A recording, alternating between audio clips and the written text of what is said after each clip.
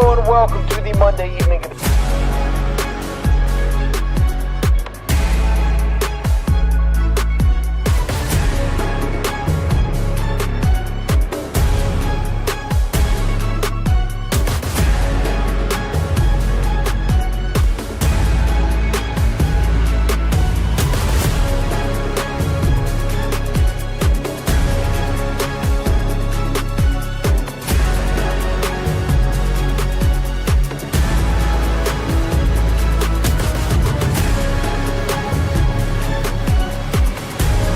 You love ball like I do. After Dark's a must listen. It's where I go to get my hoops fixed. This is Field of 68 After Dark.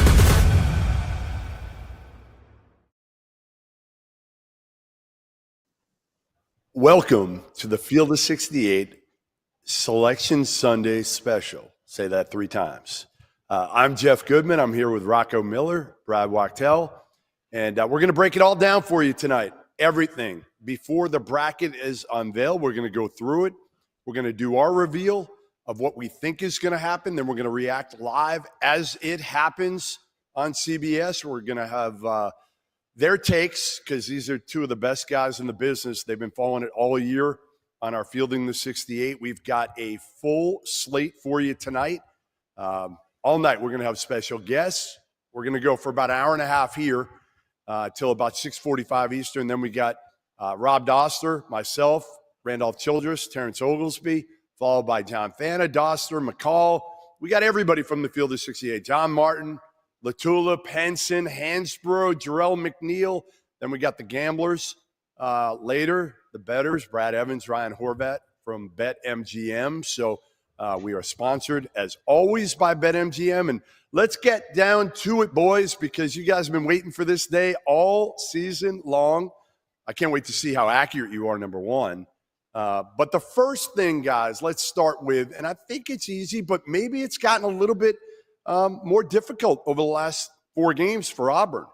And that is Auburn still the clear-cut number 1 overall seed, Rocco Miller, even though the Tigers have lost 3 of their last 4? I think it's a terrific question. I think it would be a really good debate if we had that information at the start of the week. I think with the way the week started, they were still pretty clearly number 1. I think after the way it shook out yesterday with Duke winning the championship and getting a quality win for the second time over Louisville, obviously Auburn falling to Tennessee. It's not a bad loss. They're a top 6 team in the country. You could make a case for Duke right now in some ways. At the end of the day, Auburn's got 17 wins against the field. It's like over half their wins are against tournament teams. It's so overwhelming that it's not a bad choice. And I would give it about a 10% chance the committee makes that change, but it would have had to have happened this morning. Typically, if it's not a clear-cut decision, the committee will be reluctant to make a switch this late. Either way, Auburn to the south, Duke to the east. We're firm on that. But I still say 90% Auburn's number 1 overall. Brad, any pushback on that, or you all in agreement as well that it was just too many quad 1 wins, best league in America against, let's face it, a weak ACC? I'm in agreement. Duke just has 5 wins against tournament teams. Now, it depends how you feel about North Carolina, because that would be 3 more. But Auburn has 16 quadrant 1 wins compared to Duke's 9. I think they were a step above Duke, Houston, and Florida for a while. Even losing 3 out of the last 4, they still should be the number 1 overall seed. All right, so we have Auburn in the South, and let's unveil the South while we're at it. Tigers, the number 1 seed, and we're going to go through some of this fairly quickly because we got about 33 minutes, it looks like. So we'll get through some of these brackets and regions fairly quick. But I want to get your take first, Brad. Anything stick out to you here as we unveil the South? We got Creighton, Baylor in an 8-9 game. The Bears were, they were on the bubble there for a minute, but they end up getting in, and Scott Drew, another NCAA tournament berth. Texas A&M still in that 4 seed. They kind of came back down to earth here the last few weeks. Yale playing A&M. That should be a good one if that happens. Michigan, Liberty, Texas Tech, Montana 3-14, UCLA, VCU, who punched its ticket just a little while ago.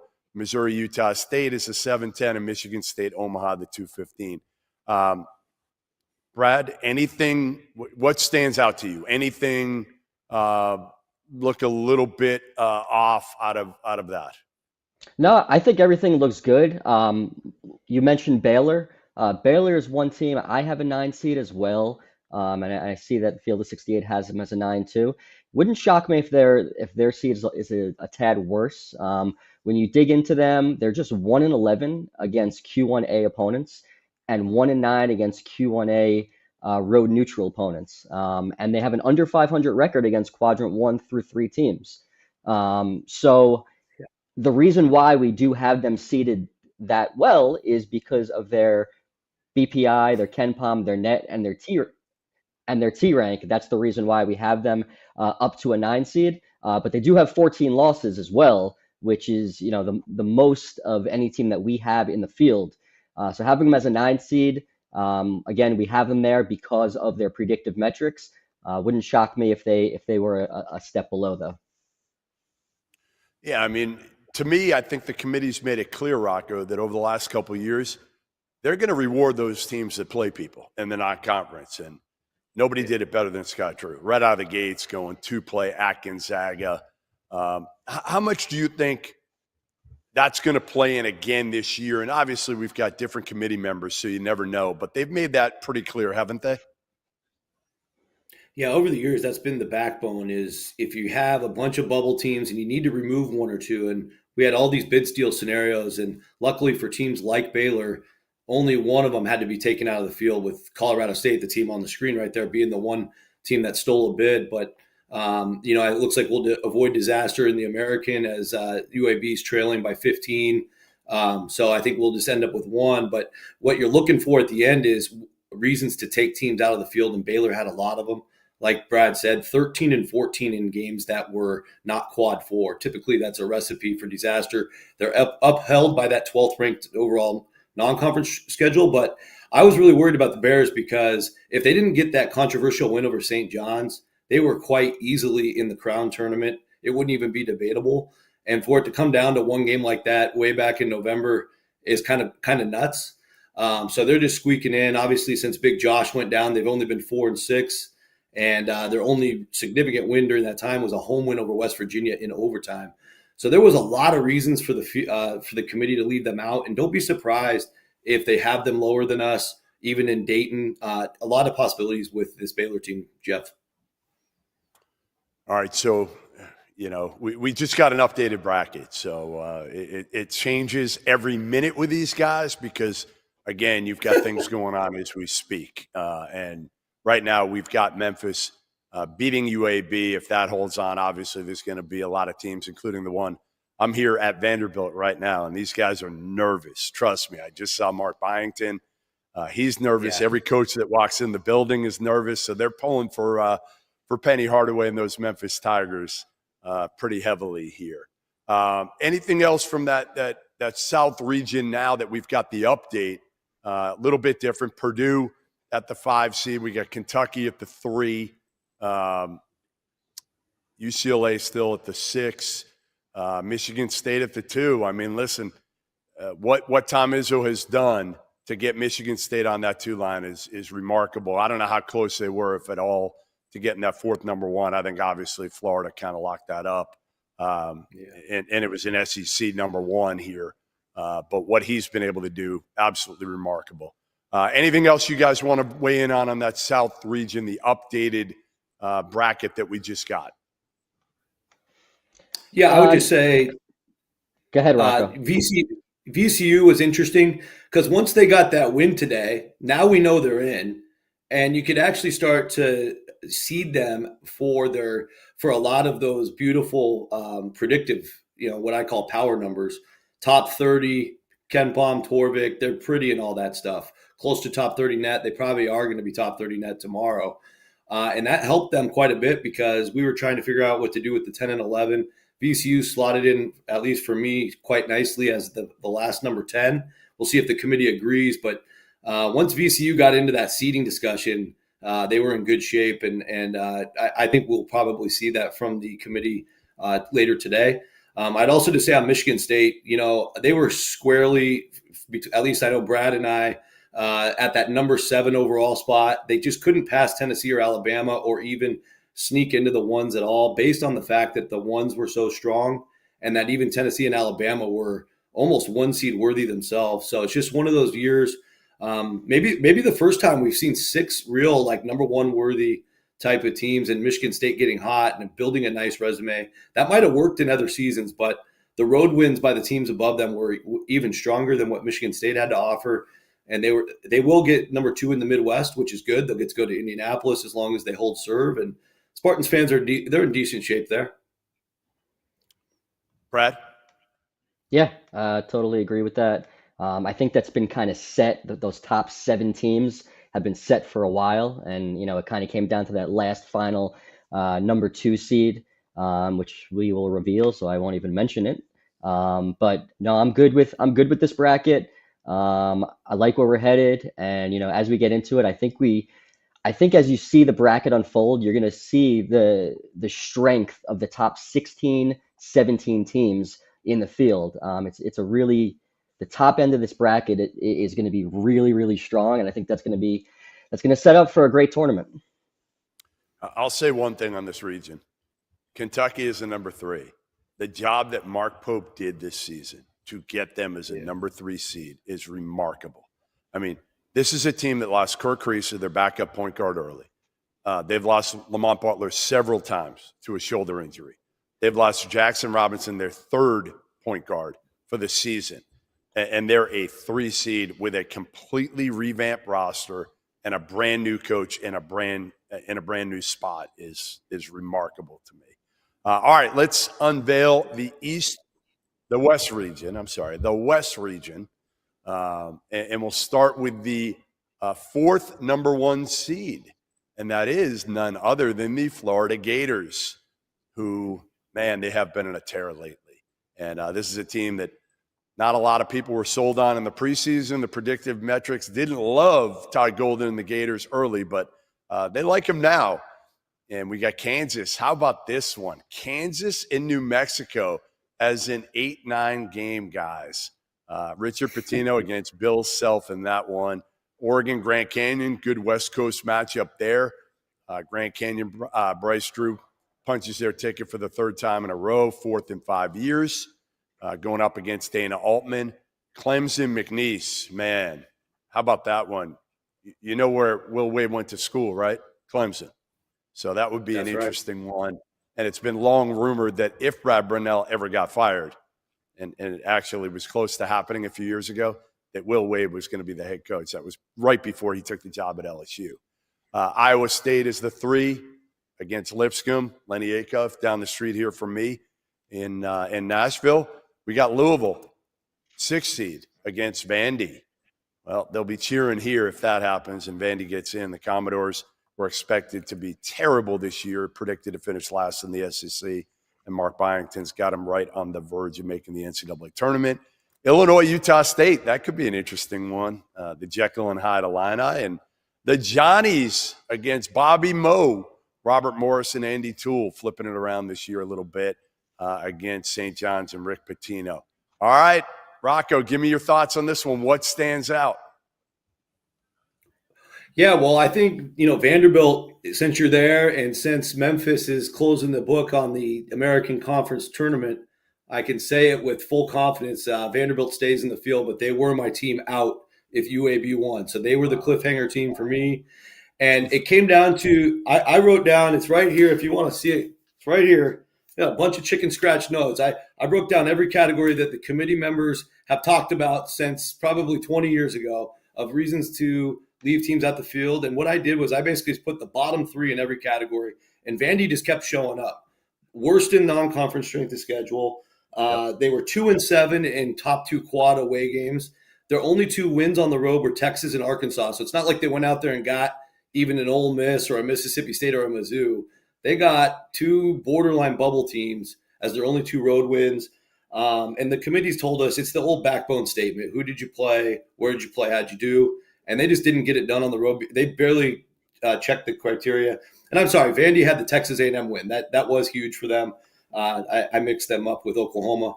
But outside of that, they had 6-9 record away from the building you're in, Jeff. And so there was just a lot for Vanderbilt to take away once they got close to the cut line. But fortunately for the Commodores, not only are they in, but for us, they're avoiding Dayton. That's exactly how I have it right now on my bracket on bracketeer.org. So they're a really interesting case study, like a lot of these bubble teams are. And so, I just wanted to call out the Commodores. Brad? Yeah, I'm with Rocco on that. I think if Vanderbilt did not beat Texas A&M on the road, they would be out of the field. That's the win that they had to have. They had to get a key win away from home. And look, there are advantages and disadvantages to playing in the SEC. And with Vanderbilt, you have so many opportunities. And if you can't win a game against a bona fide tournament team on their home court, it's tough to put you into the field. So Vanderbilt, for me, is in the field as well. Wouldn't be shocked if they get sent to Dayton. They could also be a step above Dayton due to the fact that their predictive metrics are, relatively weak compared to the field. And another team in this bracket that is interesting is Kansas as an 8 seed. Who would have thought, 3-4 months ago that Kansas was going to be a potential 7, 8, 9 seed? But that's kind of what they deserve and how they've been playing, especially of late. They're just 6-11 against Quadrant 1 opponents, only 2 Q1A road neutral victories. And, they did beat Michigan State and Duke on a neutral court early in the season. And the committee always says it's the full body of work. How you play in the last 10, 12 games doesn't matter for inclusion, but, it could definitely play a role in your seeding. And, Kansas is probably where they should be as a 7 or an 8, in my opinion. But, imagine being a 1 seed and getting Kansas in your second round matchup. Right. No, if you're Todd Golden, right? If you're Todd Golden and you're looking there and saying like, all right, great, we earned a number 1. We got that 4th number 1. And then you're looking and be like, really? I got to see Bill Self on the other sideline. And they're talented. It's not like they're not talented. The pieces just haven't fit together with Kansas as much as anything else. What about the Illini, Rocco? They've been a Jekyll and Hyde team. Have they been as tough for you to evaluate in terms of for the bracket as they have been for me to evaluate on the court? They really are. I mean, because there's not a whole lot of teams trying to get up to like a 6 or a 5 seed with 12 losses, and their season's been all over the place. You have a home loss to USC on the bad side. They've had some games where they just got absolutely destroyed. Of course, getting destroyed by Duke's not going to kill you, but just some other interesting performances. We'll leave it at that. And they ended up middling out with their road numbers. 8-8 away from Champaign, 5-5 in their 10 toughest road games. But they did get the ones at Oregon and Michigan. I think that really helped them in the comparisons. Another team they were really close to in the comparisons was Missouri, who they beat on a neutral court. I thought that helped them quite a bit as well in some of my tiebreakers. They landed as a 7 for me. I think that's where we have them, so I'm good with it. I think one of the things that's limiting them from being a 6 or higher is they played 18 quad 1 games and they picked up 8 wins. It's a lot of quad 1 wins, but it's still a losing record. And there's some better options around them in my view. But yeah, Jeff, it was tough because you look at one end of things with the high quality wins, they've got them. But then you see all the losses, you see some bad losses, some middling road. So they're just somewhere in the middle. So I think 7 sounds about right for the Illini. The other thing I want to mention real quick on the bracket with Florida here in the West as our 4th number 1. I know Houston's coming later, but Houston, it was revealed yesterday by a couple of good sources that Houston made a request to be in the West. So just something to watch for as we get to the real show later if they give Houston the West or not, but they did request it. Interesting. Very interesting. All right. We got the South done. We got the West done. Means we still got to go through the East and the Midwest. We'll do that when we come back on the Field of 68 bracket special Selection Sunday presented by SeatGeek. If you haven't heard by now, we have partnered with BetMGM for the season. We'll be using BetMGM lines to make all of our picks, and we'll have special offers for the listeners and the viewers. Download the BetMGM app and sign up using the bonus code FIELD. Deposit at least $10 and place your first wager on any game, and you'll receive up to $1,500 in bonus bets. Go download the BetMGM app and use the code FIELD today. I have been looking for the best deal on March Madness tickets, which is why I want to give the sponsor of today's show, SeatGeek, a huge shout out. SeatGeek is the #1 rated ticketing app with over 28 million downloads and more than 70,000 events available. Now that March Madness is here, SeatGeek has your back. Each ticket is rated so you know if it's a good deal with that little green dot, and it's backed by a buyer guarantee. You can get 10% off your next set of tickets at SeatGeek with code FIELD68. That's code FIELD68.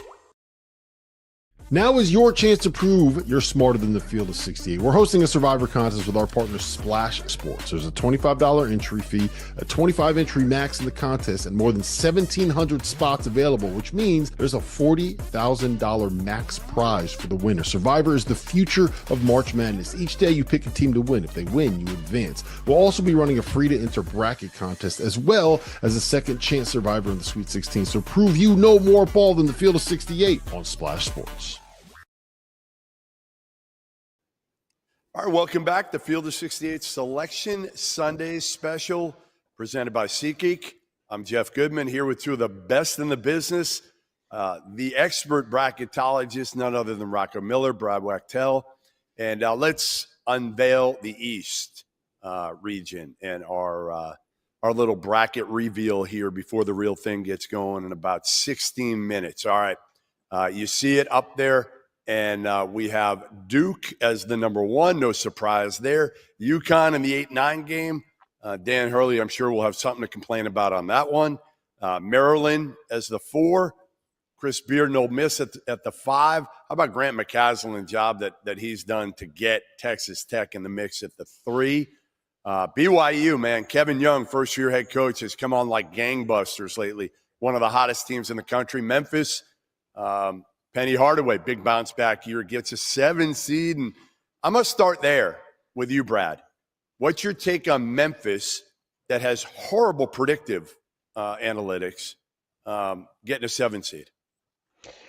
Yeah, they're one of the toughest teams to project in terms of what seed they were going to get. I think a 7 is just about right. They're 6-1 against Quadrant 1 teams and 11-3 against Quadrant 1 and 2 teams with a 14 strength of record. And like you said, their predictive metrics average out to in the 50s, which kind of puts them, towards the bottom of the bracket.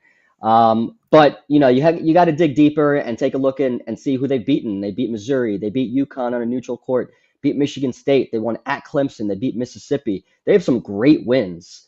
Also they're 16-3 away from home. Pretty strong, I'd say. One of the best in the country.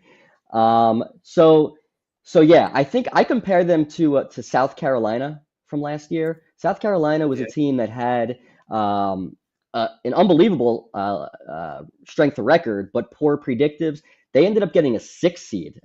South Carolina also had multiple losses, multiple bad losses, just like Memphis does. So Memphis with that 50 net and those poor predictives, we have them as a 7 seed. I feel like that's about right. I could see them even being as a 6 seed.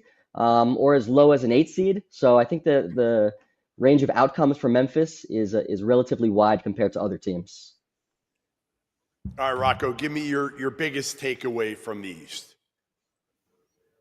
Well, I saw that the consensus here, and it's me, Brad, and Lucas, the 3 bracketology guys, mainstays here at Fielding the 68, had Boise State in, and that surprised me a little bit. I was not one of them. I do not have Boise State in, and it's nothing against Boise. I actually do like their profile. I think it's just I think it's a tough sell to get 5 Mountain West teams in this year. They had one of the bids of those 5 stolen by Colorado State yesterday, a team that thoroughly beat Boise State. I think they beat them multiple times. Of course, they beat them at the end of the season in Boise. And, Boise State's my first team out, so I think that's maybe the aggregate of us got them in. But I just think if we actually see that, I'd be shocked. And we got Indiana in as well in that playing We do game. have Indiana in. Yep. And you have Indiana in, it sounds like. You have Indiana. They're my last team in, Jeff. And it was honestly between them and Vanderbilt for the team I was going to pull out if we had a UAB win. but I ended up sticking with Indiana. That road win at Michigan State's the reason why they're relevant. I also just think, the way the committee dynamics work in a lot of cases, again, I'm not going to go in the weeds on that, but the fact that Ohio State fell off, no other real bubble team came into the mix from the Big Ten. There's been some hints of double-digit Big Tens being in. I just feel like Indiana's going to hang on to like one of those last spots, so I stuck with the Hoosiers. All right, let's finish it up here so we can talk bubble teams. So let's talk about the Midwest region, unveil that, the final region here in Houston is the number one. As you said, Cougars could want to go out west, so we'll see what happens with that tonight rather than going to Indy in the Midwest, going out to San Fran. That might be Kelvin Sampson's choice. Marquette, Mississippi State could be an intriguing 8-9 game there. You got Wisconsin, UNC Wilmington. And the big one in this for us, Arkansas is a 10, so they're in against Gonzaga. How great a game would that be? And then you got West Virginia and San Diego State both getting in by the skin of their teeth in a play-in game in Dayton against St. Mary's. And I believe St. Mary's played the winner of a play-in game a couple years ago. They got Indiana, and they mollywopped them by about 100 in that game. All right, Brad, anything stand out? I mean, to me, the biggest things here are San Diego State getting in, West Virginia being in a playing game when I think a lot of people had them as a 10 seed. Yeah, and I'm cool with it for sure. West Virginia has a 51 net. Their predictives are not, they're in the 50s. And to be honest with you, since they lost Tucker DeVries, they're not the same team. They have 13 losses. They did beat they did garner 2 wins without him, though, which is why they're in the field. But I think when it's all said and done, being just 6-10 against Q1, 10-13 against Q1-2, I think they get slotted in Dayton. They're one of my 5 possibilities to be in Dayton, so it wouldn't shock me if they weren't. But I kind of think that's where they're trending. And then one other team to mention is Gonzaga. Gonzaga is the opposite of Memphis, where they have strong predictive metrics and weak result-based metrics. I think where we have them as a 7 is a pretty good spot. They're another team that could go from anywhere between a 6 and an 8, in my opinion. So it'd be interesting to see where that all plays out. All right, let's get down to it. Let's get down to the bubble teams because that's what everybody kind of wants to know at this point, right? We kind of know the number 1 seeds. Obviously, if you're a fan of a certain team, you're going to want to know who they're playing and where. But what does everybody want to complain about? They want to complain about the bubble teams. I don't, guys. I don't complain about it. You know why? Because none of these teams deserve it. None of these, if we really get down to it, we say, none of you should be bitching and complaining because if you had done more, you wouldn't be in the bubble. Now, again, some of these teams, and I'm at Vandy right now, so I'm probably, going to try to – they set me up with a good spot here. So I'm not going to kill Vandy. Take care of them. Exactly. I'm going to take care of them. Hey, they got a couple beers waiting for me over there. I got an iced coffee from Starbucks. I mean, they hooked me up. But it's Mark Byington in his first season. Okay, so I give him a little bit of a mulligan with the week non-conference schedule. I am not giving Rodney Terry the mulligan. I know he's on the hot seat. But to me, when you schedule like the way you're Texas, you're Texas, schedule, and if it's close, there's no way. I don't care. You got 7 quad 1 wins. Doesn't matter to me, Rocco. You're gone. Do you agree? You want to push back on that? Not at all. Not at all. And in fact, I thought Texas, quite honestly, going into the week was 4 wins away. They got 2. If they would have beat Tennessee, then it would have been interesting because anytime you're a 15-loss team in general, regardless of all this quad stuff that got introduced in 2019, this goes back to Colin Sexton at Alabama and that Vanderbilt team right around that same time frame. They both got in with 15 losses because they beat number 1 seeds, and they had a couple mixed in of top 2 or 3 seeds in their win column. This Texas team, their best road win all year long was Mississippi State, which is a good road win, but Mississippi State, come on. It's a 9 seed. It's not a top-of-the-board road win. And even in the neutral court experience this week, they did get A&M. That's a good win. but it's not a true road win. And if they would have beat Tennessee, it would have been a little interesting because then you could say, okay, they beat a 2 seed. Let's talk. Let's see if we want to make an exception. But if you're going to have 15 losses, you got to do something extraordinary. And this team, quite frankly, didn't. And they had tons of chances, didn't come close. On the flip side, like you said, non-conference strength of schedule. Part of that was because they bought 4 of the worst teams in America. I know Mississippi Valley and Pine Bluff and Chicago State and New Orleans were 4 of the worst of the 20 teams 4 of the bottom 20 teams in America, and they bought them on purpose for good money. So it is what it is. All right, let's go to our last 4 buys, our last 4 in, and then our first 4 out. Let's start with our last 4 buys. Here you go: Utah State, Arkansas, Oklahoma, Vandy. Now, it sounds like there's some questions with Vandy being the last 4 buy, but Utah State, Arkansas, I thought Arkansas obviously played a lot better here going down the stretch. The big question is going to be Boogie Fland. Does he play in the tournament? How much? And really, they were 0-5 in the SEC when he did play. So if I was John Calipari, I don't know if I wanted that out there publicly, that Boogie Fland was coming back, because if they evaluate him with Boogie Fland, you probably shouldn't be in the tournament. Kind of a dumb thing to do. But anyway, not getting on a tangent there. Any of those surprise you other than, I assume, Vandy, Rocco? Well, I'll just explain Vandy real quick. So the way it works is you select the teams first. So you're in. Then once you're in, you do the seeding process, and Vandy's a little bit better. And there's also some historical precedent to this. If you're close to the cut line, which I consider the 4 Dayton teams is close, there's never been a team with that bad of a non-conference strength of schedule. Vandy, number 330, to go to Dayton. So the only way I thought they were going to actually go to Dayton is if they were in a contingency plan to go there. But I don't think the committee would feel okay about that. So I thought we nailed it here the way we had it. And I'll also just comment on Oklahoma. The fact that we had them above Dayton just shows how sketchy things got between a bunch of these teams, because Oklahoma, that was the team I was referencing earlier at 2-7 with the 2 road wins at Texas and Arkansas being the only true road wins. Obviously, they had 3 different seasons, a perfect non-conference, a 6-12 in conference, and then a win over Georgia in Nashville.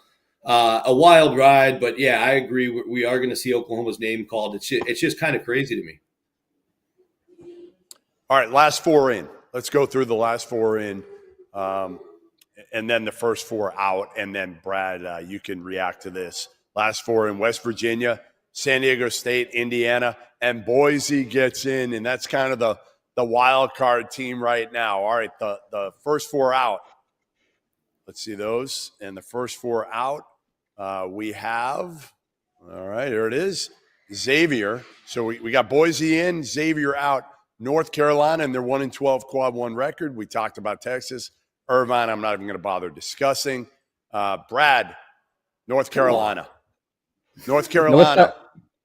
Okay, North Carolina, pretty simple. North Carolina is 0-10 against Q1A opponents. North Carolina is 0-8 against Q1A road neutral opponents. North Carolina is 1-12 against Quadrant 1 opponents. They also have a bad loss. So look, they beat 1 NCAA tournament team, and that was UCLA on a neutral court. It's a good win. Is it a great win? I wouldn't call it a great win. They did schedule great. Their non-conference strength of schedule is top 5 in the country, and that's important. They have a top 40 strength of record, which is a reason why there's a chance that North Carolina can still get in. Their resume metrics are still pretty strong, which gives them a chance. But ultimately, as the committee always says, is who have you beaten? Where did you beat them? Where did you play them? And what's most important, the opportunities that are there. And when you win 1 Quadrant 1 game out of 13 opportunities, that's a problem. And they didn't beat any of the top of the conference teams in the ACC. They didn't beat Clemson. They didn't beat Louisville. They didn't beat Duke. So who did you beat? And the answer is nobody. And you got a chance, Rocco, without Cooper Flagg, without Malik Brown, and you let that one slip through your fingers. So I don't think, to me, right. I know you can justify it, and here's the caveat to all this, Rocco. Bubba Cunningham, the AD for North Carolina, is the chair this year. He's got to be excused every time they're talking about North Carolina. How much do you think of an impact, though, that could make to the other committee members, knowing that Bubba is still the chair, he's in the room? Does it matter? Oh, it certainly matters. And for a long time, even all the way up till yesterday morning, I was thinking about that every day, so it's a big part of my process because I'm trying to get all 68 right. I want to understand what they're thinking about. It's never about my opinion at all. It's never about opinion. It's about their process and playing that out and simulating it and talking to experts like Brad as well, so we can get this thing right. And that's probably the main reason they're still even on the board today. I think if you replace their name and had all the exact same records, but it said Davidson instead of North Carolina, I don't even think we're having this conversation. That's how big it is to have a North Carolina brand name and him as the chairman at the same time. But at the end of the day, they do a great job. I think they have a subcommittee on the bubble that's outside of the regular committee, and they break down these teams under the hood big time, which is why I go through the process on this last day to make sure I get it right or do my best. And there's just no way you can legitimately put North Carolina in, even over a Boise, certainly over a Xavier or Indiana, in my view. So I just think when you do the math on it, second team out makes sense. But all those teams we have above them, I don't think there's a case for North Carolina. So Carolina's 1-12 in quad ones. Xavier's 1-9. We have both of them out right now. Which one, if gun to your head, Brad, which one are you taking if you have to pick between those two? Because neither one, the resume is overwhelming. I will say Xavier was without their best player, Zach Fremantle, in the loss at UConn. They almost won. And at home against Marquette. So I would probably skew towards giving Xavier the nod if I had to pick between the two. Where are you at with Xavier? No question. I would agree. I think Xavier does have a chance to get in. They're ahead of North Carolina. Yes, reason why I kept them out is that 1-9 Q1 record. But they do have 3 wins over the field.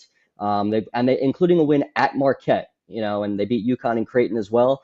With the win at Marquette might have seemed like a better win, a number of weeks ago though. So right now Marquette we have as an 8 seed, Creighton and UConn are on that 8-9 line as well. So I think Xavier is definitely ahead of North Carolina. But again, who have you beaten?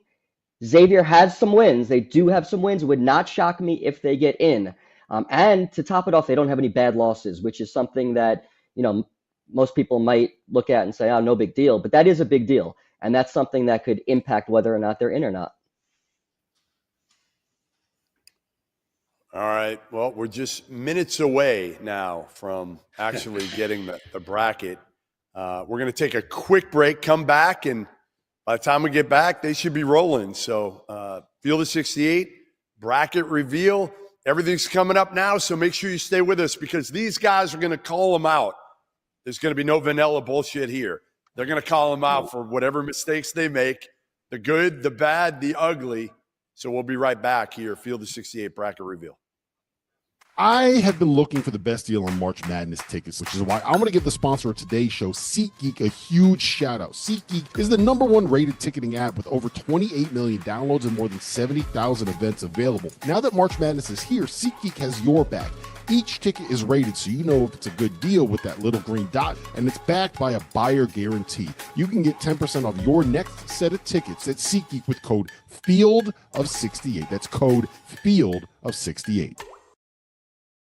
Now is your chance to prove you're smarter than the Field of 68. We're hosting a Survivor contest with our partner Splash Sports. There's a $25 entry fee, a 25 entry max in the contest, and more than 1,700 spots available, which means there's a $40,000 max prize for the winner. Survivor is the future of March Madness. Each day you pick a team to win. If they win, you advance. We'll also be running a free-to-enter bracket contest as well as a second chance Survivor in the Sweet 16. So prove you know more ball than the Field of 68 on Splash Sports.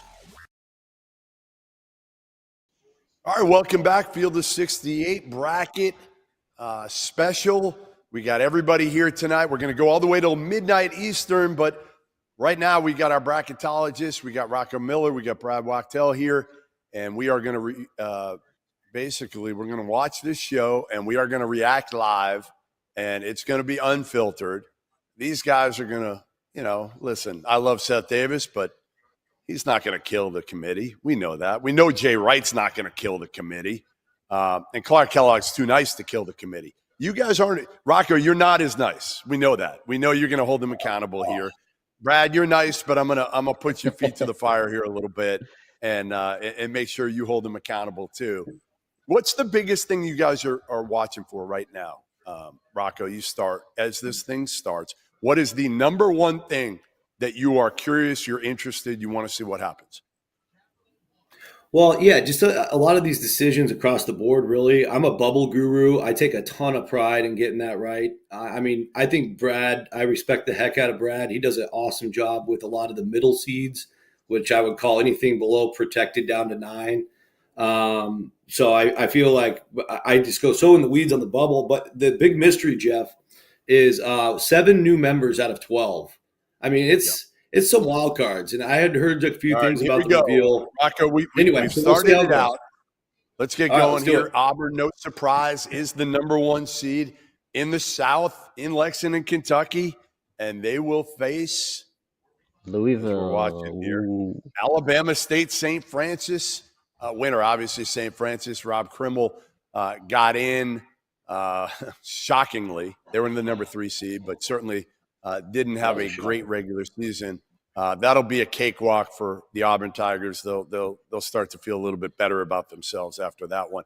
How about that? Louisville playing in Lexington, guys, down the road in their rivals' arena. And there's Pat Kelsey, the first-year head coach for the Cardinals, who's done an incredible job with the turnaround. But he gets the 8-9 game, and I'm not sure how happy he is with that, drawing Auburn in the second round and getting Creighton in the first round. Anything quickly on Louisville as the 8? Yeah, so Louisville was 4-6 in quad 1. It was really hard team to seed based on the fact they didn't have a lot of results. Their 3 meaningful wins away from home were all neutral courts, didn't have a big true road win, and that was probably the difference for the committee. All right, we got Michigan in the 5-12 game out in Denver. And they will face UC San Diego, who I love, by the way. I love what Eric Golan's done. They can shoot the hell out of the ball. They don't turn the ball over. He's got a stud on his team. And a one-on-one Tate Jones. Yeah, that could be a tough matchup for Dusty May. Oh, it certainly will be. And also, I'm a little surprised Creighton fell to a 9, by the way. I thought they were a solid 8. But that only annoys bracketologists when we get graded. Yeah, I was going to say, how much does that make any difference, really, in the grand scheme of things, other than for you guys? Not in the grand scheme of things. You're in an 8-9 game. You're in the same position. Right. I was going to say, I don't care. Personally, I don't care. No, I know you shouldn't. And you shouldn't. Yeah, we get anal about it. Yes. All right, we're moving to the South region. To the bottom of the South region here. Ole Miss. Oh, my. North Carolina gets in, boys. Are you kidding me? North Carolina gets in. Are you kidding me? San Diego State. Well, there's your answer, Jeff. I don't think we covered it in the pregame. Yep. You can go back and watch. Is that complete BS, Rocco? Is that BS? I don't think it was done with the most integrity. I'll just say that. Top 40 strength of record. That's what they had. They had good numbers against Q1 through 3 combined. But, I guess the committee is really leaning on, your resume metrics. Interesting. No. You know what they're doing? No, Brad. Let's call a spade here. They want Carolina and Dayton for the numbers. They want the ratings. They want the big brand. That's why they took Carolina here. Bubba Cunningham in the room. Well, not in the room, but in the room. Didn't hurt matters. But they want the brands for Dayton. They were going to take Carolina and watch. They'll probably have Indiana too. And Jeff, the other thing is that's the 4th ACC team. So to have an 18-team league and only have 3 teams, that was a tough one to stomach. You also saw Virginia. Virginia got thrown in last year. So this is 2 years in a row that Bubba's been able to pull off a miracle. Amazing. We see New Mexico as a 10 seed. Brad, but they did schedule, and they're rewarding them. They can justify anything they want. That's what I'll say. They can come up with some metric that will justify whatever decision they made. And in this one, they're going to use they schedule tougher than anybody else. And you can't argue with that. They just didn't win the games other than one in December against UCLA. That's it. Right. If they would have had a second one, I would have been fine with it. But just having the one was hard. New Mexico, getting under. We were all in agreement, a solid 9. Of course, in the Mountain West, you just add a seed number because you're always off by 1. So, of course, they get a 10. Which is probably bad news. Automatically add a seed number. I like that. Which is probably you also should put that on the Mountain West show, Jeff. Sorry, go ahead. I was going to say, which is also New Mexico. All right. Yeah. Bad news for Boise State. Well, I'll leave it at that. Bad news for Boise State. Yeah, I think you're right. I mean, it happened last year. We had Nevada. We had Nevada a 7 last year, and they showed up as a 10. It's like happens all the time. Yeah. Anything else? Iowa State is a 3 makes sense. Yes. Michigan State, nothing else in that bottom half, right? This is kind of a minor thing, but Lipscomb a 14. I predicted that. They had the numbers for a 13, but I think part of the thing we're going to see, Sunbelt Commissioner, keep in mind, is the vice chairman. So I bumped Troy up to a 13 because of that. And we'll see if they get that last 13. I'm telling you, this is what it comes down to. Right. If every committee member gets a bump here, we're gonna start to worry here. If Alabama gets the fourth number 1, we're definitely going to start to be concerned here because of Greg Byrne being in the room. Come on, Greg. I know you're watching. Yeah. You're better than that. We're friends here. All right. So South Region, how tough does it look? And I think we'll have a second here before we move on to the next region. How loaded is this? We got Auburn. We got Michigan State as the number 2. Iowa State. Yeah. I mean, what do you think of Texas A&M as the 4? Do you like it? Do you think it's – I think it's solid. I don't think it's overpowering good because Iowa State hasn't looked great. Texas A&M hasn't looked great lately. Michigan State, I think, has played very well, but they're not overpowering. You got Auburn, who's lost 3 or 4. I kind of think this region is more wide open than we – UC San Diego to the Final Four, Jeff. You can just mark it down. And let's get those Tritons rolling. They're going to be a matchup nightmare for everybody. But, no, I think the interesting thing, too, is Michigan State going south. All my projections had them in the Midwest. That means something funky's going on later in the other regions. Perhaps they've wiggled around and figured out a way to get St. John's in the East. I tried. I couldn't figure out a path. But the committee's a lot smarter than me, and they have a lot better bracket maker machines. They can do it in like seconds. It's like somebody making waffles in the waffle maker that can put a new bracket together. So curious about that. How about you, Brad? What do you got? Yeah, St. John's is an interesting one. I don't think they're going to end up in the East unless by some way they end up as a 3 seed, which is not out of the question. But in general, I think that region is pretty wide open. You guys touch base on it. Great. Auburn has lost 3 of its last 4 games. A&M's not playing great of late. Iowa State, they've had some injuries as well. And, Michigan State is always you never count out Tom Izzo. But I think they have some question marks as well. So that should be it'll be a fun region. Yeah, I think most people looking at this region are going to say, you know what, Auburn should run through this thing. They should run through this thing. Because, again, Michigan State's not overpowering. Iowa State has not looked good, and Keyshawn Gilbert is back. He's hurt. He's not himself. He hasn't been himself for a while. We know Taman Lipsey's played hurt all year. I would have had Iowa State as a potential Final Four team.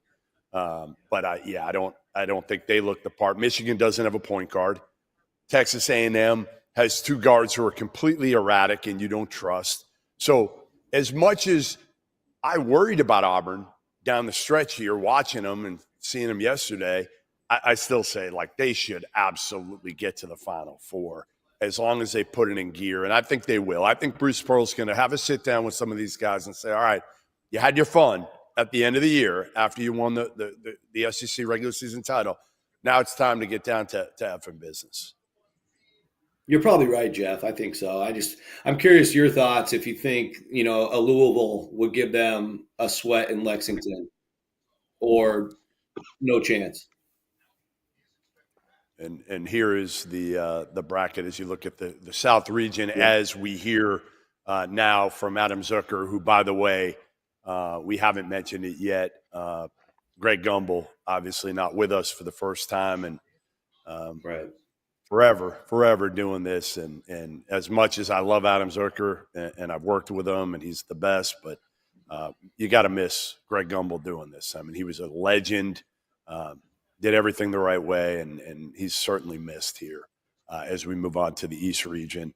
And Duke playing American St. Mary's winner in the 116, and then you look at Mississippi State in that 8-9 game, and we'll see who they face here in a second. Mississippi State in Raleigh against Baylor, getting a 9. And that's what we had. That's what we had. So if you're Scott Drew, aren't you pissed off right now that you're not a 10?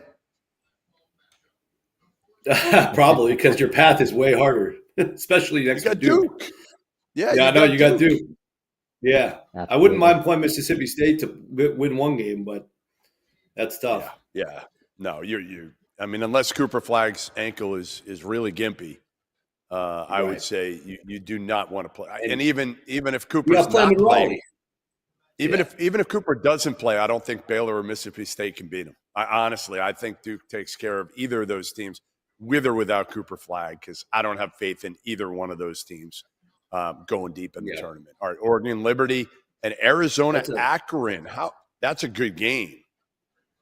The Zips have been terrific. They got one of the best all-around guards in the country, and Nate Johnson, one of the top mid-major guys, and in that 4-13 game. All right, 6-11. BYU gets a 6, which we had, and they've come on like gangbusters lately. So they will face in Denver, which is a good little draw for them.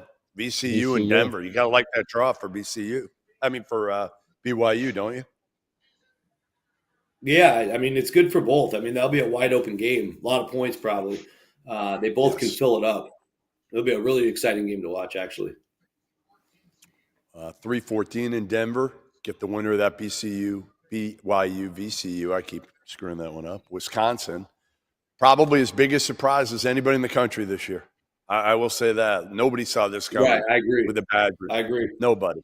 3 seed. Amazing job by Greg Gard in that team. And they're actually fun to watch. They will play Montana in the 3-14 matchup there.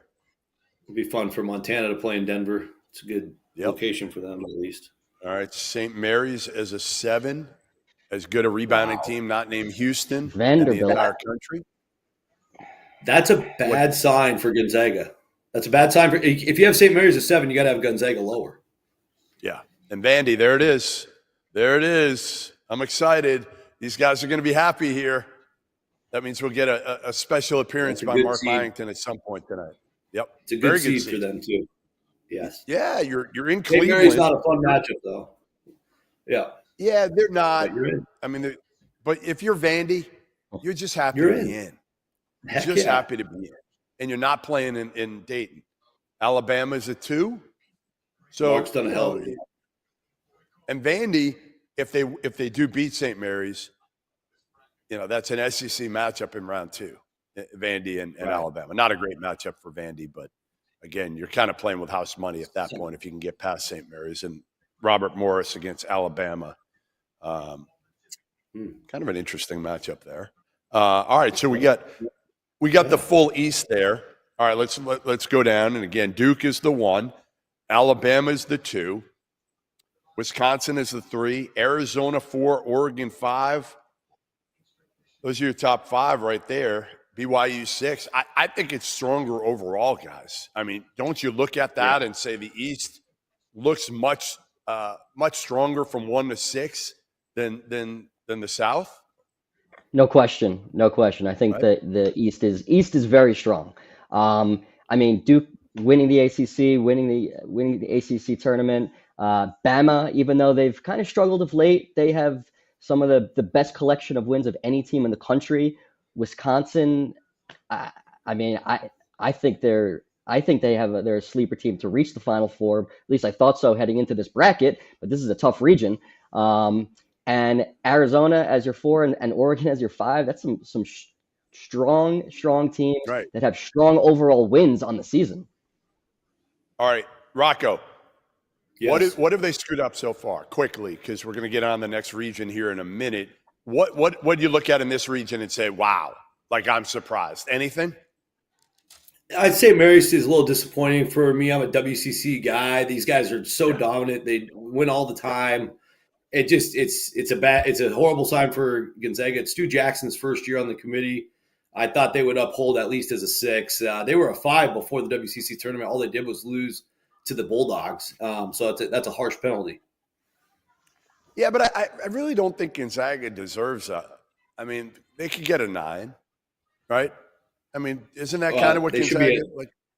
Oh, they could be a 7 as well. I mean, they're just going to be below St. Mary's on the seed list. But that's all predictive, isn't it? Like if we're going again, I'm not a predictive guy, especially when you get to this point in the season. I'm fine with being predictive's fine early, but to me there should be a smaller gap when you get to this point in the season. And again, I'm not a big I'm not at your guys' level or anything close to it. We know that, but I just feel like looking at Gonzaga's. Looking at their resume, I look at it and I say to myself, like, how can they be, to me, they're an 8-9. They're an 8-9 somewhere. That's fair. I mean, it's fair. It's more than fair. I just trying to figure out what the committee probably thought. I thought they'd be a tad higher. And last year they had the Kentucky win. This year they didn't have the Kentucky win. And they had close losses to UConn. They should have had it. Yeah, they should have had it. And they let the UConn and UCLA losses hurt them too. Right. No doubt. All right, here's the full region, the East region again. Duke. What's the game you guys are looking for? Me, it's Arizona Akron. Akron shoots a ton of threes. John Gross again has one of the better guards, mid-major guards in the country. Arizona, I don't know, man. Like I went there and Carolina Caleb, you never know what you're going to get in the NCAA tournament. He can go for 40. He can go for 2. And to me, they're less reliant on Caleb Love than they've been in the last year. But still, I think they're one of those teams that you have no idea what to expect. And I think Akron can win that game. Yeah, I think Oregon and Liberty's a really good 5-12 game. Liberty played well down the stretch. They added some athletes this year to fix last year's problems.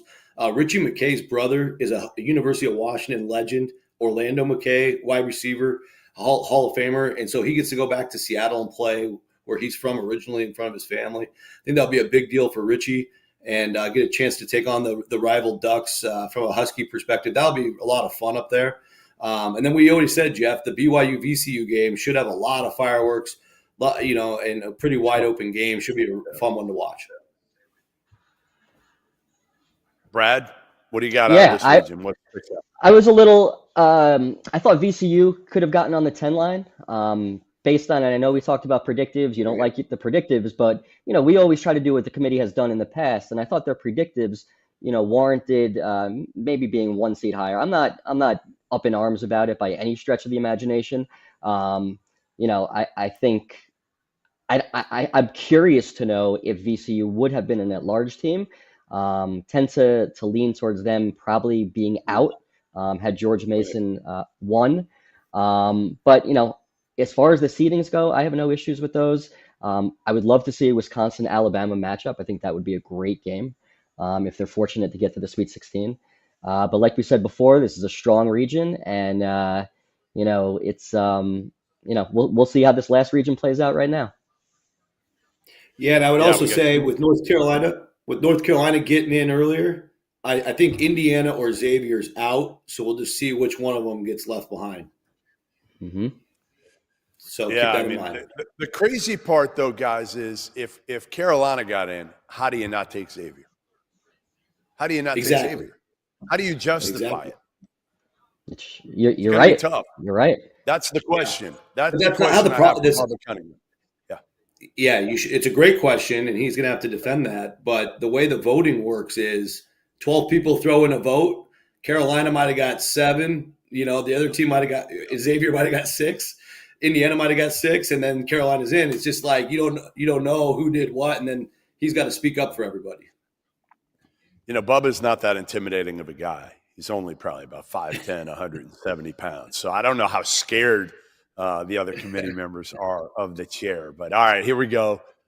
We got Houston and SIU Edwardsville here in what region are we doing right now? Where are we? Midwest. So they're in the Midwest. Okay, there we go.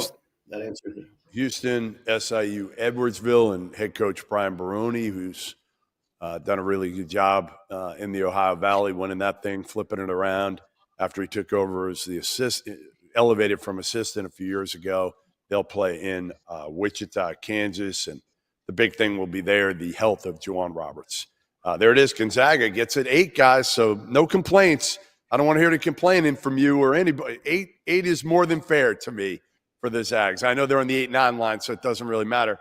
But, they get Georgia, and then that's a hell of a second-round matchup if we get it between Gonzaga and Houston.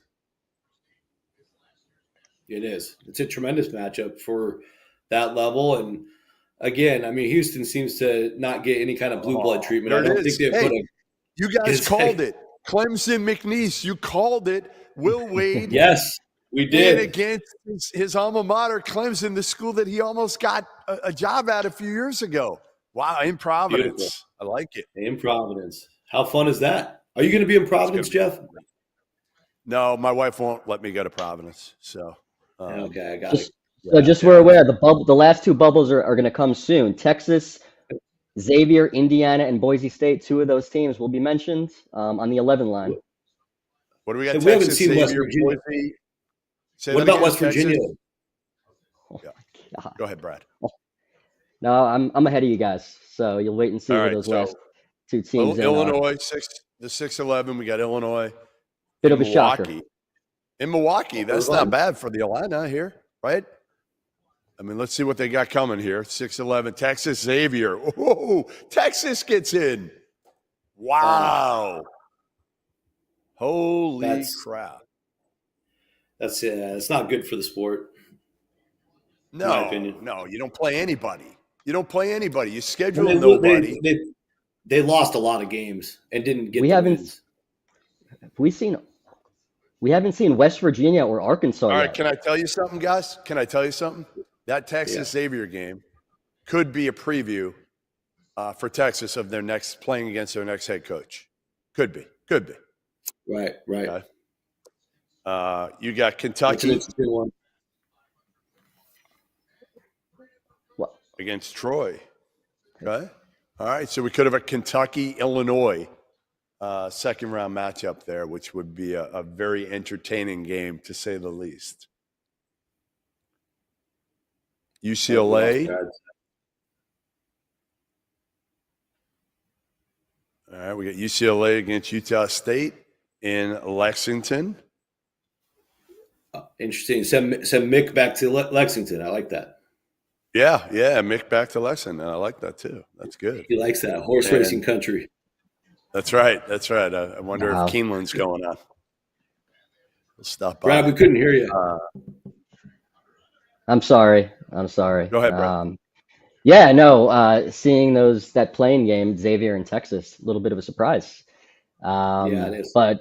But look, in terms of Xavier, trying to figure out why they put them in the field. You put North Carolina in, so you had to put Xavier in, as you guys mentioned. The Texas part's weird. The Xavier and Texas, neither of those teams have any bad losses. Xavier is a 42 strength of record. Carolina was 38. So we're looking at strength of record now. And Texas has 7 quadrant 1 wins, which is, even though their strength of record is worse than some of these other bubble teams, that got them over the top. So it's, the committee decided they do what they got to do. And they picked certain parts of the resume, and I feel like they're not consistent. They're not. Like they've been in past years, which is the problem. Yeah, they can't be consistent. They're taking brands. That's the consistency. The consistency is they're taking brands. Yep. Amen. Am I wrong? Not at all. No, that's 100% right. If they're going to do that anyway, we might as well expand the field, Jeff. Is Greg Sankey the one? Is Sankey the one in the room by himself? I don't know. And I'm not But even saying Carolina for the too. SEC. I'm saying for the It's big Carolina ones. too, though. It's Carolina and Texas in this case. But Yes. if they're going to do that, just expand the field and get so the teams that belong in can join them. I mean, I don't even want to be an expand the field guy. This is ridiculous. No, do the play-in. Do the play-in so that the mids can play these teams and see who deserves to get in. Let Boise play Carolina. Yeah. Right? Right. Absolutely. Or That's Texas, what I would whatever, like. yeah. Right. Let Boise play, Carolina. Let Texas play, Irvine. Whatever it is, Let's have go. 4 of those. Have 4 of those, and let's get to the bottom of, everybody said, well, Carolina, if they had played in the Big West, they would have dominated the Big. Well, maybe not. Yeah. So I'm just curious about what teams we have not seen yet. Who are we worried about? So West Virginia, West Virginia, Arkansas, Oklahoma, Indiana, and it's looking like Indiana's probably out. Maybe. There's reasons to leave West Virginia out, I think, because of if you evaluated West Virginia without DeVries, it takes away a couple of those key wins from the beginning. They were pretty much an NIT team without him. They got a couple nice wins. They got the road Kansas win, but their record was very, very average besides the Kansas game. The same thing happened to Rutgers a couple of years ago when they were evaluated with Mawat Mag not being in the lineup, and that kept them out, and they had a ton of dominant wins. So that's a possibility. Yeah. Yeah. Oklahoma, you could pick apart too. Oklahoma, yes, but to me, they had enough wins in the non-conference and quality. Right? Gonzaga, Arizona, and who else? West Virginia. Oklahoma beat Louisville, Michigan, and Arizona. Louisville. Sorry about that. Yeah. Right. There's no way Oklahoma is. There's no way Texas is in over Oklahoma. No way. Shouldn't be. Right. Shouldn't be. I mean, so you guys think Indiana gets squeezed, and who else? And Boise gets squeezed. Yeah, Boise for sure. And there's got to be one other team. One more other than Indiana and Boise. And you think maybe West Virginia. Well, Arkansas. What about Arkansas? They're not going to get – there's no way they're going to leave off John Calipari in Arkansas. No, I agree. There's zero chance. I agree. And I agree. And they earn their way in. Yeah. No, I agree. I'm just listing the teams that we haven't accounted for that were somewhat near the bubble. That's all I'm doing. It's probably – I would say West Virginia, you could justify not belonging without DeVries. Oh, definitely. You look at them without Tucker DeVries, they're not a tournament team. They have one great player that carried them, Javon Small, to some big wins, but they didn't do enough. No, I'm with you on that. And I didn't have the guts to do it because if you took them straight up, they were a tournament team. But if you took them minus those first 8 games, average team. Yeah. Which sucks for Darian, but we'll see what happens. Yeah, maybe he should get out of there and try to get to Indiana if he can get it. Or Iowa, maybe? Or Iowa, certainly Iowa. Yes. Right. One of those two. Get out of West Virginia. Because you're right. I mean, if you get to the tournament this year, you build up some equity right away at West Virginia. You don't, and you're like, maybe I should get out of here if I have the opportunity. All right, the West Region being unveiled now. Sure. Florida, the Gators get the 4th number 1, as hot a team as any in the country. I'm telling you, I might pick Florida to win this whole damn thing. They're that good. Yeah, you won't be the only one, right? And Todd Golden, Todd Golden, we're gonna welcome you back to San Francisco if you can win 2 games. Come on home, baby. Call. How about UConn in the 8-9? UConn gets Oklahoma, so the Sooners get in. Wow, they got a 9. And that's a good first round game for Dan Hurley and UConn. But he's going to complain about playing Florida in the second round. There'll be some complaint about getting the hottest team in the country. Because all right, Memphis, a 5 seed. No, 5 seed. There you go. 5 seed. I mean, wide range of outcomes. Temple's athletic director is on the committee, and they were the only team from the league, so he probably fought hard. I mean, at lunch, you can't be in the room. But I actually like it. Guys, I like it because Memphis, what Penny did was he scheduled in the non-conference and they won games. So I'm okay with that. Yep. Colorado State at the 12. That's a fun Maryland. game. Yes. Yeah, Nick Clifford, one of the best players in the country that people haven't really heard a lot about, going up against Memphis. The big question with the Tigers is the health of Tyrese Hunter. All right, Maryland gets Grand Canyon, so all the way out to Seattle. In Seattle, that's a tough matchup. Maryland already lost in Seattle this year to my Washington team. That was the only blemish on the Terps resume. So they got to go back. But I would say Colorado State, down the stretch, they performed like a top 10 team, Jeff. If you run the numbers, it's crazy. Yeah, and Memphis, if they're without Tyrese Hunter, that's going to be a tough game. All right, Missouri Drake. Oh, what a contrast of styles. Go try to pressure Bennett Sturts and see what happens. Go ahead, see what happens, because that dude is unflappable. That is going to be an awesome, awesome game. Maybe the best turnaround in the country with Missouri against the best story in the country with Drake, Ben McCullum, and all their Division II guys that he brought over. Texas Tech, unbelievable job by Grant McCaslin. We called that number 3 seed. They're right on that 3 line, and they get UNCW, a dangerous team for Takeo Siddle. Dangerous team. Texas Tech's for real. Texas Tech's for real. That's a good little Wichita that's too. A good little pod. The Red Raider fans will fill up Wichita. They'll just jump in the car and drive up there. It's gonna be crazy. Ooh, Kansas gets off the 8-9 line and gets a 7 in Providence against Arkansas. There it is. Bill Self, John Calipari. So West Virginia's out. West Virginia's out. And then 2023 rematch, Jeff, that's actually in the printout that we're not supposed to do. So thanks, committee. Breaking your own rules. Because Kansas played Arkansas, but it was a different staff. Also, Bill Self played John Calipari. We remember what happened in that title game with Derrick Rose. Yes, we do. That's a little rematch.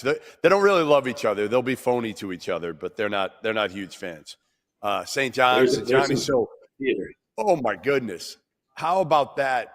You could have either Bill Self. You could have the 2 best coaches in the sport, Bill Self, Rick Pitino, going up against each other in Providence. Maybe I will go to Providence. Providence after all, because that game. They just changed your mind, yeah. Round game. Oh, wow. All right, so Boise got squeezed. Indiana got squeezed. And West Virginia. Those are the 3. Boise, Indiana, West Virginia. All right, your guys' thoughts. Carolina gets in. Xavier gets in. And those 3 are on the outs. Rocco, your take overall first on the bubble teams and the snubs. Yeah, I just think between the Carolina and Texas inclusion, Texas was nowhere near in for me. So obviously I got to really reevaluate going forward for this brand inclusion concept that is clearly a big part of this process. Michigan State's the only team I missed last year, and of course another big brand. So here we are again. But I would say if you're not, I didn't mind leaving West Virginia or Indiana out, quite honestly. Indiana played 12 tournament level teams. They went 2-10, and if they didn't have that Michigan State road win, they were not even close to being in the field either. You kind of know the dynamics of Indiana. The coach is already prepared to move on. They played pretty well down the stretch. I thought they did enough to get a bid. And I also thought the Big Ten would find a way to get a 9th team in. That was part of my thinking. But, based just on the circumstances there, maybe they just replaced Indiana with Texas at the end. Who knows? And Rocco, you called West Virginia being out like 2 weeks ago, didn't you? I did. I should have stuck with that. I should have never left that thought. But it gets tricky. You want to, without being in the room, you got to kind of call a spade and evaluate everything, because unless somebody what texts they're you. going to do, right? You're trying exactly. It's the same thing with like a mock draft, right? It's not what you believe should be done. Exactly. You're trying to guess what they're going to do, and you guys probably should have thought longer and harder about Carolina and what they were going to do with Bubba Cunningham still being the chair, right? I mean, let's face I had it. them Right? in. I had them in on the morning of the Duke game, and they played them close. And I should have just left them there. I should have just not touched it. I should have gone for a long walk and just not touch the bracket. Just leave it. All right, Brad, give me your take on those on the Yeah. bubble teams and who got in and who got snubbed. First of all, one thing you learn is that injuries play a role. If you have a significant injury that happens, with half the season left, how you play the rest of the way, your record, and obviously West Virginia losing to Colorado in the Big 12 tournament, that was a bad sign for them, a bad thing to happen, as the last time the committee is going to see you play. So that was an issue. The committee values your strength of record. That is extremely important. The committee values your quadrant 1 wins, but it's still a percentage. Texas went 7-10 against quadrant 1 opponents, which is strong.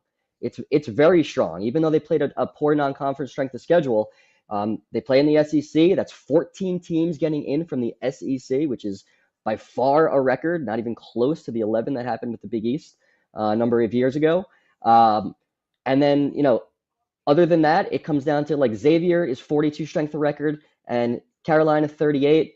We take a look at what Indiana was 50, Boise State 55, and West Virginia. You can't just judge them based on their number, but based on their numbers, you got to judge them on how they played based on when their injuries occurred. So I can see it. I'm not shocked by any means, because I think all of us had a lot of these teams in the mix. But ultimately, you learn something new every year from the selection committee. All right, so the order of the teams that were the first 4 out: West Virginia, Indiana, Ohio State, and then Boise. And the safest team, believe it or not, in of this order, Texas. It was Texas, Xavier, San Diego State, Carolina, in that order. So Texas was in ahead of Xavier, ahead of San Diego State. Carolina was the final team in, and we know what the justification is going to be. We know what Bubba Cunningham's going to say. Well, we played the toughest non-conference schedule of any of these teams. Yeah, I mean, I hear you on that, but you also won one of those games. If this year, guys, again, I know I banged this drum for a while, but if this year isn't the one to say, like, let's go back to 64, I don't know what is. I don't know what is. 100%. 100%. Or, at least if you're going to go to those depths, that why not go after UC Irvine, who won 18 games away from home and won at UC San Diego. It's like the teams that win games belong in the tournament, and that's what they've told us for years, and they did it for years. And now, this is just kind of a signal, I think, Jeff and Brad, of the future of college sports. We have these super conferences now. We're controlled by the Power 2 based on football. And, with the ACC, Carolina's a huge brand. We all know that. They have a talented team. They actually played better down the stretch. The last 3-4 weeks, they had the eye test tournament team box checked, but they didn't get the wins. They didn't get the wins that moved the needle. They won. Their best road win all year was Florida State. They played 10 road games in the top 2 quads. They were 4-6, and with the best one being Florida State. So it's a lot to stomach when you break it down the way we do. But at the same time, our job is to study the committee, mimic the committee, so we can give the public the best possible information. And I'll make the tweaks necessary for next year, and we'll be rocking and rolling again. So some news just came out, guys, from Iowa State. TJ Otzelberger told the media that Keyshawn Gilbert will not play. I don't know if he said for the whole tournament. Moving forward, yeah, he's done. And he hasn't been himself for months. I mean, really, he was their best player for the first half of the season, and he has been injured and mentally not able to come back, even when he's looks like he's been a little bit better physically. So this Iowa State team is not the same team that I honestly thought had a chance to go to the Final Four. And I don't know about win the whole thing, but I thought they were a Final Four caliber team. Now I think they're going to be fortunate just to get to the second weekend and, down their best offensive weapon when he was healthy. This is a crushing blow. How about, hey, guys, can I read you these names in the West? Ready? You ready for this? Yep. All right. Dan Hurley, Penny Hardaway, Bill Self, John Calipari, Rick Pitino, all in one region. Like, that's insanity, guys. That is unbelievable. The star power of the West region is incredible for the coaches and the talent. Like, beyond the coaches, again, Arkansas is top 7, and now you got Boogie Flam back, top 8, super talented. UConn, yeah, they're not what they've been, but they're still talented. Florida, we've said it, the three of us, they may be as talented as any team in the entire country. Kansas, they've underachieved. Arkansas has underachieved. St. John's has not. So incredible. That's, to me, you look at the regions, I think the West region by far is overall the most difficult. Yeah, so I was going to ask you, Jeff, are you going to come join me in San Francisco at the West region? Because we're excited to have all these great coaches out here. We don't get to see them very often. At least, I do, but most of my neighbors don't get to see them. If I could get in a flight from Vegas to San Fran, maybe I will try to do that, but I think Doster will yell at me if he's already said, like, I gotta be in Vegas the entire time. We're doing live shows. Okay. How about this? Live shows all day Thursday and Friday, guys. There's going to be 5 or 6 of us and basically we're on from noon Eastern till midnight Eastern. We're going to have guests throughout the day coming on remotely. We're going to do it kind of like the Manning cast. That's kind of what we're looking at doing on the first and second day. Yeah, something a little different. So Doster's not going to let me go to San Fran. I can see it already.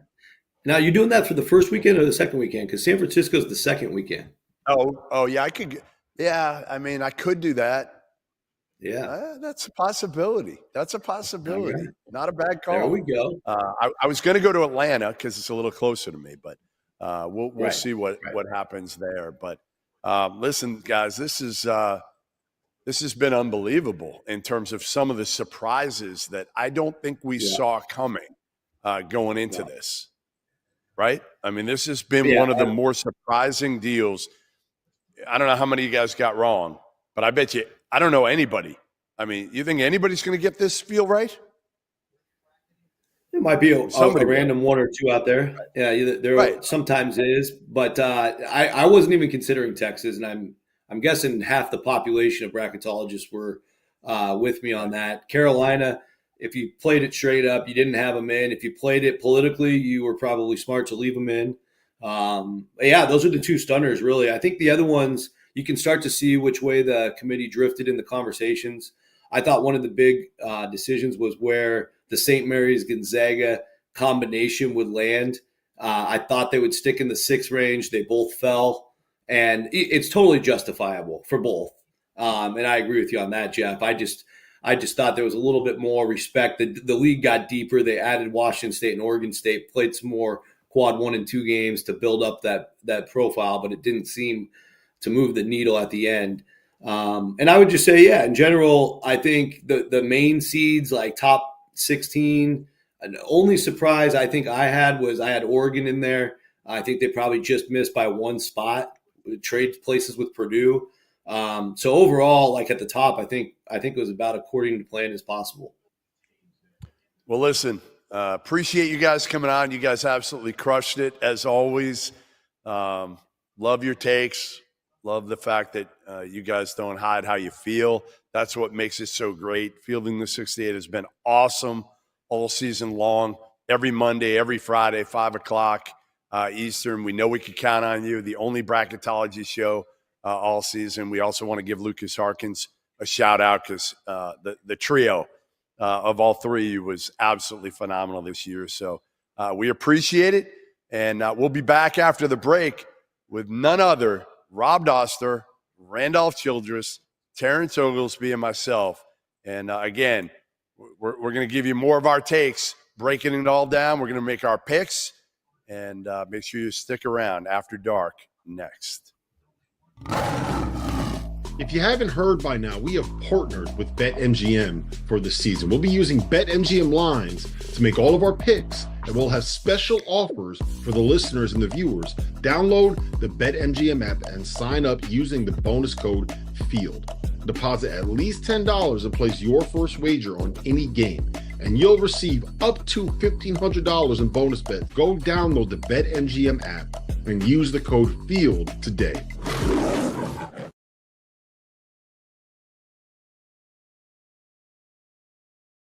College basketball fans, are you ready to take your hoops game to a new level? Whether you're a seasoned bettor or just trying to win your March Madness office pool, Rhythm is here to give you the edge this season. With data-driven predictions for every single college basketball game left on the schedule, Rhythm helps you maximize your bets. And as March Madness kicks off, Rhythm's insights will help you spot those plucky Cinderellas that you know are going to shake up the NCAA tournament. But that's not all. When Selection Sunday rolls around, let Rhythm's AI-powered bracket generator do the heavy lifting for you. This is the same AI tool that performed 35% better than the average ESPN bracket last year. And here's the best part. Rhythm pairs perfectly with our Field of 68 expert analysis, giving you the 1-2 punch that you need for the rest of the college basketball season. So don't wait. Download Rhythm today and get ready to see college basketball and your betting results in a whole new light. I have been looking for the best deal on March Madness tickets, which is why I want to give the sponsor of today's show, SeatGeek, a huge shout out. SeatGeek is the #1 rated ticketing app with over 28 million downloads and more than 70,000 events available. Now that March Madness is here, SeatGeek has your back. Each ticket is rated so you know if it's a good deal with that little green dot, and it's backed by a buyer guarantee. You can get 10% off your next set of tickets at SeatGeek with code FIELD68. That's code FIELD68. I want my home to feel like my home. So whether I'm looking for big furniture, just a small piece for my place, or maybe some storage solutions for the basement or the garage, the answer is Wayfair. Seriously, I needed a new patio set and fire pit for my backyard. I bought it on Wayfair. It looks great on our deck, and it gives me an excuse to fire up the smoker, invite some friends over, crack a couple beers. Just last week, I bought a new chair for my office, someplace comfortable to sit while the madness takes up the 4 screens in front of me. I got it on Wayfair, clicked a few buttons. A couple days later, it showed up at my front door. They even offered to help set it up for you. Digging through online stores can be intimidating. Trust me, I know. It can be hard to find what you're looking for in your price range, but not on Wayfair. They have great options, even if you are balling on a budget like me. Wayfair has every style for every home, including mine and yours. So head to wayfair.com and shop everything home. That's WAYFAIR.com. Wayfair, every style, every home. As teams are fighting to get off the bubble and into the Field of 68, I got a beverage for you that's been off the bubble since day one. Dad Water. No bubbles, no fizz, just a smooth, refreshing canned cocktail unlike anything else on the market today. If you're tired of the same old beers and seltzers on game day, crack open something different. Dad Water is made with tequila, water, and natural flavors. Nothing artificial, no BS. It's 100 calories, 0 sugar, 0 carbs, gluten-free, so if you're on a diet like me, you're good to go. Dad Water is also an Indiana brand. College Hoops is in its DNA, and they want you to enjoy a great lineup of products all tournament long. Dad Water is the ultimate game time drink with no bubbles. It just drinks like water. Clean, smooth, refreshing, and without those burps. So take it from me. This is the easiest drinking adult beverage I've ever had. Dad Water is now available at Target, Total Wine and Liquor, and Meijer, as well as your favorite local liquor stores. Or you can order online at drinkdadwater.com. Dad Water, tequila, water, natural flavor. Hello and welcome to the Field of 68 Selection Sunday Spectacular, presented by our partners over at SeatGeek and at BetMGM. My name is Rob Doster. I have with me Randolph Childress. I have with me Jeff Goodman, who is posted up at Vanderbilt, where they are celebrating getting into the NCAA tournament. And we have the one and only Terrence Oglesby, who is buttoned all the way up while he is sitting there in the Detroit airport. This is how bad my man wanted to get on here. Okay, he's flying home. He got delayed. Do I have to do this, he missed the connection. And now he is sitting here in a what is it, like a talk pod in the middle of the Detroit airport lounge? Well, it was either this one or a lactation pod, and I was staying in this one. So I had to pick between the two. So I decided to go in this one. And the fact that I jump on here and sacrifice so much for you guys, and you're making fun of my professionalism, says everything we need to know about the field of 68 to begin with. So problem number one. Problem number two, I can't wait for San Diego State, North Carolina. That is much-watched television. There's been a lot of belly aching on the East Coast about the Mountain West. Been a lot of belly aching. That is a great matchup. There's great matchups all up and down the bracket. And guys, we're here. We're here. My only comment, Rob and Jeff, It's here, boys. It looks like T.O. is actually in a toilet. He's in one of those stools. Hey, don't guess about more than what you want to know, RC. You know what I mean? Don't guess about more than what you want to know right now. I had to get some privacy somewhere. All right. Well, guys, listen. We have a bracket here. We have a bracket in front of us. We have about an hour and 7 minutes left before we're going to go to our next crew. But I want to start with this. We'll go region by region here and break it down. I want to start with this. Goodman, your single biggest takeaway now that you are sitting here looking at this bracket, looking at the 68 teams in the palm of your hand. I can't believe Carolina got in. Texas and Carolina. But again, it's a brand thing. They screw the little guy. They just absolutely screw the little guy. Because, frankly, the little guy doesn't have the pop, like Boise State. Didn't matter. Leon Rice can complain all he wants. He can cry all he wants. They don't care. They had to get Carolina in there. You knew that. Either Carolina or Indiana. And then you throw in Texas, who played the softest non-conference schedule you could possibly play. So how do you take Texas in there when you've said over the last few years that we need teams to play people, right? You got to play people in the non-conference. I get they had 7 quad 1 wins, but ultimately you didn't play anybody in the non-conference. Yeah, you picked off enough in SEC play. Well, everybody did. But Greg Sankey gets what he wants here. He's got power.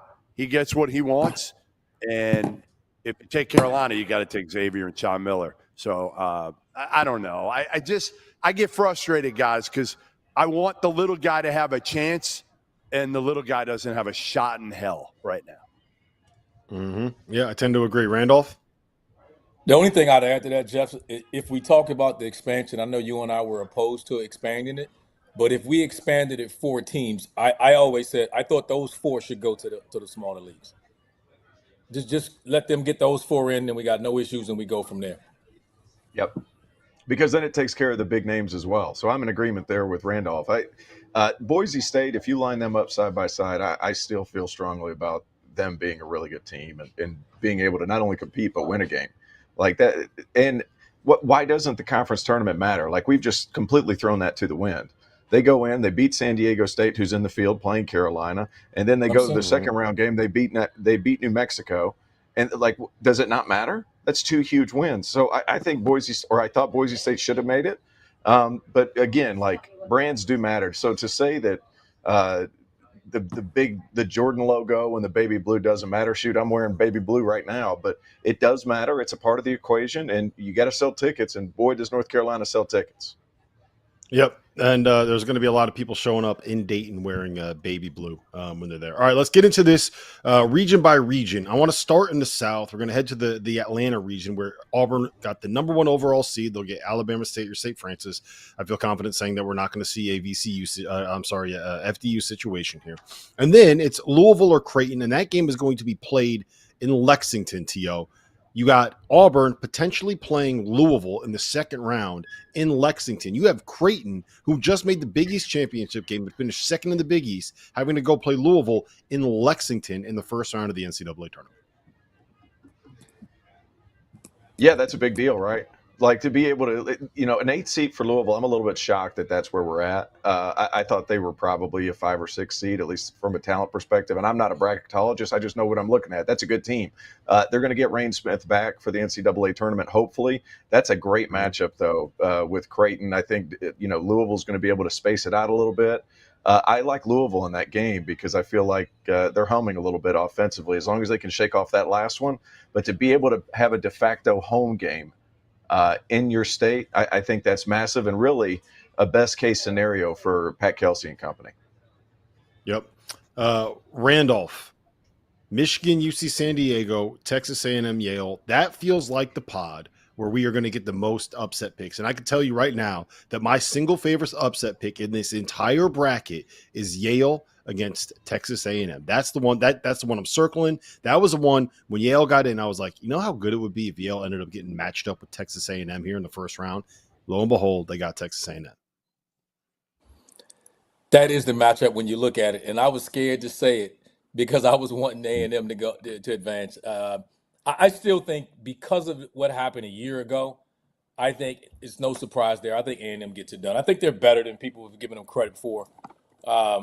Just throughout the year. I mean, this was a game coming into this year. We saw Texas A&M not struggle out the gate as they have in years past. This team's been pretty consistent all year long. I think Yale pulling off the upset a year ago. They're not sneaking up on anybody. Everyone knows how good they are. Credit to Coach Jones getting it done up there. 3 tournament appearances in 4 years for those guys. But I got the Aggies moving on. Yeah, James Jones is the most underrated. Go ahead, Teal. I'm big on that. I'm big on that too for a couple of reasons. You have Zurich Phelps and Wade Taylor IV. Both of those guys can get buckets off the bounce, and they attack the glass. Buzz Williams has those guys playing tough, and they really board. I'm not saying it, but I'm not saying it. A couple of years ago, when Miami made the Final Four, it was kind of the same mix of guys or mix of personalities: creative shot makers and dudes that'll board. I think Texas A&M can make the Sweet 16, if not the Elite Eight. Wow. Okay. I see what you're doing there, T.O. I see what you're doing there. Goodman, in the bottom half of that bracket. Yeah, there you go. In the bottom half of that bracket, we have Ole Miss plays the winner of San Diego State, North Carolina. Iowa State plays Lipscomb. Marquette plays New Mexico, and Michigan State gets Bryant. I want to start with this because it kind of got buried in the news here. TJ Altenberger said that Keyshawn Gilbert isn't going to be available for, I believe, the NCAA tournament. And that is a massive, massive piece of news to come out while the selection committee or the selection show is still going on. It is. I mean, it's huge, except for the fact that, honestly, he hasn't given him anything in a month. So, yes, if they were going to get the Keyshawn Gilbert from November or December back, I would say it's crushing. They weren't. They were never going to get that guy back. So, at this point, they are what we think they are, which is potentially a Sweet 16 team. They're no longer a Final Four threat, in my opinion, without the Keyshawn Gilbert of the non-conference slate, in which he was probably their best player, certainly their best scorer back then. So, yeah, Iowa State, that opens it up, Rob. That really opens it up because Lipscomb, which is down the street from me right here, you don't think Lenny Akoff, one of the best coaches in America, one of the best mid-major coaches in America, is saying, yeah, maybe. I mean, probably not, but we got a chance here. And the Ole Miss, North Carolina, well, first North Carolina's got to get by San Diego State, which I think they will. I actually think they'll win that one. And it would set up a really fun game because Ole Miss is not big. So if you're Carolina, you kind of like these matchups that you've gotten.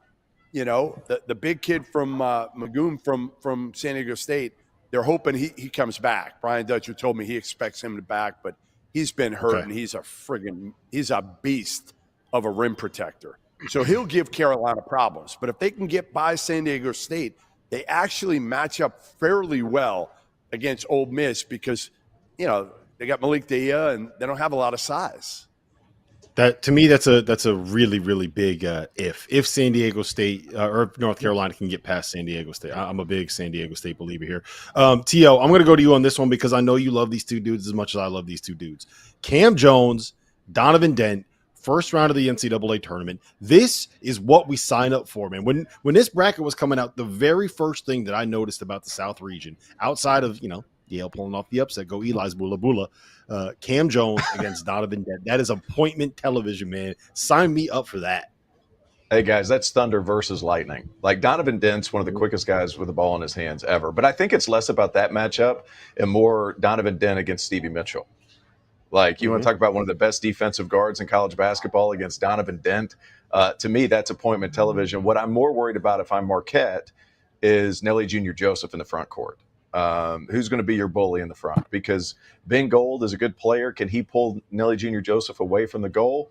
Maybe, but there are some big guys for New Mexico. And Nelly Jr. Joseph in the Mountain West tournament averaged 17 rebounds, 16, 17 rebounds a game.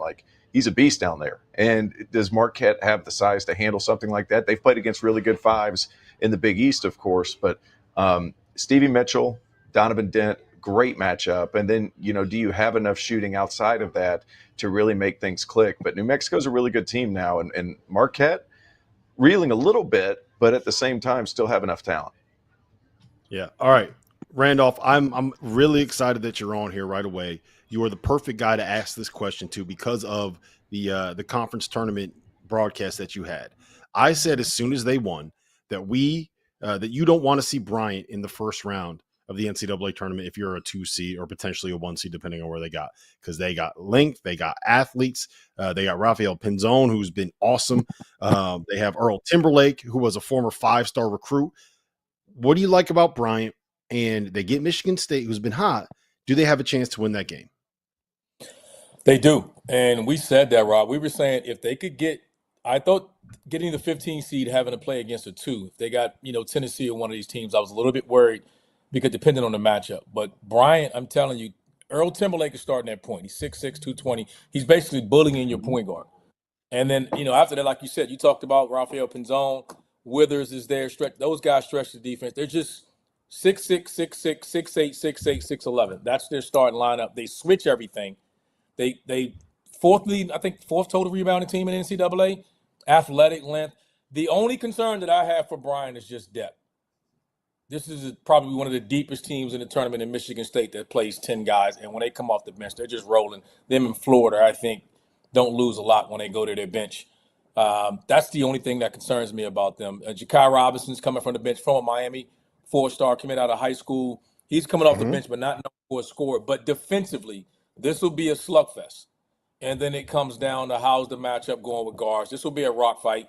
Will bully ball work for Bryant, or with the depth of the Michigan State guards, an emerging star, I think, in the Big Ten. And Jace. Yep. All right. Let's make some picks here. I'm hoping that we get a guest here in a minute, but before we do, let's make some picks in the South region. Goodman, I'm going to start with you. Give me your upset special. Give me the one team here that you like to pull off an upset, whether it's, an 11 seed or something like that, winning in the first round, whether it's a 4 seed upsetting a 1. Who is your favorite upset pick in this tournament or in this bracket of the tournament? The Tritons, baby. The Tritons. UC San Diego over Michigan. They shoot the hell out of the ball. They take care of the ball. They have a star. They have a hell of a coach. I think they get him because I just don't think Michigan is built for the NCAA tournament. Their guard play is questionable. They run everything through Danny Wolf. I get it. Donaldson's played well lately, but I still worry about the Wolverines. And, again, the Tritons shoot the hell out of it. T.O.? Oh, we might have lost T.O. Randolph, you go. He's got to go to the other bathroom stall. There he is. T.O., you there? Reconnect your mic. Randolph, you go while we wait for T.O. I'd go, if I'd called it upset, I'd go New Mexico State and Marquette. New Mexico. New Mexico beat Marquette? Yeah. All right, look, I think while we wait for T.O., I like that one too. I like that one too. I like New Mexico going over Marquette just because of the guard matchup and Donovan Dent, he is that good. And then they have the physicality to play with him too. So I like New Mexico over Marquette, and I think they'll give Michigan State a game. Yeah, I agree with that. I think that 7-10 game, whoever wins it, there's going to be a test there for Michigan State. If Marquette gets there, remember, Marquette lost to Michigan State when they had a team that was a 2 seed and a chance to be able to make a Final Four. So there's going to be a little bit of revenge in the air for Marquette if and when they get to that 2 seed. I'm taking Yale, and I'll tell you why I'm taking Yale after we talk to our very special guest. Let's bring him in. It is Kentucky head coach Mark Pope. Mark, you are a number 3 seed in the NCAA tournament. You guys get Troy in the first round. Talk me through this moment, man. How are you feeling? Well, one, more important than that, I get to be on with you guys. That is anybody's highlight. That should be the highlight of your day. That absolutely supersedes a number 3 seed. Let me brag about you guys for a minute. Like, what you guys are doing for college basketball is pretty incredible. Like, the exhaustive recaps that you guys do of every single day is like you are this CNN / whatever of college basketball. It's pretty impressive, guys. It's actually super cool. Hey, Mark, we Thank you, got to Mark. be that way Appreciate because that. you got the craziest fans in the business. So when we say something about you, they're coming after us. So we got to respond. I, I'm not gonna lie, BBN loves it, man. They love the full 24/7 coverage. Hey, they like me now. Pope, the greatest thing is I'm in Nashville and I have Kentucky fans now coming up to me and they're not saying all these words that I can't repeat on this show. They're actually smiling at me saying they like me now. So it's been fun. Go ahead, Doster. Well, I was just going to ask you, Troy is a team that won the Sun Belt. They were a share of the Sun Belt regular season championship. Their best player, Tayton Conroy, great story, was a walk-on at a JUCO before transferring up. What do you know about Troy, and how are you getting ready for this preparation? What do you know? Guys, I don't know. I can't wait for this answer. I don't know a ton yet. I know they're an elite level offensive rebounding team. I know they're number 7 in the country in steals. I know that they play with a boatload of energy. I know Scott Cross, a big time coach that's been doing this for a long time, has had a ton of success, and he's really smart, and he can really rally guys. I know that they were really, really competitive in some big games in the non-conference. So I know that we're going to have our hands full. It's the NCAA tournament. Like if you want to have a write-off game, just go to a different tournament. Don't come here. Like this is where you come get the smoke, man. Let's go. How's the health of your group? Yeah. Well, so my SID told me today that we ranked 355th in the country in minutes continuity this season. I would like to fix that number in the postseason. That'd be great if you could do that.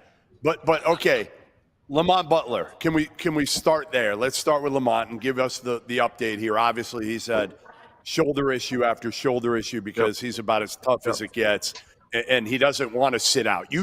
My guess is Lamont's going to tell you, like, I want to play that first game. Yep. How are you going to handle this situation? No, I mean that's the plan. The plan is for him to play for sure. I don't think there's a lot of doubt in that. In the SEC tournament, he took a little hit, and he probably wasn't going to be super functional to play. But if we had green lighted him, he would have run out there for sure. And you just kind of get in this space where it's tough decisions. I'm not a load management guy at all, but we also have to have a little bit of sense about what we do. He's going to be great. He lives for March. You guys know. I don't know if he's the most veteran March Madness guy, but he's got to be pretty close. Hey, Coach, a big picture question here. First year at Kentucky, you have to bring in basically a whole new roster. This has got to be pretty rewarding, right, to be able to get Kentucky to the tournament in year 1 as a 3 seed. Guys, if I don't get Kentucky to the tournament, I'm not going to be the head coach at Kentucky. so, I mean, what are we talking about here? Like, this is Kentucky, boys. But I will say this: it's really rewarding. I wish you guys, if you guys could be in our locker room every day, you would be so in love with our guys, man. Like what these guys have done.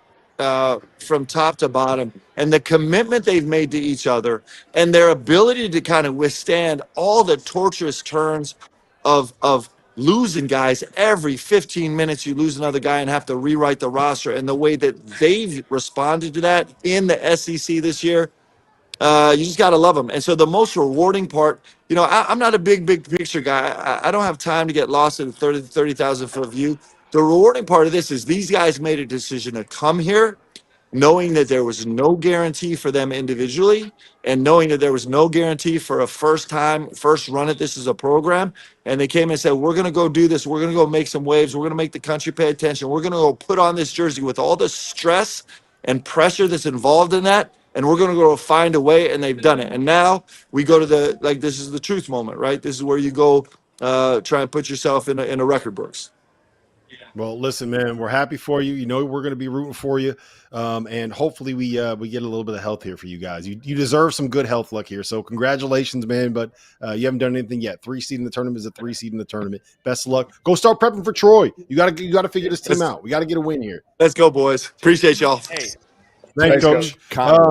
Tayton Conroy. Remember that name. I'm on it. Hey, thanks for the hot tip. Got it. You got it. I'm gonna hire you as got my you covered. director of game scouting. I'm gonna be your GM. No, I'm gonna replace Fox. I'm gonna replace Fox. You can fire Fox and bring me in. All right, boys, have a great one.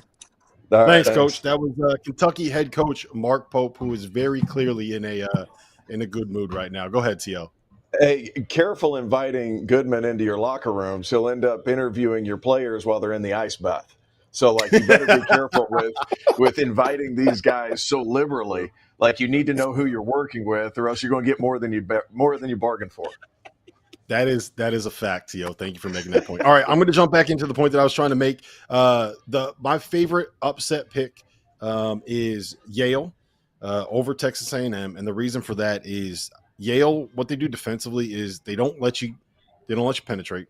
They force you to take tough threes off the bounce, and I know that's kind of what Texas A&M does. But Texas A&M is not a very good three-point shooting team. Yale's top 25 in the country in defensive rebounding rate, and they don't turn the ball over. The things that they do well matches up really well with the things that Texas A&M tries to force you to do. And it just, to me, it kind of screams strength on strength. And I'll bet on that 13 seed, man. They've been there before. They've won it before. They know how to win a game in a tournament. They beat Baylor in 2016 under James Jones. They beat Auburn last season. So give me the Yale Bulldogs. T.O., you had another upset pick or just New Mexico?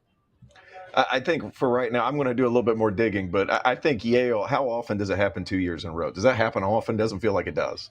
Like, you sneak up on somebody in year one, the second year it's like. That's why I said last year. I also say this to you. I don't think you're not going to beat Texas A&M by bullying them.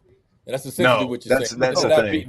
They do the exact same things well. I picked them. That matchup is Yale is a physical team, but you can't beat. You're not bullying the bully. That's fair right. enough. And then, UC San Diego, that's a pretty good pick too, because like from a metrics perspective, they're really, really good. And they had a terrific season. So don't be shocked. Michigan might be a little leg tired coming off of 3 games in 3 days. You never know. And that's what makes it great. All right, we're going to move to the East region here in 1 second, but Goodman, give me your Elite Eight and Final Four pick from this region. Then T.O., then Randolph, then I'll give you mine. So Goodman first. I mean, I'm going Auburn here for sure. I love their what? What were you laughing at? Somebody came and stole. Someone came into his bathroom. Just walk in. All right, go ahead, Zoom call. He's just going to come over and start grabbing stuff. What are you letting somebody just come into your space for? I mean, you would never do that on the court. On the court, you would never let somebody didn't come into my. The elbows were high. Elbows were high. All right. Hey, T.O., lock the door, bro.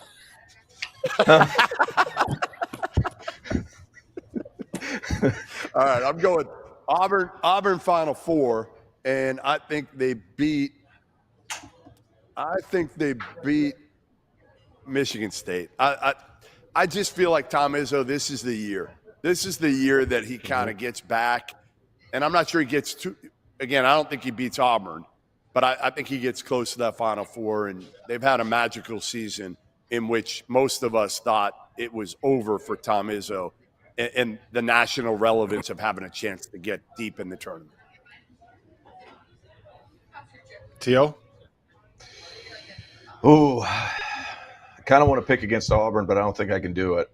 So I think Auburn, I'm telling you, that second game, though, in Kentucky, again, if Louisville's able to pull it off, that'll be a home crowd. That's going to be different. But I think Auburn ends up beating Ole Miss.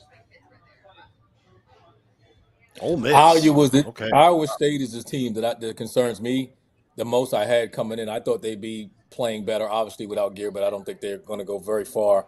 I agree with Jeff on this. I think it's Michigan State and Auburn coming out. Yeah, I'm at Michigan State and Auburn too. I actually have Michigan State going to the Final Four out of this region. After saying, I think it's going to be, this is just going to be eventually a coronation of Auburn. I think that Michigan State matches up with them well. They have 17 different big guys that they can throw at Janai Broome, who isn't a great free throw shooter. I don't think that that Auburn is great at kind of preventing dribble penetration, and that's what Michigan State is going to try to do. They can play in transition with them.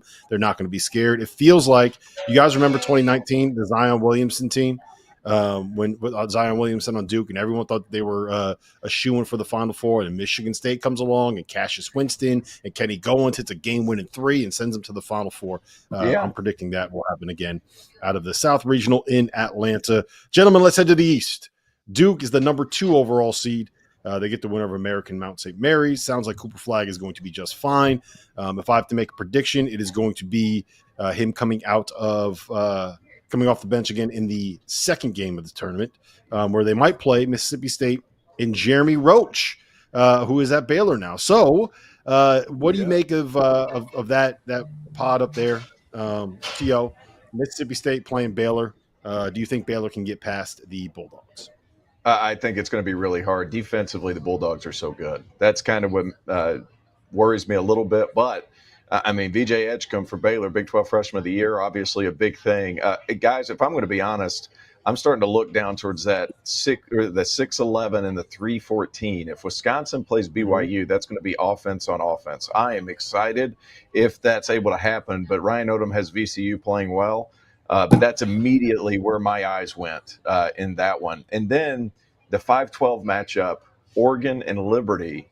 Richie McKay can coach. They'll slow it down, and that's a tough bunch. I had them earlier in the season. They play hard. They control tempo. Very Virginia-esque, but I think they've got some scoring pop. That'll be an interesting matchup. And you know what it is, Theo? We had them in the Field of 68 tip-off in Charleston this year. They have a couple of little guards that can really play, Colin Porter and Caden Matheny. And it's not, and Oregon does not have that massive backcourt. Like Jackson Shelstad's really good, but he's like 6'1". So I think that actually plays a little bit into Liberty's favor in that matchup. Randolph, what's your biggest takeaway from the South region or the East region now that you're looking at it? Just from first glance, I agree with you guys. I think we'll probably have the most upsets, I think, coming out of the East. And then by the time it gets to, like, for Duke, and I won't even say Bama, because depending on Nelson's knee injury and how significant that is, will dictate to me how far they go. But this shaping up that if Cooper Flagg is healthy, and I mean 100%, not just available, then this East region can get really interesting, because if Duke is hobbling, and credit to them for winning the ACC tournament, but as they get further in this thing, they need him at 100%. And so I think this, just the seeding wise, this could be the biggest upset. We got a bigger surprise coming out. Yeah, I think, guys, that Cooper Flagg is going to be just fine by the time we hit the second weekend. I think if this was the tournament this weekend, Cooper Flagg would have been suiting up to play. It did not sound like anything serious. I saw him after, like, was it Thursday? Yeah, Thursday he got hurt. I saw him in the hallway after the game. He was walking with a bit of a limp, but like he didn't even have a boot on. He didn't have ice on his ankle or anything. Like they were not treating that thing like it was more than just he rolled his ankle, landed the wrong way. Goodman, we have the potential of VCU beating BYU. We have Vanderbilt St. Mary's, Arizona and Akron is going to be a good matchup there. What are you looking forward to the most in the first round in the East region? I hate to do it, but I'm going against my alma mater here, and I'm calling the upset. Zip them up. I think Nate Johnson and Tavari Johnson from Akron is a team that can score, man. They're deep. They can score. They shoot the hell out of it. And I just don't – you know me. I don't trust Caleb Love. I don't trust them. Somebody mute Jeff Mike, please. He's making him. He's calling out his alma mater. They're gonna get him. I'm just saying. I don't trust him. Save him from himself. We'll save him from himself. Come on, Jeff. When's your selection show, ladies? Huh? Yeah, 7. All right. Good luck. All right. Good. Focus. The Vandy women's team walking in front of me. Well, they're all walking in front of me. I want to wish them good luck. That's all. Come on. Focus. Lock in, Jeffrey. Lock in. I am focused. I'm focused. All right. So anyway, I got Akron beating Arizona because, again, I think Caleb Love is that guy that, again, he can go for 30. And he's been really good the last couple of games. Don't get me wrong. And he's better this year. Well, no, I don't want to say that. Last year he was terrific. This year he hasn't been nearly as consistent. I like Akron's guards. So I'm going with that. Can I give an update, by the way? I know we can get to it with Alabama, but I want to hit it now before. No, that's where I was going next. That's where I was going to hit you on next. Okay. Go ahead. Yeah, Grant Nelson obviously did not play in the second half yesterday. Suffered a knee injury late in the first half, going to the basket. Talked to Nate yesterday about it, and he was kind of perplexed a little bit. He didn't really know what happened. He said it's nothing crazy serious with an ACL, but I was talking to him or texting with him earlier today, and he said he's going to meet with a specialist tomorrow, but he doesn't think it's serious. Something similar happened to him a year ago, and it was like a 4 or 5 day thing. So he was hoping for the extra day that they would play Friday, Sunday. That's exactly what he got. So they open with Robert Morris on Friday in Cleveland. Then they get the winner of St. Mary's Vanderbilt. Obviously, you know, they've seen Vandy before. St. Mary's is a completely different team than Alabama. But I like those matchups, to be honest, for Alabama, with or without Grant Nelson. But they need him to be able to do any real damage in this tournament. Yep, I tend to agree with that assessment. I got a take for you guys, and I'm curious your opinion on this. And RC and TO, I want to go to you guys first because you guys probably have more experience with stuff like this than Goodman and I do. Wisconsin just played 4 games in 4 days, right? They just finished the Big Ten tournament, literally the last game to finish before the selection committee unveiled the brackets. And I think it was kind of clear John Tanji was the worst game that he's played all season. He looked kind of tired. So now they have to fly back to Madison from Indianapolis, turn around and head to Denver. They're playing on Thursday. And not only are they playing on Thursday, they're playing at elevation on Thursday against a team from Montana that is used to playing at elevation. And if they win, the other team the 6th seed in that region is BYU for what will more or less be a home game, because those BYU fans are going to travel from Salt Lake to Denver. It's not that far of a drive, and they're used to playing at elevation as well. I think, Randolph, I'll go to you first. I think that Wisconsin kind of low-key got one of the worst draws out of any of the top 4 seeds in this bracket. Rob, how can you argue that, right? And I just think when you look at this overall bracket, I mean, ultimately, when I look even past that, I agree with Jeff. I think Alabama kind of it's favorable matchups with Grant, even if he's unavailable. Nelson's unavailable, and then the same thing we talked about up top with Duke. I think this shapes up for both of those guys. Upset-wise, I agree with you there. I love Arizona. I don't agree with Jeff. I don't think Akron pulls off the upset. I do think Liberty gives a hell of a scare to Oregon. I think that would be the game that I look at if I had to say I'd pick an upset. And Baylor and Mississippi State, I don't consider 9 beating and 8 much of an upset. It's pretty even. Yep. All right. Goodman, you already gave us Akron over Arizona. TL, give me your favorite upset pick. Well, you got something to say? You got something to say first? No, I'm sitting here looking at both of those games. We might have a 12-13 in the second round. You look at Liberty, I think they can beat Oregon, and then Akron, you know what kind of team that Grossi's going to have. Like, they could beat Arizona. That's very much in the realm of possibility, not because of anything Arizona's not going to do, but Akron's good, and they play in a tough league. So I think if they're able to slow it down, grit and grind their way through, then you have a slow-paced, knockdown, drag-out 12-13 game in the second round. Mm-hmm. So is that your favorite upset pick, Liberty and Akron? I just gave you 2. Yeah, I gave you 2 right there. 2 right there. All right. I went Randolph, on 3. We talked about the Liberty, I can see, and I think I like VCU. I'm taking VCU over BYU. So you got Liberty, Akron, VCU. You got everybody. No. winning. I got Arizona. I'm Arizona. I ain't listening to what T.O. and Jeff talking about. I'm going. They talk about that. We also have seen Caleb Love show up when it matters, and also perform on the biggest stage. So yeah, he has had some duds, but he had some days where he reminded you who he was. So I'm going with them Wildcats up in Arizona. I got y'all, even though your alum is bailing on y'all. I got your back up there. All right, Goodman, your favorite upset pick, Akron? Yeah, I like Akron there. Other than that, I don't know if there's going to be another one. I mean, I think BYU is just playing too well, and I saw VCU earlier in the season. I think BYU wins that one. Alabama. We got a special guest coming on here.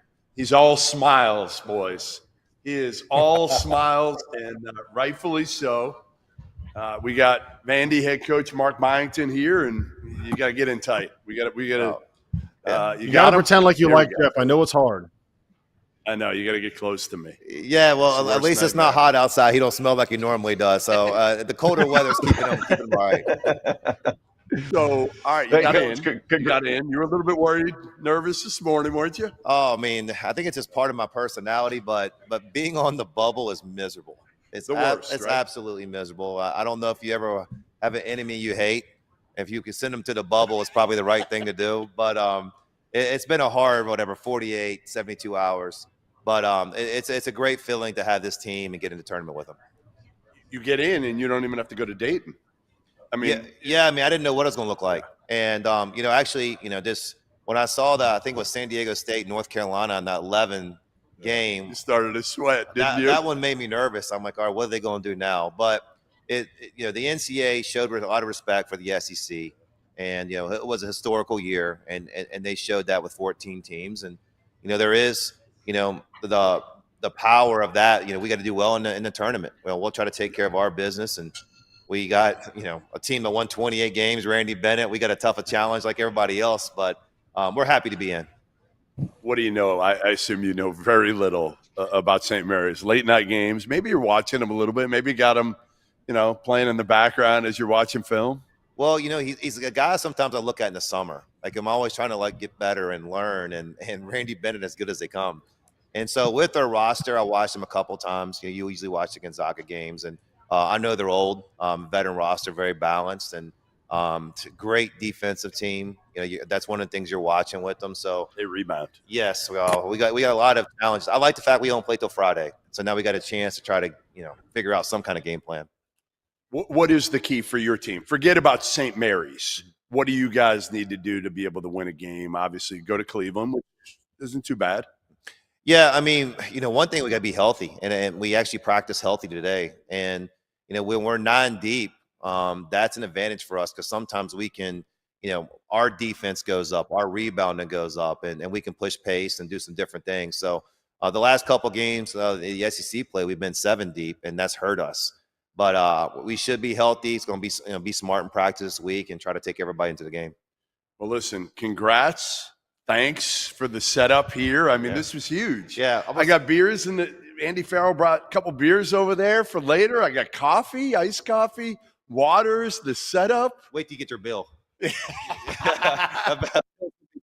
What time? He can't expense that out. He's going to pay it out of his own pocket. So what time will you do you think you'll leave the building tonight?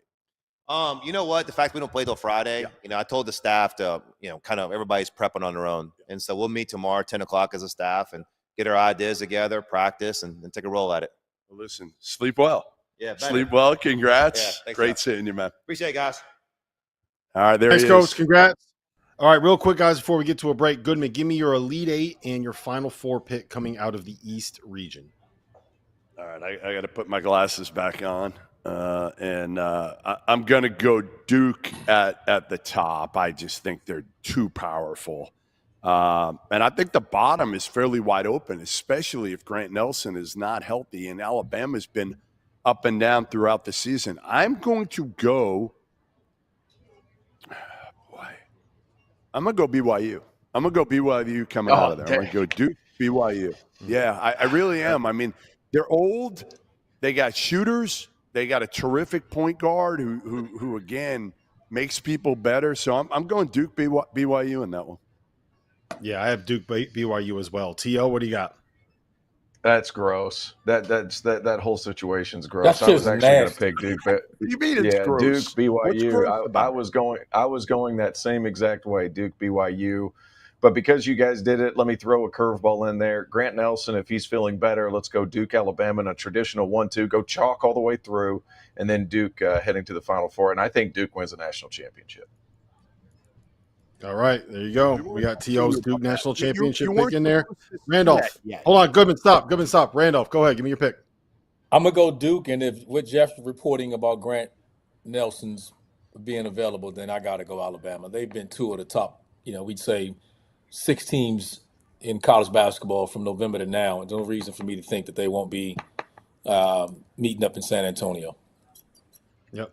All right, so we got Duke, and Duke making the Final Four here. Listen, when we come back, we're going to break down the Midwest region, and then after that, we have to go get into the West region, which is absolutely absurdly loaded. T.O.'s got to go catch a flight. We appreciate you taking the time on the stream with us, T.O. Appreciate you guys. Thanks for Mark Byington. Thanks for Mark Pope. We'll be back in a minute. I have been looking for the best deal on March Madness tickets, which is why I'm going to give the sponsor of today's show, SeatGeek, a huge shout out. SeatGeek is the #1 rated ticketing app with over 28 million downloads and more than 70,000 events available. Now that March Madness is here, SeatGeek has your back. Each ticket is rated so you know if it's a good deal with that little green dot, and it's backed by a buyer guarantee. You can get 10% off your next set of tickets at SeatGeek with code FIELD68. That's code FIELD68. If you haven't heard by now, we have partnered with BetMGM for the season. We'll be using BetMGM lines to make all of our picks, and we'll have special offers for the listeners and the viewers. Download the BetMGM app and sign up using the bonus code FIELD. Deposit at least $10 and place your first wager on any game, and you'll receive up to $1,500 in bonus bets. Go download the BetMGM app and use the code FIELD today. Now is your chance to prove you're smarter than the field of 68. We're hosting a Survivor contest with our partner Splash Sports. There's a $25 entry fee, a 25 entry max in the contest, and more than 1,700 spots available, which means there's a $40,000 max prize for the winner. Survivor is the future of March Madness. Each day you pick a team to win. If they win, you advance. We'll also be running a free to enter bracket contest as well as a second chance Survivor in the Sweet 16. So prove you know more ball than the field of 68 on Splash Sports. Well, welcome back to the Field of 68 Selection Sunday Spectacular. We're going to be here until midnight tonight. We got 4.5 hours of bracket breakdown coming up. We have 4.5 hours left. And now Randolph Childress, Jeff Goodman, and myself are going to head to the Midwest region. Houston is the 1 seed. They draw SIUE. Tough draw for Brian Baroni. You get to the NCAA tournament, you get to go face off with those junkyard dogs they got down there in Houston. And in their pod, Randolph, is Gonzaga and Georgia. Gonzaga as an 8 seed is a top 8 team on KenPom. They just won the WCC tournament. I'm sorry, they're number 9 on KenPom, and they're number 8 seed in the NCAA tournament. Is that a real threat for Houston? Like, if they play Gonzaga in the second round, is that something you would be worried about? We said this a year ago. We were all putting Gonzaga in the Sweet 16. It's just automatic. Like, how do you get a bracket and don't? That's just what they do, right? That's what it normally is. And then they're playing probably the one team I did not want to see them play, and that's Houston. Mm-hmm. I think that's a massive test right there for a Gonzaga team that's starting to play their best basketball, makes them really dangerous. But it's going to be hard for me to pick against Houston, though. As much as I know that matchup game, and not to discredit Georgia. I mean, they battled all year as well. Congratulations to those guys for getting in, but I just see Houston coming out from up top. Yeah, I tend to agree there. Jeff, where do you stand on Gonzaga? Yeah, I mean, they got Nembhard, so I feel like they're underrated right now, in a sense. You know, like people just, I don't want to say they're sleeping on them, but you know, certainly they hadn't done what they've done most regular seasons. They're not overwhelming, but if you look at them, you're still like, okay, across the board, they're older, they're talented, they have one of the best point guards in the country. So I'm still not going to completely sleep on Gonzaga in an opportunity for them at least to win a game, or, you know, I don't think they're going to beat Houston, but I think they beat Georgia, and I think they can give Houston a run. Now, they got to make a ton of threes to do it. Do we lose Jeff? It sounds like we did. I say this. If you're going to beat Houston, you got to have multiple handlers and multiple decision makers to beat them. Like, that's what it's going to take. And you saw Arizona played in well for a stretch because they got multiple guys that can handle the ball and initiate offense. Having just one more just having one dominant ball handler on your traditional point guard, that's not going to get it done with Houston. They're going to take the ball out of his hands So that's my only thing about playing. For when I see that matchup, when a team has multiple handlers and can handle that pressure and handle the ball screen, string it out, hit roll, hit weak side. When they got guys like that, I think I would be worried about Houston. But if you don't have two, at least minimum 2 good ones or 3 total, I don't think you beat them. Yeah. The most interesting 5-12 and 4-13 matchups to me are in this region, Randolph. We have Clemson and McNeese State and Purdue and High Point. Let's start with Clemson McNeese State, because McNeese is the team that everybody is going to want to pick because it's Will Wade, because they were so good last year, because they added all these high major transfers. And I think they probably got the worst possible matchup that they could have gotten with this Clemson team in the first round of the tournament. The only concern that I have, and I agree with you, the only concern I have for Clemson is, from what you're hearing, I heard Dylan Hunter's out. Yeah, he broke his hand. Just started playing well enough to get himself in the starting lineup. And as another defensive guy, those guys were locked down, on the perimeter with Jaden Zachary leading the way, who was in the running for, ACC Defensive Player of the Year. That's a big blow to me for them. They won't. I don't think they'll miss it early, but I do think that it's something. Will Wade and McNeese State won't sneak up on that Clemson group. They're tough. That team is we expect to. That would have been completely a team we would have thought could have been, sneaky Elite Eight, Final Four type of run. But I think the Dylan Hunter loss is massive for those guys and what he brought to the table. Yeah, I just think, what McNeese is going to try to do is overwhelm you a little bit athletically, force some turnovers, get on the offensive glass, and try to beat you that way. And I just think that Clemson is too old, too tough, too physical. They're not going to be scared by the moment. Chase Hunter's 24 years old. No one's I've seen McNeese State play in person twice now, and nobody on that team is going to be pushing around Ian Shefflin or Victor Locken. And I just think that it's a tough matchup for him, Goodman. I agree. The one thing that, Will Wade said going into the year was he was going to try to put this team together to win an NCAA tournament game. Okay. But this team, we saw them. They just don't match up with Clemson.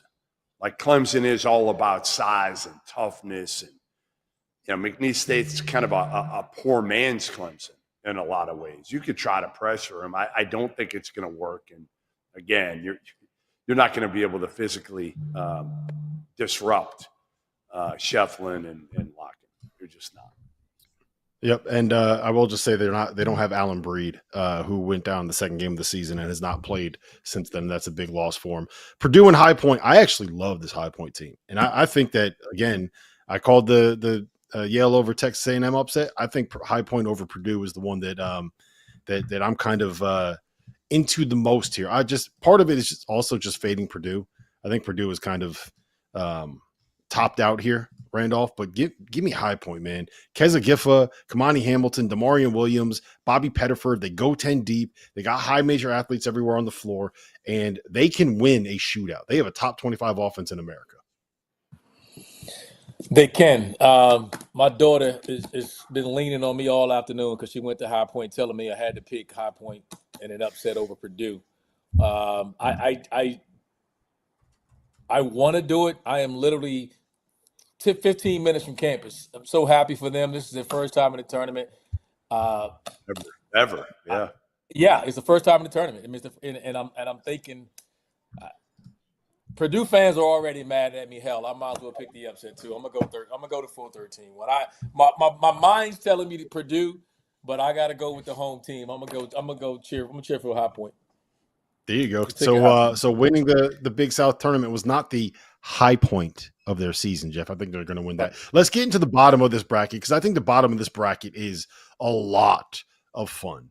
You have Illinois facing off with the winner of Texas and Xavier, and there's some very real and interesting implications for that Texas Xavier winner, which we also saw in the 2023 NCAA tournament, which I'll let you elaborate on if you feel like doing so, Goodman. Then Kentucky and Troy. So there's a possibility that Kentucky plays Illinois in the second round of the NCAA tournament. And then you also have Tennessee in that same region. Goodman, let's start with Tennessee here, because you said that you You think that they're one of the four best teams in America. You love this team. You're all in on this team. You told us that the other night.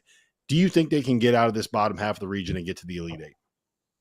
I do. I absolutely do. I mean, listen, when you watch them, you see how well they're constructed now. And Chaz Lanier is a dude, right? Zakai Ziegler. How many point guards are you taking over Zakai Ziegler right now in the NCAA tournament? Not many, right? Not many, maybe a couple. But for the most part, you look at what he does for them. And Milicic is the key, right? Akpara has been good. He gives you a defensive presence. I just think this Tennessee team is they're going to give Houston a run. I think it could be Houston, Tennessee 1-2 at the end there in this region. And I would not be surprised at all, because what can Tennessee do? They can match Houston's toughness for the most part. They're not as tough as they've been maybe in the last couple of years, but they're better offensively. Randolph? Yeah, I think that game will come down to which backcourt plays better. I don't know how much, production from an offensive standpoint either team will get out of their front line, in the guard matchup, who wins that guard matchup, and eventually in the end, I think that's fair. It's hard to, to pick Kentucky.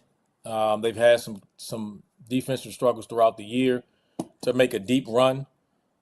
We don't know which Illinois team is going to show up, the way, with their level of inconsistency. And again, I need to see more from Clemson. Healthy.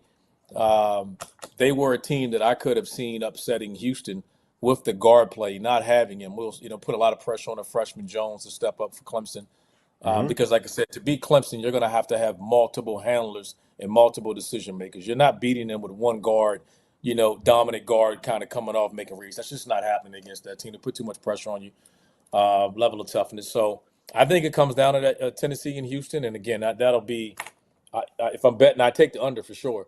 I don't know. It'll be like the first 1 to 50 might win the game. But I think this is overall Houston's year.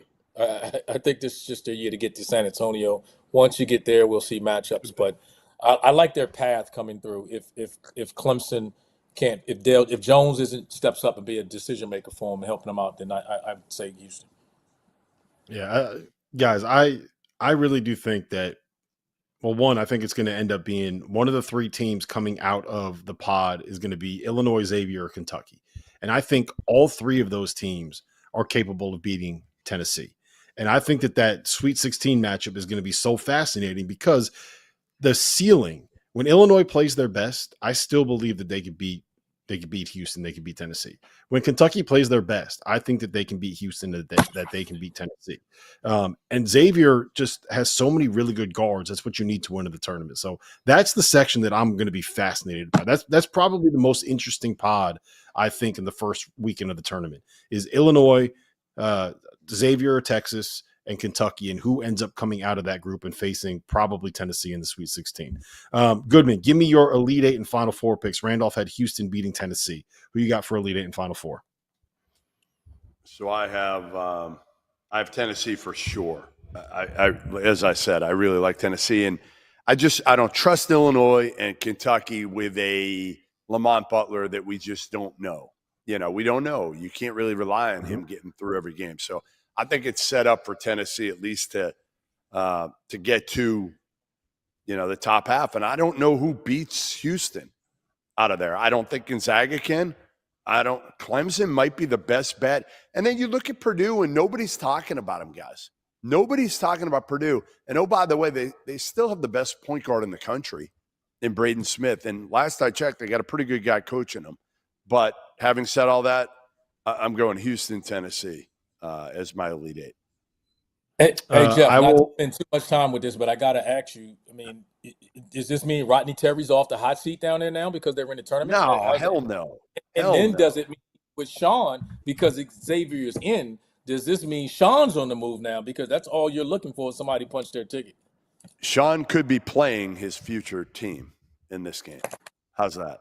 Could be playing. If he wins this game, there's a chance that Sean Miller could be in Austin, Texas. So you still think there's a chance that this job opens up? There's still a chance?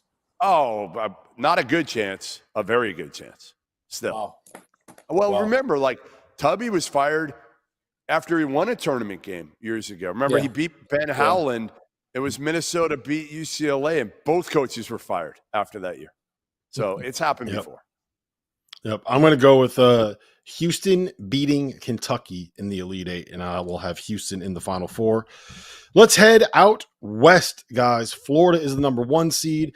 The Johnnies are the number 2 seed. Texas Tech is the number 3 seed. We have a Kansas against Arkansas. Bill Self against John Calipari, first round matchup. You have everyone's favorite mid-major, Drake. You have Colorado State and Nick Clifford. Nick Clifford might be the hottest player in America right now. You have Dan Hurley as an 8 seed, potentially drawing Goodman's best team in college basketball, Florida, in the second round. The storylines here are absolutely out of control. I want to start with this, Jeff. Providence, Rick Pitino, John Calipari, Bill Self. Only one can survive the first weekend. How?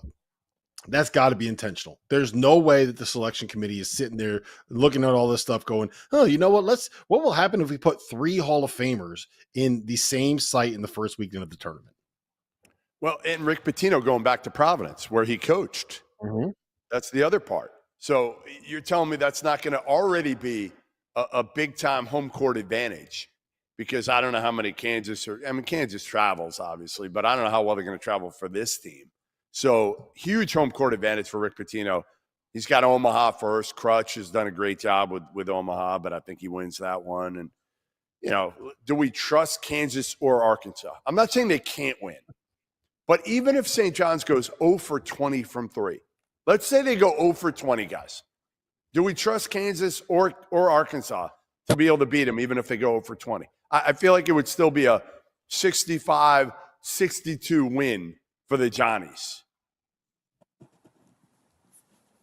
Randolph? I Boogie Flames coming back for Arkansas. Oh, come on. No. Hear me out. No. Listen to me.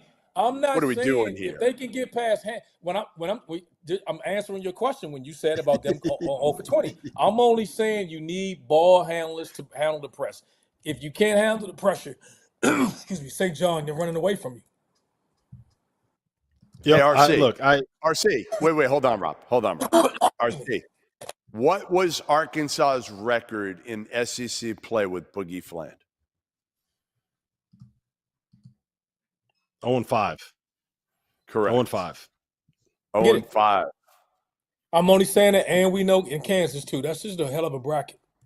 No, it is. I'm kidding. Listen, they got talent. Both teams have talent. It also could be the game, St. John's versus Kansas, is the Zuby revenge game against Kansas, where he could never get on the court. There's so many storylines coming out of that region. It's ridiculous. Let's look at what else we got. Rob, let me say this before we go. Going back up top. That's something to throw. Going up top. I think Florida has the hardest road of any number 1 seed. Like I think if I'm Florida, it's good as they are, and I'm with Jeff. I think they're national championship good. You guys know I've been on the Gators all year long. Having to play UConn or Oklahoma, probably UConn in the second round, and then a Memphis team that we know, Maryland, the Crab 5, and what they're that bracket for a number 1 seed is for me the hardest one. Where you look at it and you're like, all right, they're the one team that I look at first glance and I go, ooh, I got to think about picking them for the Final Four. If there's an upset, it can be in the mid. It can be in the West. Yeah, it's the number 1 seed. I think I've watched too much UConn this year, and I can't get the struggles out of my head. Right? Like you've never watched too much UConn, Rob. Never. No, like the problem is they have 2 guys that can go out and win you a game any given night. Like if Solo Ball gets hot, he won them a game at Marquette. We've seen that. Liam McNeely got hot. He won them a game at Creighton. Like, so they're capable of doing it, but they make the same mistakes right now that they made the first day. Like they haven't gotten better. They still have no idea what they're doing off the ball defensively. They still have 4 guys that you can attack with isolations. And I don't see them being able to beat a Florida team that has 3 different guys that can beat you off the bounce. So like Florida's just a friggin' juggernaut right now. That's kind of where I'm at with it. My favorite upset pick in this region, guys, is Colorado State. Part of it is because I'm very worried about Tyrese Hunter's status for the NCAA tournament. And I think if Tyrese Hunter is not available, that completely changes what this Memphis team is. And Colorado State, man, they've won 11 in a row now. Nick Clifford in the last 10 games is averaging 22 points, 8 rebounds, and 5.5 assists while shooting 55% from the floor and 55% from three. He's turned himself into a first-round pick. And this is the matchup that they have been looking for, because you're going up against a team that has really struggled with lesser competition throughout the entire season. Barely squeaking by and winning games that they probably should be winning by more. They're Colorado State's playing the best basketball they've been playing all season. Talk me out of this, Goodman. Talk me out of picking Colorado State to beat Memphis. I'm with you. When you take away a key piece like that, right? And it at this point in the season, a guy that has played extremely well on both ends of the court all year, he shot it much better than he has his entire career. They've kind of got their mojo. Memphis has been great this year. I don't want to hear that. Like, I think they deserve their seed because of what they did in the non-conference. Like, give Penny credit. And I've been the biggest Penny, listen, I've said it for a couple of years now. Penny needed a year like this. He needed to show that he was the guy at Memphis. He's done it this year. So now you got to win some games in the NCAA tournament. Obviously, without Tyrese Hunter, if you don't have him, that's a valid excuse. But I don't think Tigers fans will care. You got to do something. You were great in the regular season, but you got to do something here when it matters most. Hey, Rob, you know what? Yeah. We need to get Jeff's wife on the phone, because that's the worst apology I've ever seen in my life. So if that's like Jeff's apology to Penny, he's horrible. Like, instead of just coming home saying, "Babe, I'm sorry," Jeff gonna come home and just buy her something and just walk and leave it there or something like that. I bet Jeff doesn't even apologize to his wife. He does something like that. That is a horrible apology to Penny Hardaway and the Memphis Tigers, Jeff. And I'm not gonna let you get away with that. That's the best I got. That's the best I got. That's the sad part. I know it's true. That's the sad part. That's why I'm apologizing for your wife. No, it puts a ton of pressure on Kobe Rogers. The Tyrese Hunter thing is legit. He's been a leader. He's won everywhere he's gone, and you just can't, replace that type of production, because we're talking about a team that has played the best teams in the country and have won. And unlike, Penny's teams in the past, they didn't take the competition light in the tournament. They won the regular season. They won their conference tournament. This team was different, but that's a big piece, man, if he's unavailable. But I still like P.J. Haggerty. I think, Dane Danger's playing really well for those guys. I still like Memphis to advance, but they were a team, again, was why, if healthy, they were part of the reason why. I'm like, damn, Florida, I think you're the best team in this tournament, right there with Duke and Auburn. And then, you get that matchup with, possibly UConn or Oklahoma and a healthy Memphis. But if Memphis is compromised, then that's going to be a big blow for them having a deep run. Yeah, two more things I want to get to, then we'll make our picks in this region, then we'll move on. Grand Canyon. Everybody loved them last year. They returned a ton of pieces, including Tyon Grant Foster. And this year, we've kind of ignored them the whole year. You talked the whole season about best mid-major teams, and it's been like Drake, UC San Diego. Everyone's got these mid-majors they love, and no one has mentioned the team that's got Tyon Grant Foster, who might end up being an NBA player. And they get Maryland and the Crab Five in the first round of the tournament. Randolph, is there a chance that Grand Canyon can pull off this upset of Maryland? No. Crab Five, baby, all day long. Hey, what you think did you grow up in? I'm a Queen. I'm a Derek Queen fan. You already know that, Rob. I'm going with him. That's your guy. There you go. I actually agree with that. And Foster hasn't been the same guy this year. He's been hurt. He has not been the same player this year that he was a year ago. Now, again, Jacoby Coles has been awesome for them. They're old. Duke Brennan's been great on both ends of the court. They're good, but, yeah, I don't think they beat the Crab Five. Maryland's good, man. They're good. Their starting five is awesome. Yeah, I think Maryland has a puncher's chance of taking out Florida in the Sweet 16 if they get there. Drake and Missouri. I think, is to me the one that's really, really interesting, because Goodman has been kind of down on Missouri. I'm high on Missouri because I think that they're difficult to play against. But I think that Drake, and the way that they run offense and the way that they scout and the number of passers and ways that they can kind of create, I think that Drake is a really, really good matchup for, in the sense that Drake matches up really well with what Missouri wants to do defensively. See, that's where we differ on. I'm looking at you guys on that, and I was ready when the brackets were coming out, thinking I'm picking Drake. I know Drake's going to get an upset, but I think Missouri is the team. They're not sneaking up on anybody. They're damn good. We know they are, but I think Missouri style can bother them. I mean, they can be disruptive with their length, their volume of guys they're going to play, and their ability to switch. I think they're going to pose some problems with the length of their team as well. I think I'm gonna stick with Missouri. Any other matchup, I would lean. I wanted to pick Drake, but I like Missouri there. It is. You're right. That's a tough matchup. The only thing I'll say is nothing rattles Bennett Sturts. Nothing rattles that kid. No, but it is. The question is, does he have enough help? Does he have enough help? Because it's all on him. He can score and he can play well. I just see the rest of the guys just turning off the faucet. I'm with the you. rest of the guys, putting so much pressure on him that he would have to play like literally out of his mind to get them past Missouri. No, you're right. Bennett Sturts is going to replace Robbie Hummel as Jeff Goodman's new adopted son. That's true, Randolph. Man. Randolph, give me your Elite Eight and your Final Four. Ooh. I'm telling you guys, it's hard for me to pick against Florida. I've been on those guys all year long, but I'm telling you, for a 1 seed, that bracket's brutal. I'm gonna go Texas Tech. I think we're sitting there. We're still not talking about Texas Tech. I'm gonna go Texas Tech and Florida. Yeah, to be clear, we just ran out of time. We got to get out of here in about 30 seconds. But Texas Tech, I will talk about them in the next hour with John Fanta and Matt McCall. So, Goodman, who you got? Florida, Texas Tech. Florida, Texas Tech. I'm going to have 3 teams in the Final Four from the SEC. Auburn, Florida, Tennessee, and Duke. That's my final. Yeah, I have I love Texas Tech. I think St. John's gets them. I'm not convinced that Chance McMillan is 100% healthy. And I think that Florida takes down the Johnnies. I have Michigan State, Duke, Houston, and Florida in my Final Four. And it was very, very hard for me not to go with 4 number 1 seeds. Listen, we are going to take a quick break. On the other side, John Fanta, myself, Matt McCall, we're going to go through this process again. We're going to be here for another 4 hours with you guys, breaking down the NCAA tournament, the bracket. I'm going to hand you the baton. I'm handing you the baton. We got it, guys. We're here. We're here. That's coming up next. All right, guys.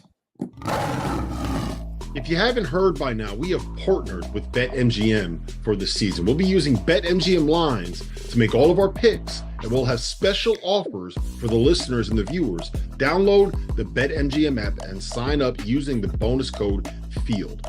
Deposit at least $10 and place your first wager on any game, and you'll receive up to $1,500 in bonus bets. Go download the BetMGM app and use the code FIELD today.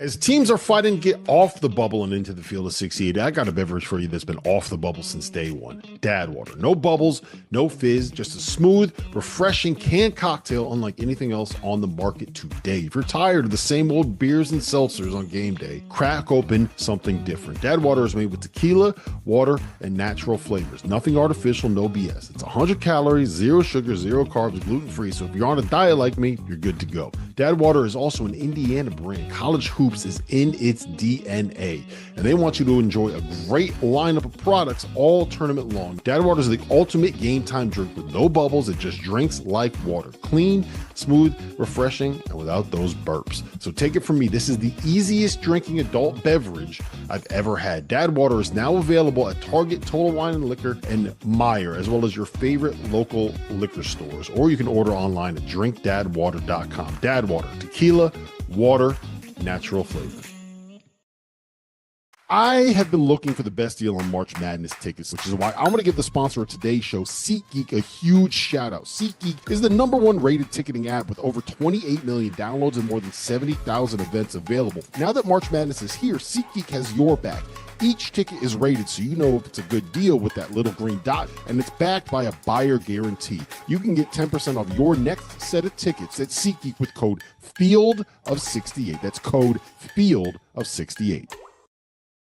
I want my home to feel like my home. So whether I'm looking for big furniture, just a small piece for my place, or maybe some storage solutions for the basement or the garage, the answer is Wayfair. Seriously, I needed a new patio set and fire pit for my backyard. I bought it on Wayfair. It looks great on our deck, and it gives me an excuse to fire up the smoker, invite some friends over, crack a couple beers. Just last week, I bought a new chair for my office, someplace comfortable to sit while the madness takes up the 4 screens in front of me. I got it on Wayfair, clicked a few buttons.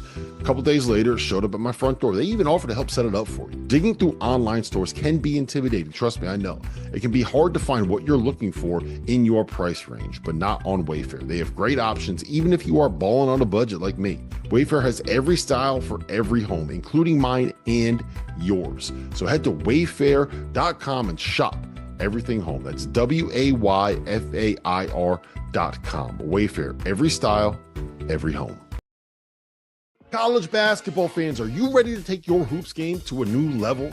Whether you're a seasoned bettor or just trying to win your March Madness office pool, Rhythm is here to give you the edge this season. With data-driven predictions for every single college basketball game left on the schedule, Rhythm helps you maximize your bets. And as March Madness kicks off, Rhythm's insights will help you spot those plucky Cinderellas that you know are going to shake up the NCAA tournament. But that's not all. When Selection Sunday rolls around, let Rhythm's AI-powered bracket generator do the heavy lifting for you. This is the same AI tool that performed 35% better than the average ESPN bracket last year. And here's the best part. Rhythm pairs perfectly with our Field of 68 expert analysis, giving you the 1-2 punch that you need for the rest of the college basketball season. So don't wait. Download Rhythm today and get ready to see college basketball and your betting results in a whole new light.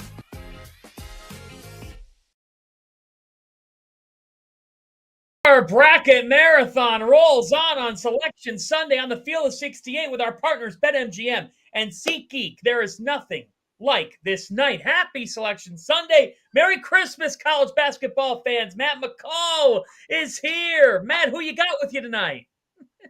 I got Kylie Grace McCall. She just came in to say hello. Kylie Grace McCall. We got a bracket. She just got back from a birthday party. Want to say hello? Ask her who she's got in the Final Four. Who do you got in the Final Four? Florida Gators. Florida Gators. Yeah, there you go. All right. Good choice. All right. Good choice. Good choice. Brock Alster is here. Fun night. I'm John Fanta.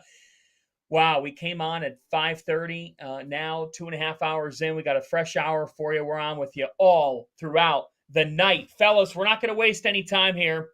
We're going to start with the West Region.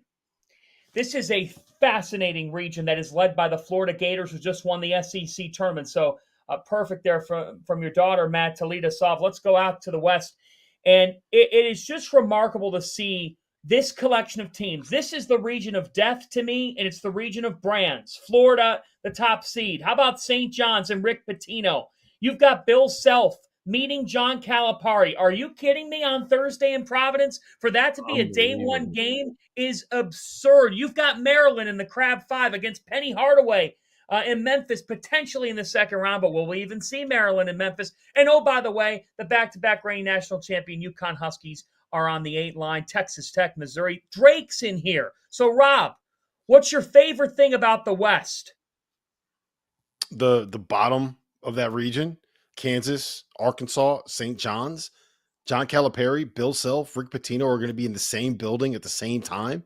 The storylines there are ridiculous. And here's the other thing I love about it, guys. When I was kind of getting ready for Selection Sunday, in my head, there were like 7 or 8 teams where I'm like, look, I want to try to find a way, no matter what happens, to get these teams into the Final Four.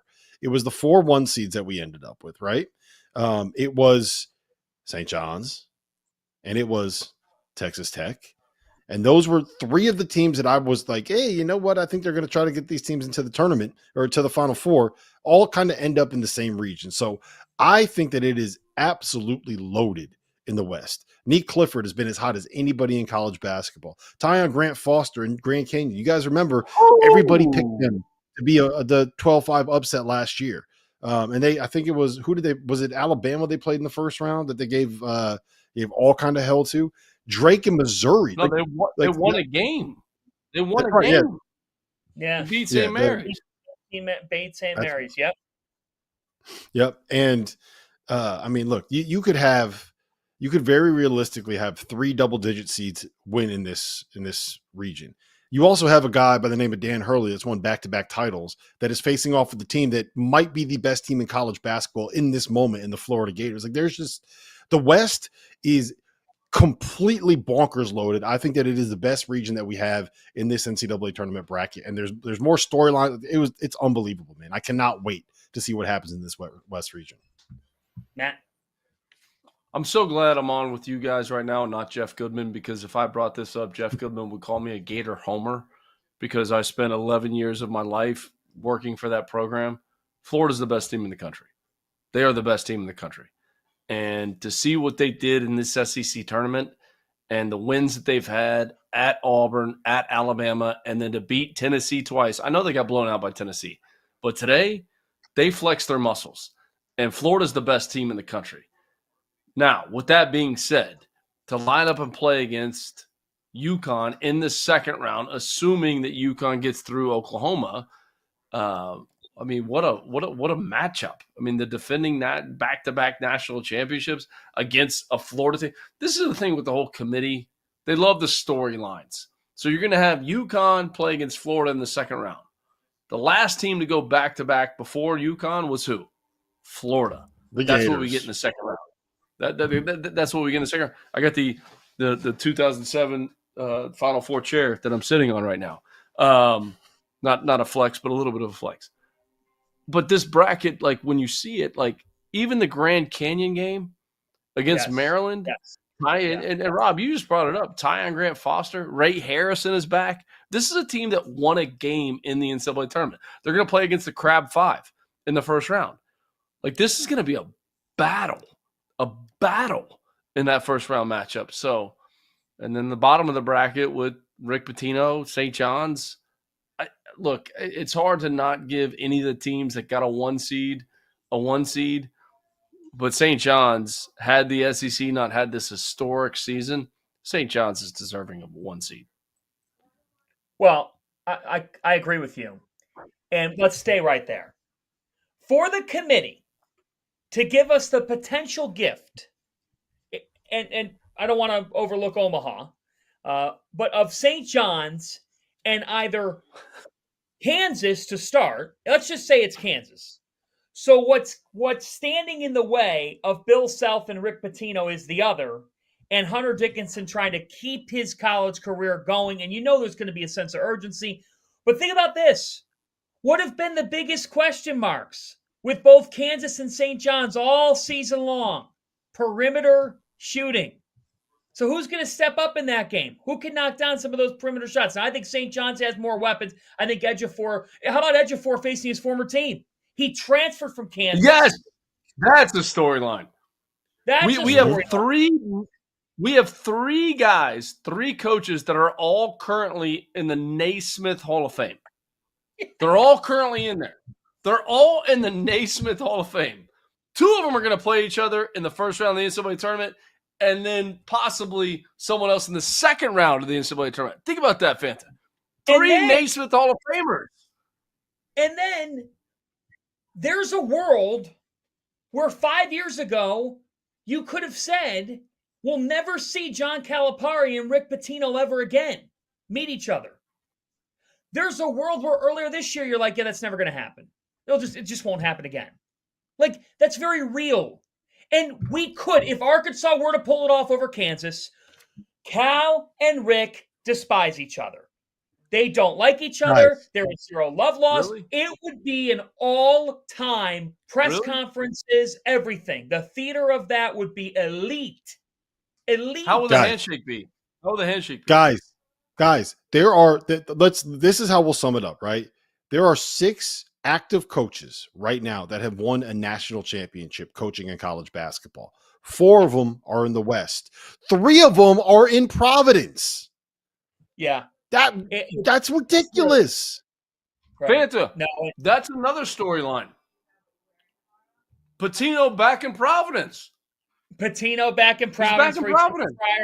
No, and that's a town that loves basketball.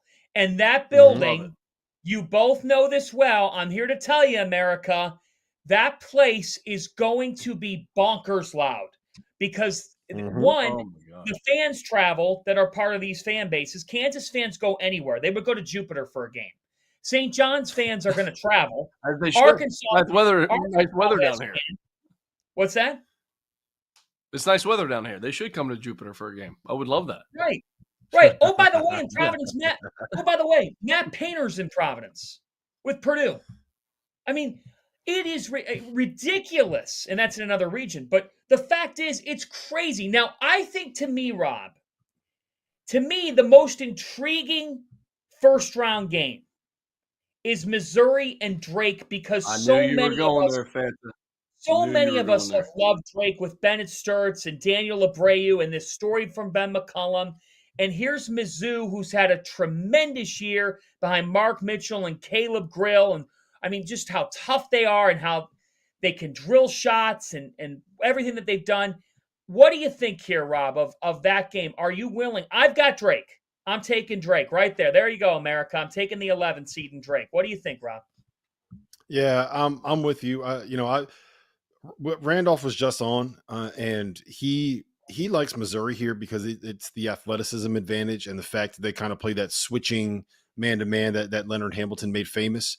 And his take was, look, they don't have enough guys that can win one-on-one battles on Drake, but I just think that they have too many creators. Their offense is too successful, and they run too much good stuff.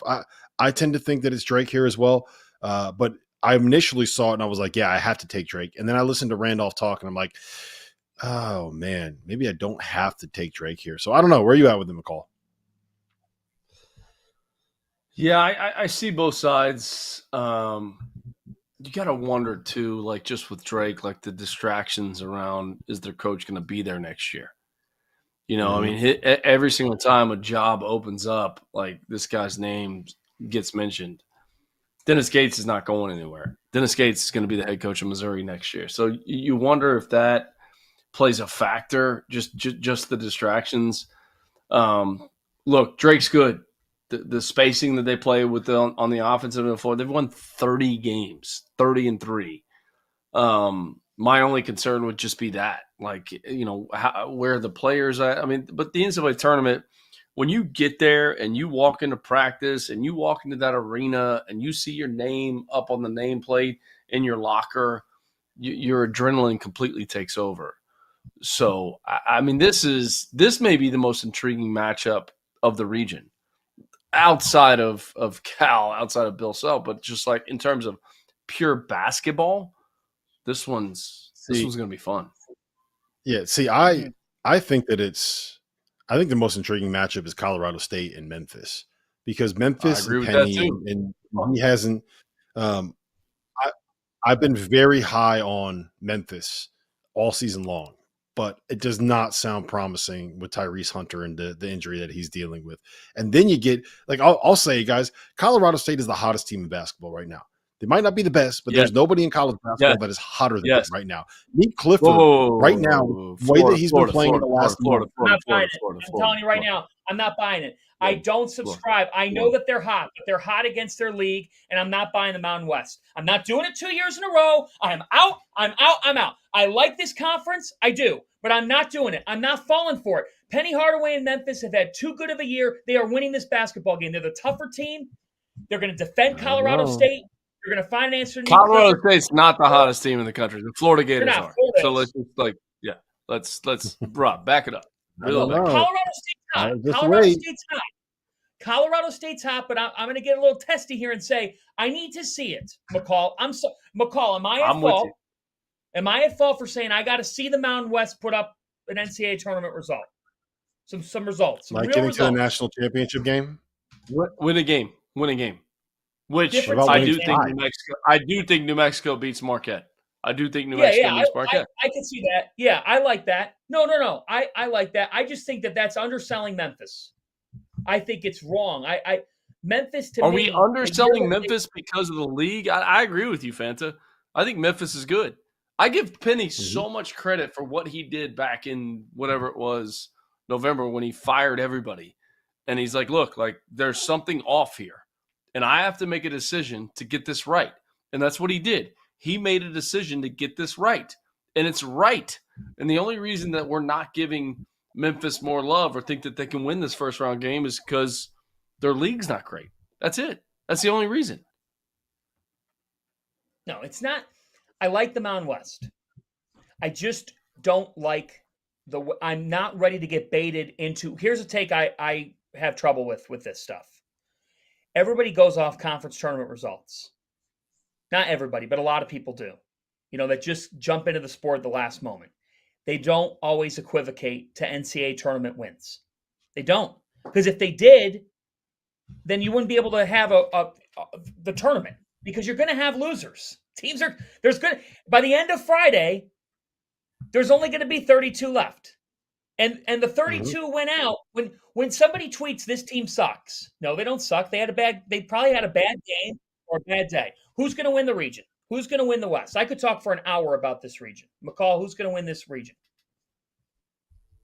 Fanta, I had, before I even saw the bracket, I had St. John's in the Final Four, and I had Florida win the national championship. So now I have a decision to make. You have a dilemma. I have a decision to make. I'm in a dilemma, Fanta. I'm in a dilemma.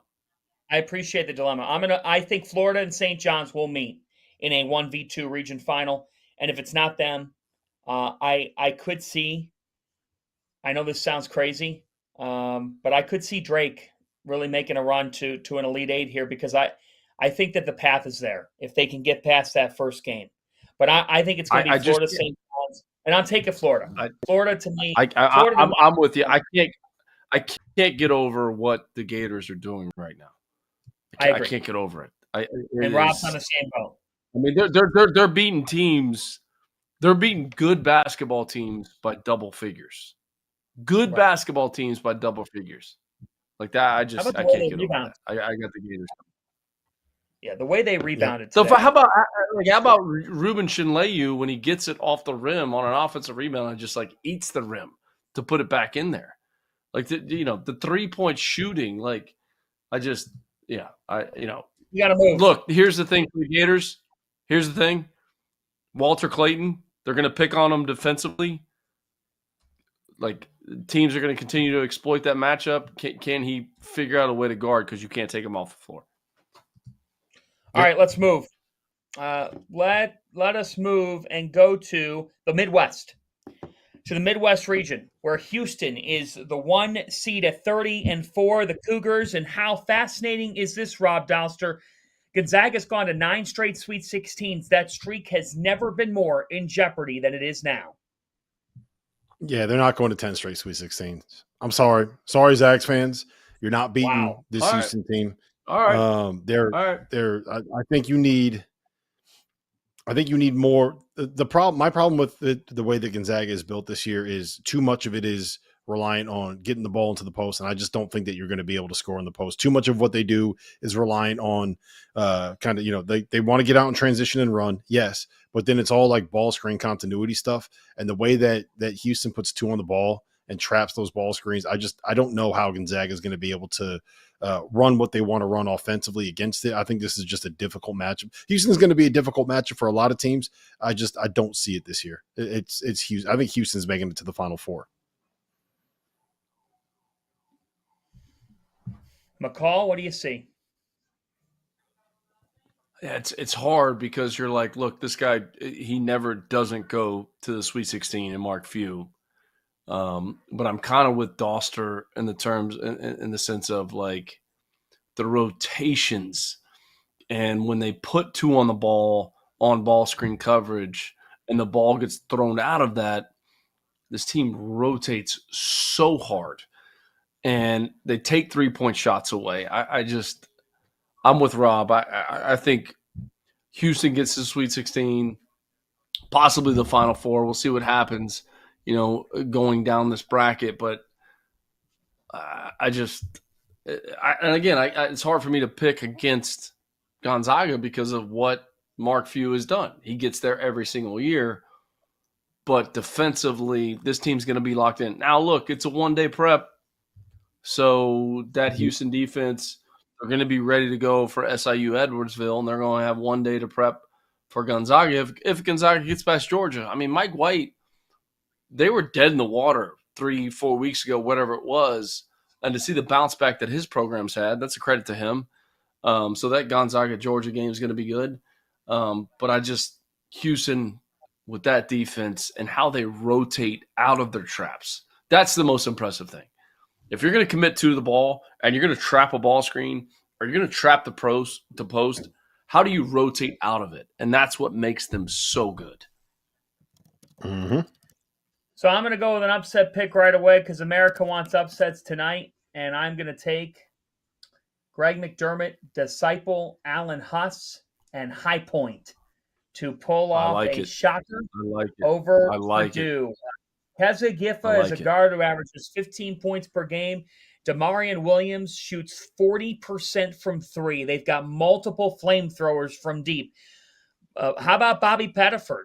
Remember that name? Well, guess what? He's a senior now, and he's helping this team defensively, helping them get stops. And when I look at the Panthers, that's a top 25 offense in college basketball in efficiency.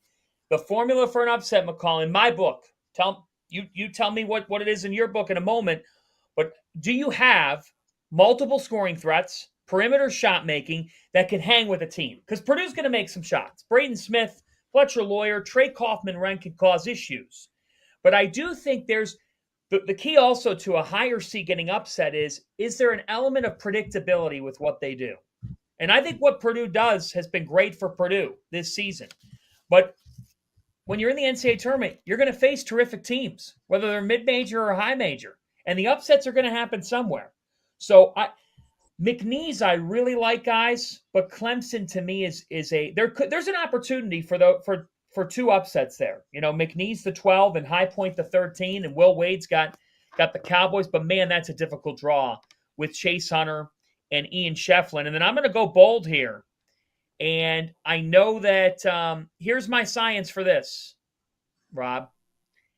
I always commit to one first four team to make a run, meaning 2 wins or more. So their first 4 game in the first round game. And I wasn't picking North Carolina to do that, even though I think they'll beat San Diego State. I wasn't taking San Diego State. I wasn't taking Texas. So I am taking Xavier to beat Texas. I think that they're a more complete team, and I think they're playing their best basketball. And then I like them to knock off Illinois and head into the second round of the tournament where they would face Kentucky. What do you think, Rob?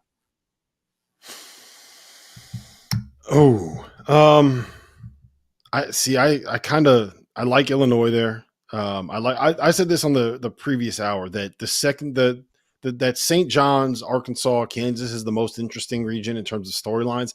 I think the most interesting region in terms of games and how good these teams are going to be is that, are we going to get Illinois and Xavier?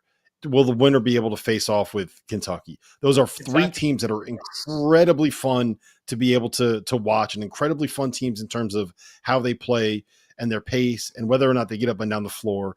I think, look, all 3 of those teams are good enough to beat Tennessee and get to an Elite 8, in my opinion, because of the amount of guard play and talent on those rosters. So I think I'm at the point right now where I would probably take Kentucky out of that group.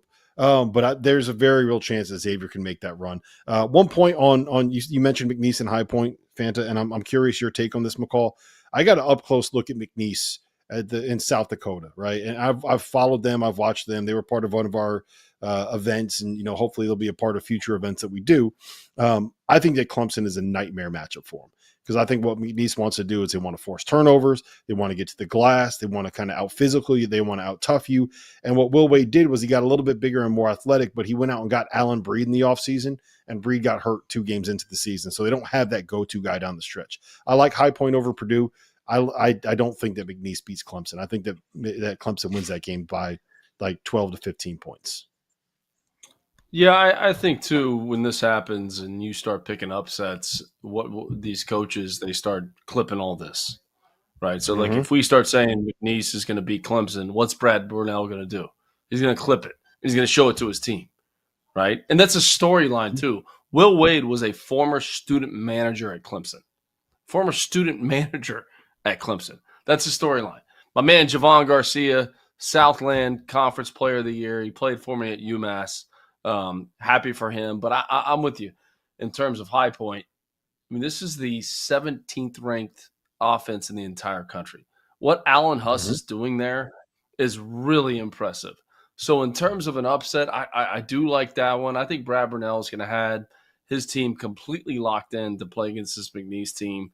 You know, distractions, what's Will Wade doing? Where's he going? Like, he's going to have his team ready to play too, because, you know, it's against his alma mater. I mean, he would love to go in there and beat Clemson. It'll be emotional for him. But High Point over Purdue, look, and then throw that out there too. Like, Matt Painter's, I mean, he's not going to want to lose in a first round again to a lower seed. So I think both these matchups, I can see why we would think upset. But I got to be honest with you, I don't think either one of them happen. I think Clemson advances, and I think Purdue advances. Ooh, wow. Interesting. What a second round game. What a second round game that would be if it's Purdue and Clemson. You want to talk about high-level offense and Chase Hunter and Braden Smith, and then you got Kaufman Wren versus Shefflin inside. That would be just sensational, efficient basketball. I got to tell you, here's my take. What do you think of this, Rob? Of the twos, I like Tennessee's draw the most. Like, I really think they've got a nice path to make the Sweet 16, if not. I agree with you. I agree with you. We could get Kentucky, Tennessee. Like, I agree with you. A rivalry in college basketball in the SEC, I agree with you. I like Tennessee's path the best. I think Alabama's got the best path, and I'll tell you why. I got a take on that I'll save for when we get to the East region. But I think Tennessee, they probably have the best, I would say, potential second round matchup. I don't think that UCLA or Utah State can beat them. UCLA wants to make it ugly, and you can't make it ugly and beat Tennessee. And Utah State, like, part of their success was they played this kind of weird 1-1-3 zone a lot of the season. And once teams figured out how to beat it and how to attack it, they were exposed a little bit. So maybe getting out of conference will help them. But I think that there's a blueprint to being able to beat this Utah State team right now. Yeah, I when I look at this region, it's hard to think. I mean, if the Zags, as much as they've gone to 9 Sweet 16s, I don't think they have enough for Houston. I think anybody that's going to beat Houston, you've got to have just a myriad of offensive options, and Gonzaga is relatively predictable on that front. It's not like Houston's front line's going to get overwhelmed by Graham Ike. Now, Nembhard could run the show, and they could play great, but I don't see it. I've got Houston. I know it's chalky, but I don't see anybody being able to beat them besides, like, I don't trust Kentucky enough to win 4 straight games there. Maybe Clemson pulls their magic again, but I like the Cougars to do it here. What do you think, Rob? Yeah, I'm with you. I have Houston beating Kentucky in my bracket. Rob or Matt? That's Rob. I'm Matt. I'm with you. I'm with Rob. Excuse me. I just, it's too. Is this the year for Kelvin Sampson? Is this the year that he gets there? Is this the year that they can cut the nets down and win a national championship? I said this the other day, and Fanta, you were covering the game, and you did a phenomenal job covering the Big East, and we were in studio, me, Ahmed Fareed, and Jordan Cornette. Thank you. Kelvin Sampson, to me, when he's coaching, when in the Big 12, like when he's coaching and you watch him up there on the screen, he looks like the grandfather that, like, when you misbehave, your parents send you to. Right? Like, he's like, your parents are like, hey, go to grandfather. Like, you go deal with him. He just looks so angry. He's got his arms crossed like this. And then as a grandson of him, you get to his house and he kind of brings you in. He puts his arm around you and he slides you a candy bar. That's what, when I watch Kelvin Sampson coach, that's what I say. He's the grandparent that your mom and dad threaten you to send you to. And then when you get there, pretty cool guy. Pretty Yeah, cool puts guy. the arm around the That's shoulder, what he and goes. he's got. Yeah, I got you. I'm with you. Slides You got you the Houston? Snickers bar or the payday. Like that's what he does. I was All three of wondering us where have you were going with that, and then I was like, "How's he going to land this plane?" And then, all right, you landed the plane, and it makes a lot of sense. I got you. all three of us have Houston, correct? Yes, sir. Yes. Nobody's going off. All right, let's go in the East. Let's go in the East. Phantom must have never gotten in trouble. We ever, will go ever. after a break. This is our Field of 68 Selection Sunday Marathon. Stay with us. I have been looking for the best deal on March Madness tickets, which is why I'm going to give the sponsor of today's show, SeatGeek, a huge shout out. SeatGeek is the #1 rated ticketing app with over 28 million downloads and more than 70,000 events available. Now that March Madness is here, SeatGeek has your back. Each ticket is rated so you know if it's a good deal with that little green dot, and it's backed by a buyer guarantee. You can get 10% off your next set of tickets at SeatGeek with code FIELD of68. That's code FIELD of 68.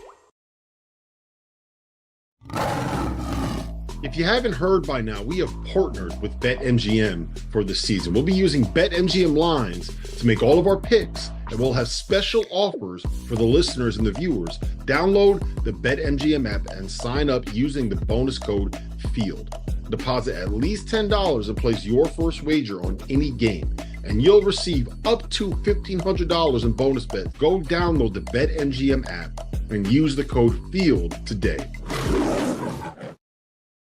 Now is your chance to prove you're smarter than the Field of 68. We're hosting a Survivor contest with our partner Splash Sports. There's a $25 entry fee, a 25 entry max in the contest, and more than 1,700 spots available, which means there's a $40,000 max prize for the winner. Survivor is the future of March Madness. Each day you pick a team to win. If they win, you advance. We'll also be running a free to enter bracket contest as well as a second chance Survivor in the Sweet 16. So prove you know more ball than the Field of 68 on Splash Sports.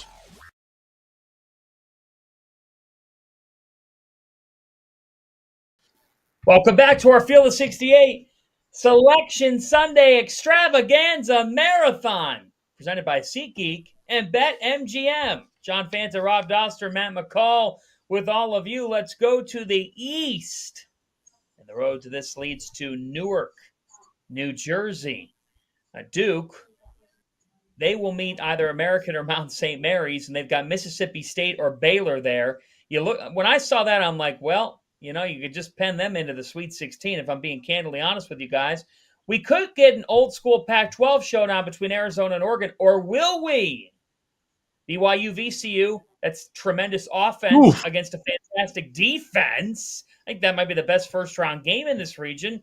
St. Mary's, Vandy, that's fascinating because here you have Randy Bennett going up against the upstart Byingtons and the Commodores, and what do they do? Making it back to the NCAA tournament. But then there's Alabama at the bottom, and it just felt like Rob Doster. Out of the four regions, when looking at this, the top two seeds are aligned to potentially be on a crash course to New Jersey. Do you agree or disagree? I actually don't agree. I think I have. So here's my hottest take, because I think BYU is going to be in the Elite Eight here. I think that Wisconsin might have gotten the worst draw out of anybody in the NCAA tournament this year. I think that they have very real reason to kind of be frustrated with how this schedule played out, and here's why. They played 4 games in 4 days. The last game that they played in the Big Ten tournament was the last game that was played before the Selection Sunday show started. They were on CBS before the Selection Sunday show started. They have to fly home from Madison, or from Indianapolis to Madison, then fly from Madison to Denver. They'll be playing at altitude in Denver, and they play the 3rd game of the NCAA tournament. They play at 1:30 on Thursday, which will be 11:30 a.m. local time, after arriving from Madison after playing a game on Sunday to end 4 games in 4 days. And to top it all off, they'll be playing at altitude against a Montana team that lives at altitude. And if they win, they'll probably, and then they're going to be playing. If they win, they very well could end up getting BYU in the second round of the tournament, who is playing or is coming from Salt Lake, which is a much easier travel than coming from Madison to get to Denver. You know there will be plenty of BYU fans there. And BYU, oh, by the way, in Salt Lake, they also play at altitude. So if I'm Wisconsin, I'm like, what is going on? How did I end up with this bracket, with this draw, playing at this time, these teams in that region, in that location? I think Wisconsin gets picked off in the second round of the tournament. I like BYU to the Elite Eight.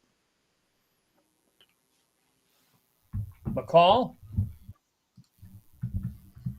I mean, that was a lot of analysis there, Rob Doster. I mean, that like with the altitude and everything, there's so much going on. But I can't disagree with him.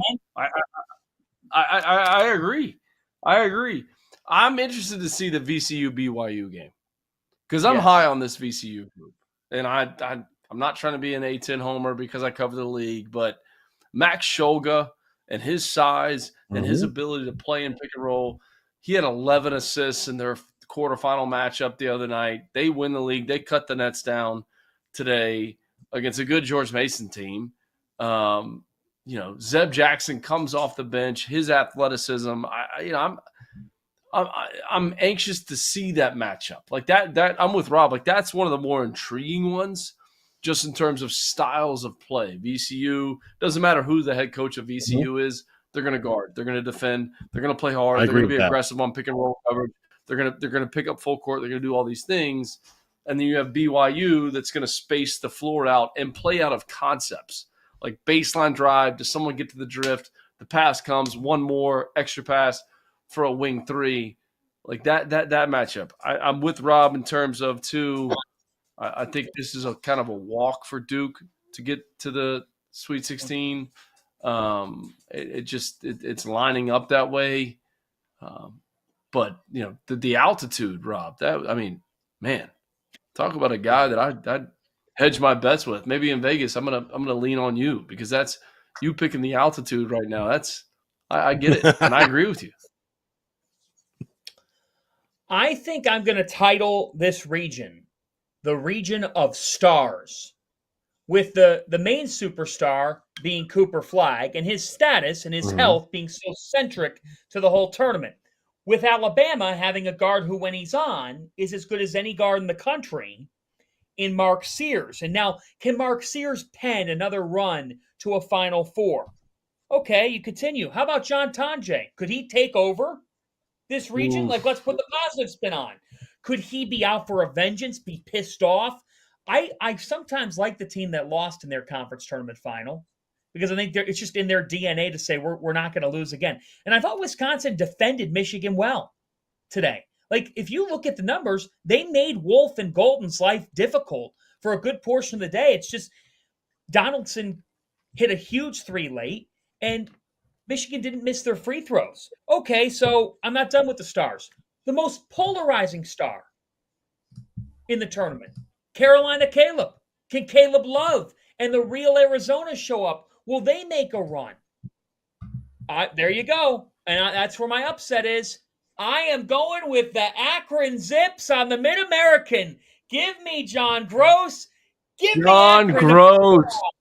I like Max on the big dance floor. I like the Johnsons who lead that team. They're really efficient offensively. They can score it in bunches. That team, if you're not paying attention, America, the MAC produces upset candidates. They're 28-6. Nate Johnson is an absolute stud. He and Tavari Johnson both get it done in a big way. They have, 7 guys averaging at least 7 points per game. That's what I like in a team. And guess what? They're top 20 in tempo. So they won't be phased when the Arizona guards try to take off and create it. My biggest concern is just keep Tobe Awaka off the offensive glass. But, you got Josh Hubbard in Mississippi State. You got Yegor Demon. Like, if you like draft prospects, VJ Edgecombe and Baylor. Like, there's draft prospects. There's superstars. There's All-Americans. The East region is the region of stars. McCall's got Akron as an upset pick. Dalstra, do you have an upset in here?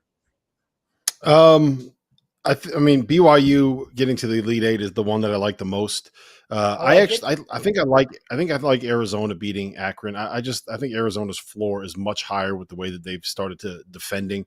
I I like Liberty to be able to knock off. Don't do Oregon. that to me, Doster. You're going to take mine. You're going to take mine. You want? All right, go ahead. Tell me mine. why. Tell me why. Go ahead. I'll give it to you. I'll let you take it. No, I mean Liberty, man. Like what this team does, like they beat a good College of Charleston team, right? They knocked off McNeese State. When you look at I'm talking about their non-conference. I mean Richie McKay and the job that he's done there. I mean, I got Liberty beating Oregon. I have some question marks about Oregon. I do. I know how good Biddle is, and like on the inside, on the outside. But this is a team that has had some ups and downs. I like Liberty. I like Liberty to win that game. I really do. Of all the 5-12 games and the 5-12 matchups, I think that's the one to pick. I'm with you, Rob. I mean, the balance on the offensive end of the floor for this team, they have 28 wins. They've proven they can beat some teams in the non-league. I mean, everyone is talking about McNeese State. I mean, they beat McNeese. Liberty did. So I'm with you. I think that's the one. That's the 5-12 upset. And now it probably won't happen because we're all picking it. But that's the 5-12 for me, Liberty over Oregon. I trust Dana Altman too much. I just do. I think the way that they can mix up defensive coverages with Barthélemy and Shellstad and Biddle on the interior. I've got Oregon in my Sweet 16. So that just shows you it's that kind of night. That just shows you. Yeah. Is that Richie McKay? Yeah, that was Richie McKay calling me. He's got he's ready to beat Oregon. And, he feels good about the matchup. He feels good. We should have coaches just.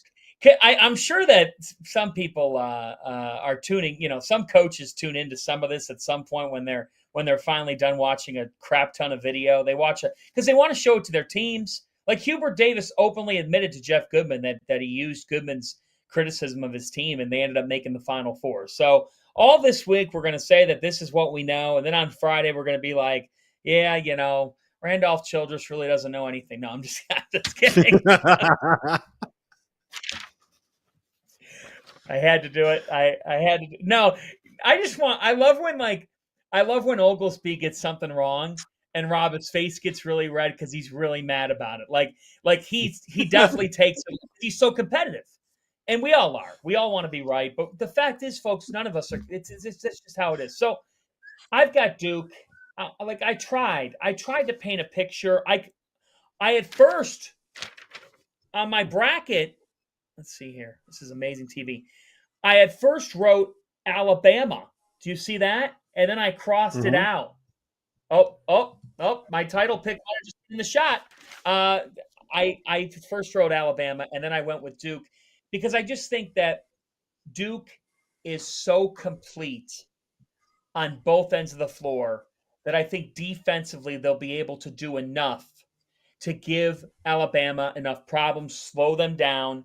And then if Con Knippel's knocking down some shots, if Sion James can continue to be the bulldog guard that he's been, Flag, it's not because of just Flag. It's because that team is, I think they're the most well-rounded team, maybe next to Florida. So we got one more region left, but let's do it. Let's do the last region. Let's do the South, and then Are we all doing Duke Final Four? Is it all Duke Final Four? Yes. Yeah. Okay. Let's go in the South then, and then we'll pick our final. We'll give you our Final Four, and we'll give you our national champion. Oh boy, I love the Louisville Creighton game. That is not. I mean, the numbers say 8 and 9, but if those two teams play their best basketball, they're closer to a 4 or a 5 on their best day. The Tritons of UC San Diego, yeah. Fana, real quick on Louisville Creighton. You know what's interesting about that game, and something that I don't know if it will play in, and my guess is that it probably won't. But that game is played at 12:15 on Thursday. It's in Rupp Arena, but it's in Kentucky. There's going to be a lot of Louisville fans there in theory, but the game is being played at 12:15 Eastern time, which means it's the first game of the NCAA tournament, which means all those Louisville fans are going to have to come down and take a day off of work to be able to get there. Probably 2, because you got to be able to take off Friday as well. So that's a little wrinkle that I did not think about until they kind of they released the tip times for that game. So I just want to throw that one out. Wait a minute. Who's working on Thursday? Nobody in the world. Nobody. Nobody. That's a good point. That's a good point. Take the region pod off. Dagan, take the graphic off. Solo shot. Solo shot, Dagan. Solo shot. Enough. You're out.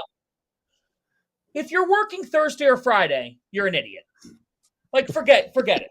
If you are actually going into the office and trying to do real work, are you kidding me? You're taking off work. If you live in Louisville and your team that hasn't been in the NCAA tournament in 6 years, and you say, we've got that July trip to Disney, and I really want to ride, the Space Mountain or the Star Wars ride at Hollywood Studios, and I can't afford to take off the one day of work where my team that's been 6 years in the making.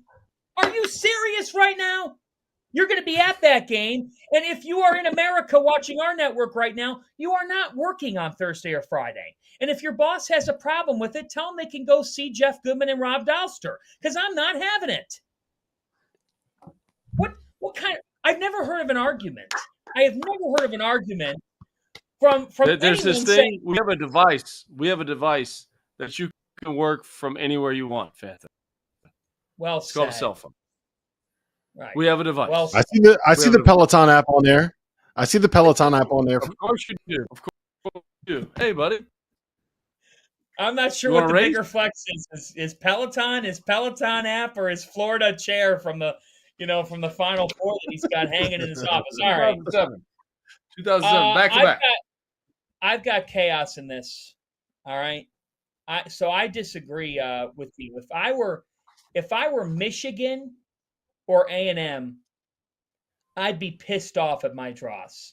I would be. I actually think they have a bone to pick with their respective draws, because I think both those teams are two of the trendy mid-majors. I mean, Yale's already done it, and John Poulakidis is an absolute stud.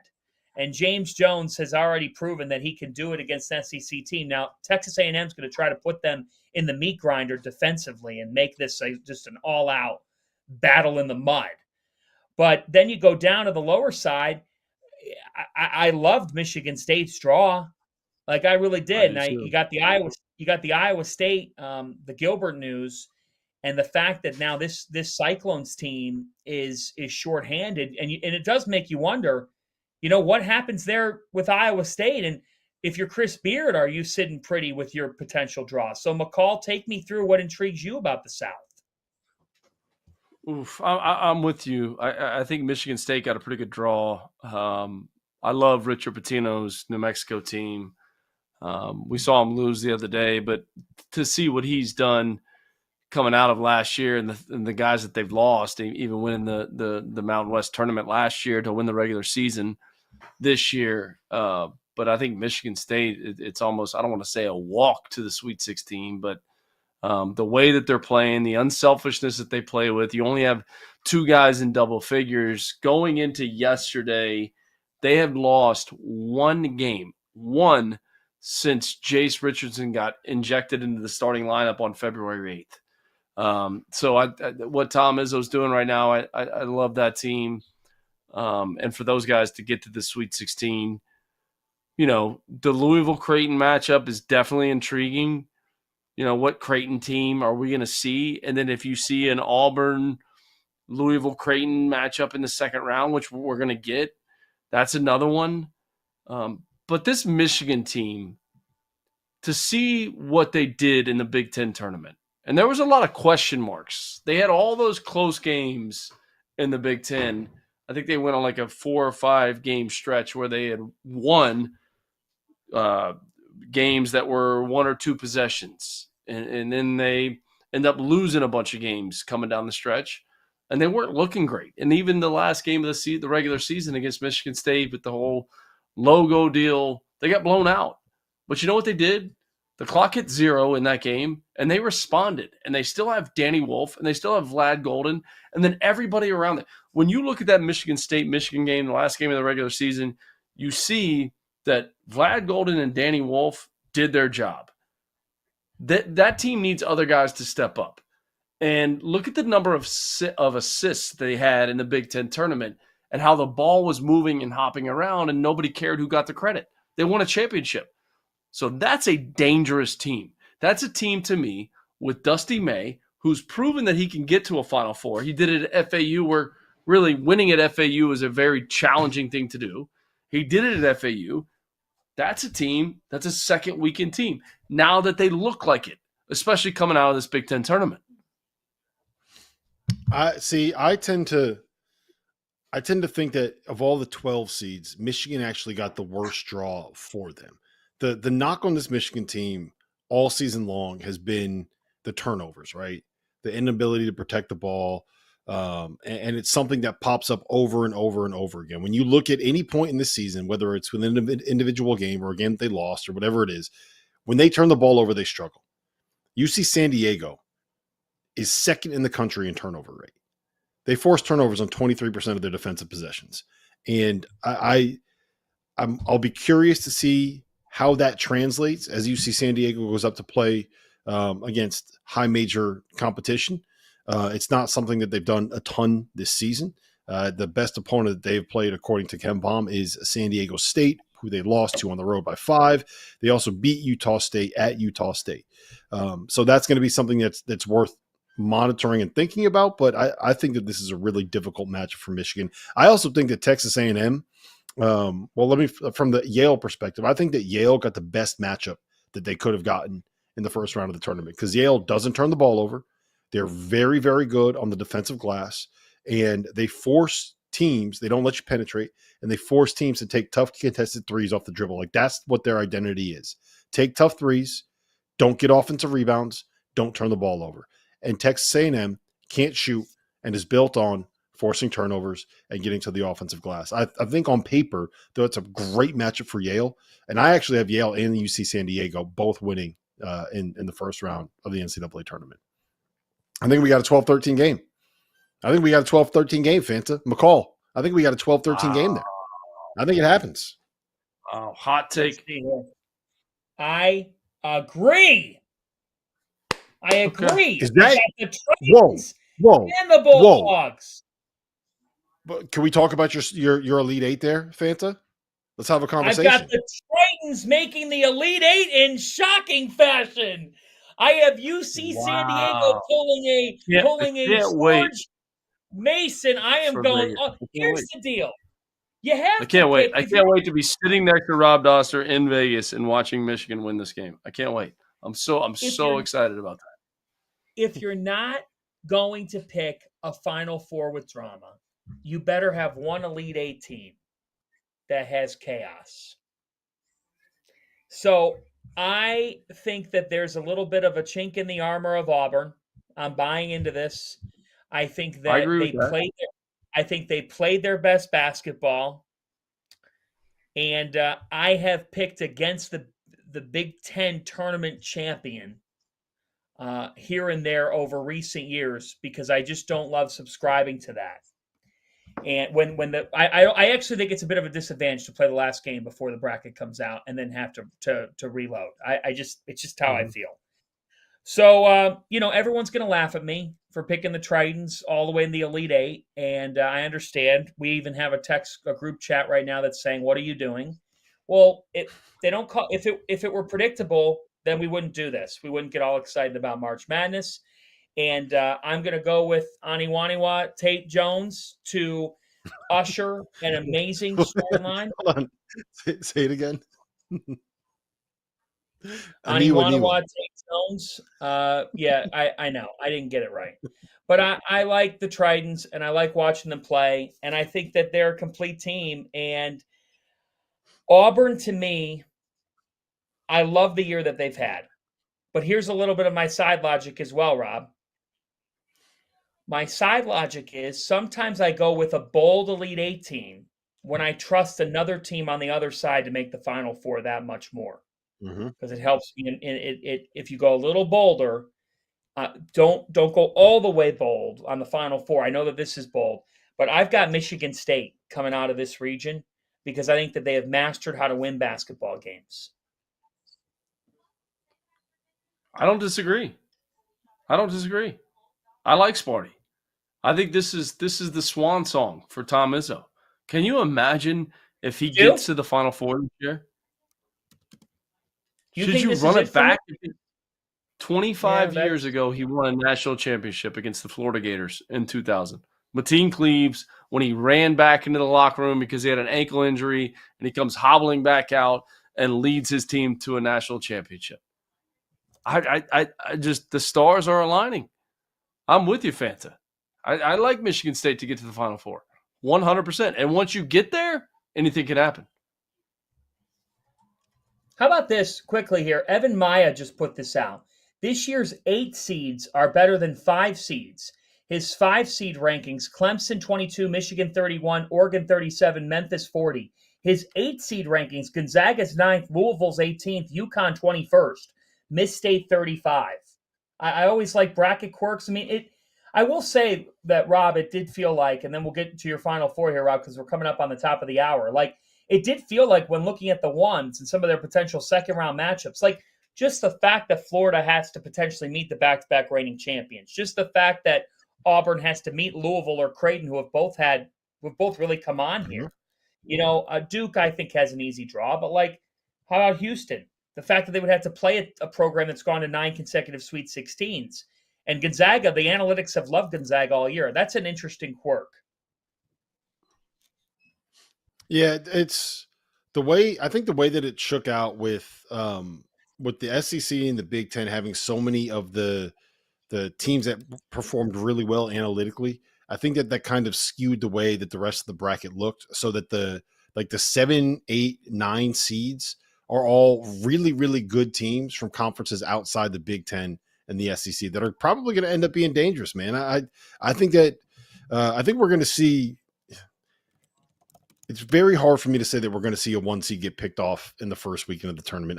It's as I'm sitting here and looking at this, it's hard for me to pick where that first 1 seed is going to go down. I think that this might be the year. Honestly, I think this might be the year, the first time since 2008 that we get 4 number 1 seeds to the Final Four. It just feels like those top 4 teams are so much better than anyone else. Like I don't want it to happen because I think that it's more fun when it doesn't. But and look, I rarely pick chalk. It is very hard for me to talk myself into someone getting beat. Honestly, no, I could show it to you. I'll show you all my picks, man. Like, I think that the 1 seed that I think is in the most jeopardy would be Auburn when they face Michigan State. That is the matchup that I think will. I have Michigan State in the Final Four. But you do? Mm-hmm. Yeah, Michigan State in the Final Four. Then you don't have a 1 seed. You have 3 ones and I'm kind of doing that just because I can't have 4 1 seeds go to the Final Four, and that's why I'm here with. That's why I'm here. That's why I'm doing it. So then we have the same. Well, I have the same Final Four as you. McCall, do you? Yeah, we have the same Final Four. We all 3 of us. Hold on. I am so disappointed that Florida and St. John's are in the same region. Yeah, I'm very disappointed. I'm very, very disappointed because I've been saying it. Who's going to win it all? Oh my God! Like 60 seconds. 60 seconds. Okay, we got to wrap.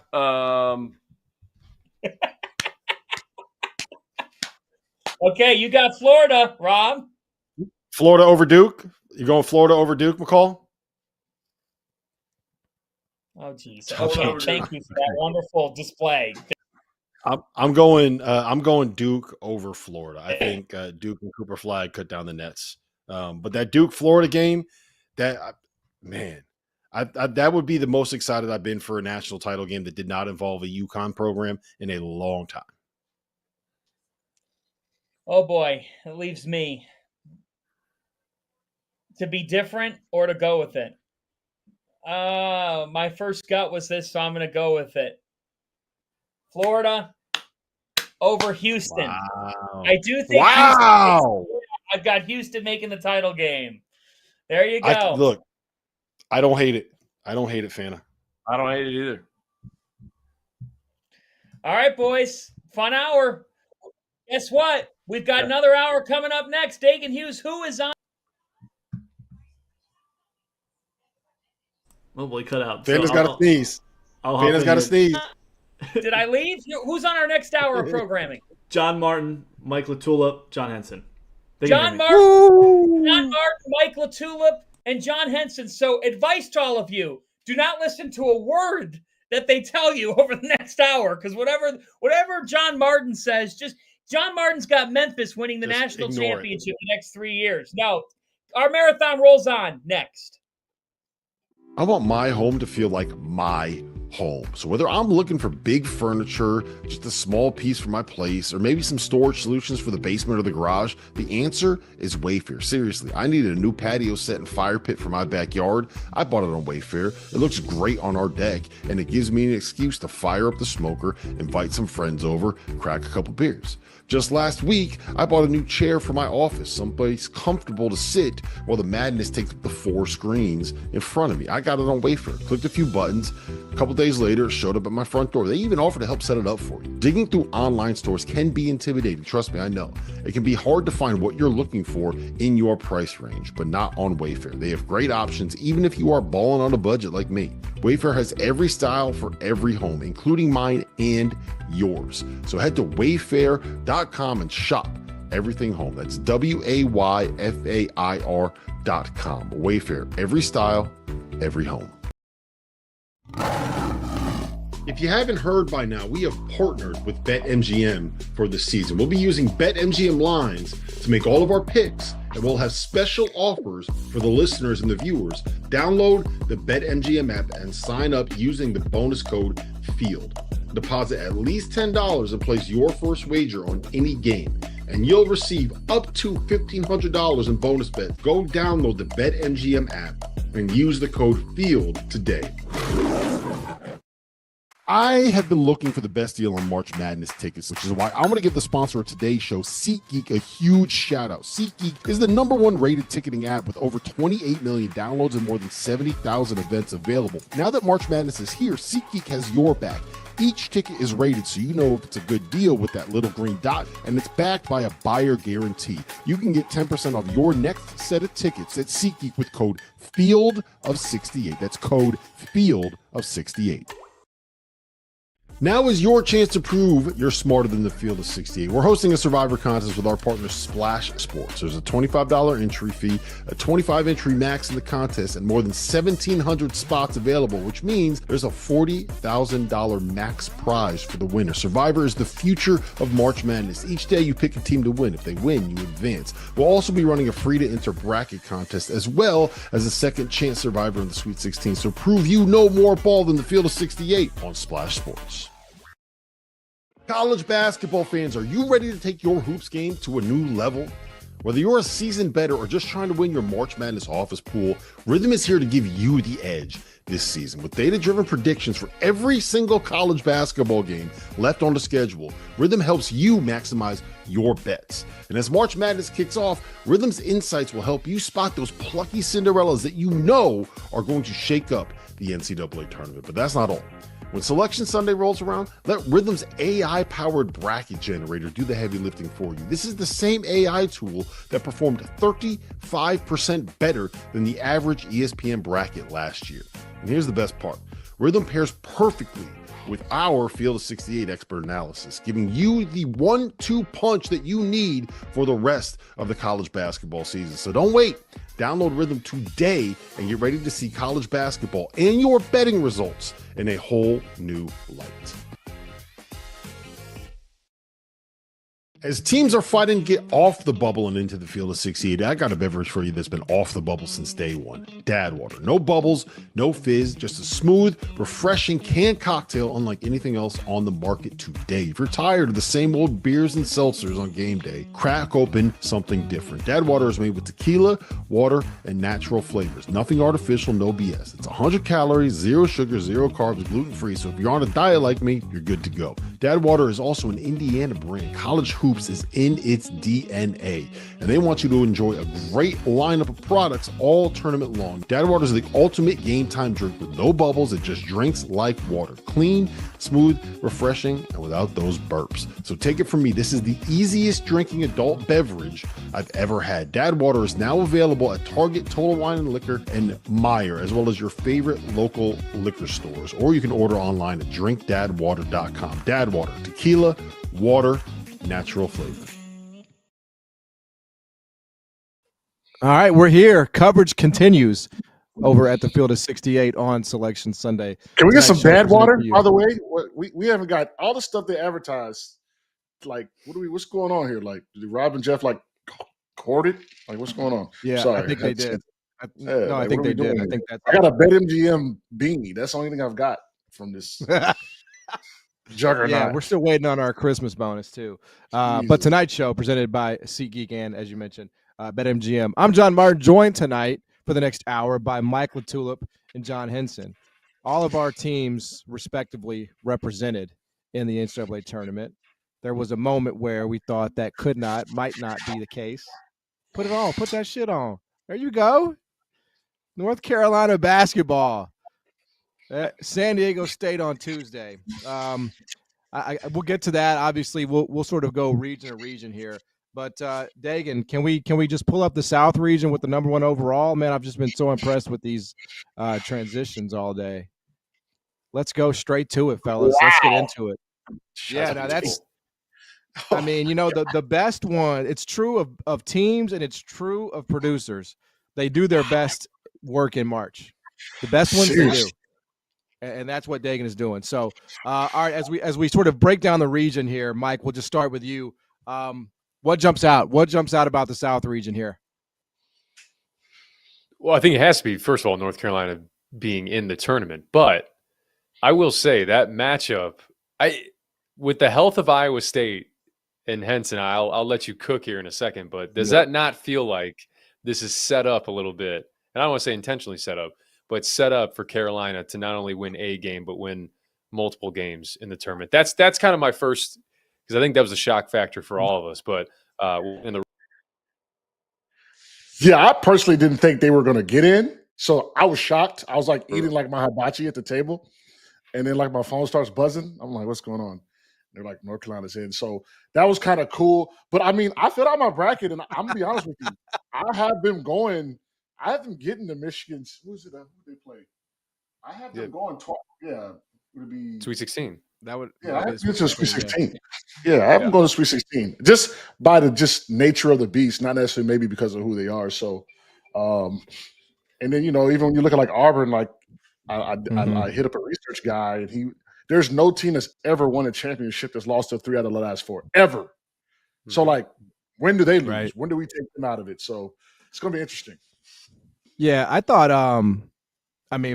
First of all, bro, how tragic is it that we're sitting here and we're like, North Carolina's in, woohoo! They're in the play-in, man. Like, come on, bro. We didn't go woohoo. We just said I didn't think they were getting in. No, you did. You did. You were eating hibachi. Were you not watching the reveal? I was literally watching it, but like it was just kind of on in the background, and I'm just not thinking of North Carolina. I wasn't even really paying attention in the sense of like, okay, did the Tar Heels get in? I was like, oh, it's a wrap. Mm-hmm. It's a wrap. So yeah. I mean, obviously, I've got some thoughts there, but I kind of did wonder. I don't know, fellas. Like, I know Auburn's work was like so ridiculously good before the final 2 weeks of the season. Like before, they won the SEC championship. They clinched it, 2 weeks ago. But it is kind of hard for me, Mike, to put out the last 2 weeks, in my head. And you kind of look around and I'm like, Florida wins the SEC tournament. Houston hasn't lost a game in regulation since November. And I'm like, are we sure that it's like that easy, that Auburn's just the number 1 overall seed? Like, I thought that there were a lot of ways that could have gone based on the last few weeks here. I agree. I think with the conference tournaments in general, if you told me this was the bracket outside of the bubble teams, if you told me this was the bracket a week ago, I would believe you.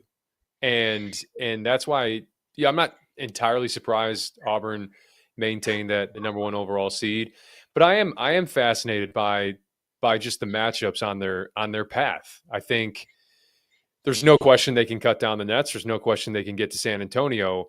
It's just how much you trust them at this point to win those 6 games.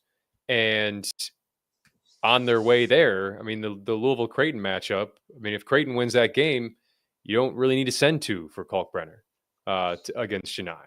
And then even as you go through, I mean, you look ahead at like Michigan State and Auburn potentially.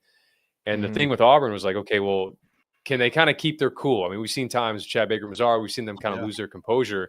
Michigan State will do that to you. I promise you that Michigan State, if out of any team in this tournament, they will do that to you. They got the small guards that get under you. They're pesky. They talk shit. Like, that is what they do. So it's a fascinating path for them, for me. But again, I maintain the fact that like there's no question they can get to San Antonio as well through this bracket. Yeah, like John, it's an interesting discussion because obviously, if you listen, there was an interview that Dan Gavitt did, and this is just a big picture thing. But there's an interview that Dan Gavitt did yesterday, where he basically said all of the top 9 seeds were done yesterday. Like unless there was a bid stolen, nothing was going to change. So you look up, and Michigan wins the Big Ten, and they're a 5. Florida wins the SEC, and like they're still not the number 1 overall seed. Houston wins the Big 12 yesterday. Doesn't really. So I'm like, why are we playing these? If it's big, why are we playing these? Okay, so this is where I'm going to stand on my soapbox. Like, can we get some like hoopers in there, like that's actually played and watch basketball? Like, you know what I'm saying? Like, I know numbers on the paper are a thing, and I know the Torvik and all the. But if you look from an eye test, you got to go Florida, Duke, Auburn. No, Florida, Duke, maybe Houston, Auburn. Like, in my opinion. Now, it doesn't matter. Right, they're all still number 1 seed, so they did get it correct. Right. But like, what goes up must come down. And Auburn I feel like they peaked. They peaked so early. They were so dominant. There was bound to be some type of slippage. Whereas Florida kind of steady, dipped and bobbed and weaved and boom, right? They shot up so dominant for like a month and a half. Yeah, so like when you look at how they were playing. When you look at how Florida was playing, they whooped everybody's ass. They whooped their ass. They did, bro. They whooped everyone's ass that tournament. Like it wasn't even a sweat. Yeah. Like it was light for them. So like, and this is the best conference ever. Like I personally think they should have been number 1 overall. But it is body of work, and Auburn, we can't discount what they did in the beginning of the season, but they're trending down. So it'll be interesting to see. Because basketball is such a rhythm sport, and it's such a confidence sport that when you lose 3 out of 4, I don't care who you are. I don't care if you're Michael Jordan, the most confident player in the world. Like you start to question and you start to kind of lose belief in what you've got going on. And I think that's happened with Auburn, especially the defensive side. The defensive side is why they've been losing. It's been slipped. They've been dropping slowly. So they've got to figure it out. They got to do the old Roy Williams, man. Take the rims off the basket, and we just play defense for the whole practice, So because they have the best offense in the country, give or take. So yeah, let's go back to the region if we can, Dagan, just to kind of talk about some other matchups that aren't involving Auburn. Michigan San Diego was one, guys, that the broadcast there on CBS kind of mentioned. It does feel like San Diego is going to be a popular pick here on the 12-5 line. Mike, any thoughts from you on that 5-12? Yeah, I'm taking Michigan in this game. And the reason why, I know it's easy to sit there and be like, look at the turnovers. Look how many, UC San Diego forces, and look how many, Michigan when they aren't right. And I shouldn't even say when they aren't right. They typically turn it over. It's easy to sit there and say that. I'm not looking at the turnover margin in this game. I'm looking at the rebounding margin, because that's the way that you can level things out with the turnovers. I watched Michigan yesterday live out-rebound Maryland by 29, and they turned it over 19 times. So when you have that type of margin, it doesn't matter. The turnovers don't matter as much. So that game is all about the glass for Michigan. If Michigan owns the glass, Michigan moves on. Yeah. Also here, it was interesting to me, and you could also see it, when they announced it. Pat Kelsey kind of, shot his head back that they were an 8. That surprised me. I don't know. Again, I'm not the bracket guy, but it just felt like you got 4 quad 1 wins. You got you've only lost 2 games in the league. John, were you surprised that Louisville was on that 8-9 line? I was super surprised. Because just how and that's another thing, how they look. They don't look like an 8 or 9. Then again, being in the ACC, like how do you, even Clemson being a 5, like they were 1 game away from winning the ACC. So obviously the committee kind of took the weaker ACC into account. And yeah, Louisville's going to have to see a big boy early, which is unfortunate for them. Yeah. But I think from a bigger picture standpoint, what Pat Kelsey has done to have them back in the tournament, have them in a national conversation, have them, had them in an ACC championship, like it's a win for them. They're going to get healthy. Well, I don't know what the NIL, who's going to be back with that. They're going to get better players. They're going to get more players. So I think the sky's the limit for them. Just if they can win a couple games in this tournament, I think it's great for them. If they lose, I don't think anyone's going to be upset either. So not a lot of pressure on them, which is also scary as well.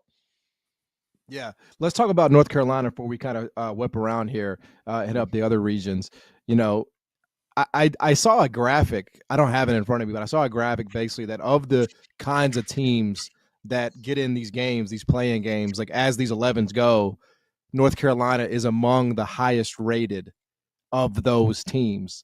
So Henson, are you like, is this going to be a deal where Carolina gets in, that people are going to argue about whether they should have gotten in, and they're going to win on Tuesday, and they're going to try to make a run? Is that what's about to happen for the Tar Heels? I think that people saying that they don't deserve to be in, obviously it's a hot topic. It's trending on Twitter. Everyone has something to say. I think that could be used as fuel, motivation. But when you look at how they've been playing over the last month, they're a tournament team. I know they only have one quad one win, but I think the committee also saw that they didn't shy away from the big boys, and they didn't go 14-0 in the non-conference and then pull a Oklahoma, right, and just get whooped on in the ACC. So, it'll be interesting to see. It's going to be an interesting case study, because if they can win a couple games, everyone's like, okay, whatever. But if they lose, then it's going to be the conversation of, well, should someone else have been in? Maybe West Virginia. So, yeah. They got 2 days? Yeah, they got to probably leave tomorrow. So they'll probably leave tomorrow. They got practice, and it's time to put up or shut up at this point. And I think for the world as a whole, it's going to be an intriguing game to see them play. You're just not used to like Carolina in the first four. Like, that's nasty work. You know what I'm saying? Like, got to tune in the first four to see like a blue blood. Even Texas, like Xavier, like that's going to be a good game too. True TV Tar Heels is what the streets True are saying. TV Tar Heels. I got to get a shirt to make. I got to get a shirt made. I did think that the committee, Mike, sent a message with Carolina getting in and also Memphis's seed of 5. I mean, we spent, the last 2 months kind of assuming Memphis would, and we'll get to them, but they would be a lower seed. And then, North Carolina here was on that cut line, and it just felt like it was a message. If you schedule a tough schedule out of the conference, you're going to get the benefit of the doubt if you're on that line against a team that maybe didn't. And if you're a team like Memphis that played a tough one, you're going to get rewarded if you win those games. I thought that was definitely a big message they sent today. Well, it all ties back to the net, and that's a big component of it. I mean, with North Carolina specifically, and I'll touch on this really quick. I mean, lost by 3 to Kansas, 3 to Michigan State in overtime, and was really a 1-possession game towards the end against Florida. If they get 2 of those 3, probably actually maybe take out Kansas. If they get the Michigan State or Florida game or both, are they like 3 seed lines higher? Yeah. And that's a difference of 6 points, 7 points. So I think that, you don't want to reward almost, but right. I just think all of us are probably surprised that they pretty much got blanked in those quad 1 opportunities, like Q1A opportunities that they had early in the season, because just a couple of those would change this drastically. And they were close in those games. Yep, absolutely. All right, let's switch some gears here. Let's go to the East Region. Let's go to the East Region of the tournament, where, of course, the number 1 seed is Duke. Here we go. It's like we're traveling, man. We're traveling around this thing. Duke's the 1 line here. People have said, and I understand it, right? Because you look at the 8-9 game, Mississippi State has definitely faded down the stretch. Baylor's got a ton of injury concerns. People have said, man, what an easy path for the Blue Devils, John Henson. Do you concur? Did they get the easiest path in this tournament? Yeah. So I guess, they were like, all right, we don't give you number 1 overall, but we'll look out for you boys. I think for me, I'm handicapped until I can see how Cooper Flagg looks. Unfortunately, we're not going to be able to see it. They're going to probably be hiding him, and he's going to be veiled under mystery. But yeah, you look at who they like. I like Liberty or even Akron are 2 teams I can see like maybe winning a game, and then you got BYU. Like this is a path that if Cooper Flagg isn't healthy by the time he actually needs to get out there and do what he does, they'll be in a good spot. Yeah, I mean, I just think other than Alabama, the rest of this is unserious. Yes, I mean, it just is. Like Wisconsin, Wisconsin, like maybe Wisconsin, but like I don't know, like this Wisconsin, like I mean, I can see Vanderbilt like doing something. Like I love Vanderbilt and St. Mary's. Like I love that. Like live dog. I don't know what the line will be. It's I think it's 4.5. St. Mary's minus 4.5. Yeah. Vanderbilt money line. Book it. Vanderbilt. Book this it. Feels like a horrible match. This feels like a horrible matchup for Vanderbilt, bro. I just know that Vanderbilt's feisty. They're feisty. I've only made one bet on the tournament so far, and it's not. We haven't covered the region yet. So and it's not Memphis. So we'll get to that. Mike, I've kind of asked your big picture views here. When you look at this region, what jumps out at you? I mean, certainly Duke's path. I think, again, that contributes heavily to the health of Cooper Flagg, like we talked about. But as far as how does Grant Nelson look for Alabama? It sounds like it's not serious at the moment, but we know how big of a fixture he is for them as well. How does that shake up the bottom part of that bracket if for whatever reason he can't go or re-aggravate something? And as far as I know, there's some trendy upset picks on this side of the bracket. I do have Liberty knocking off Oregon. I just think the way Liberty tries to kind of pull you into the mud and they play a low possession game and the peaks that we saw with Oregon on this 8-game winning streak and even out in Vegas for the Players era was them, turning defense into offense, getting out in transition, turning you over. And, Liberty's a team that sends 4 back most times, sometimes sends 5 back on the glass. And so transition defense, they're not going to allow Oregon to get out and run like that. They're going to keep that game in the half court. And my other one is VCU over BYU.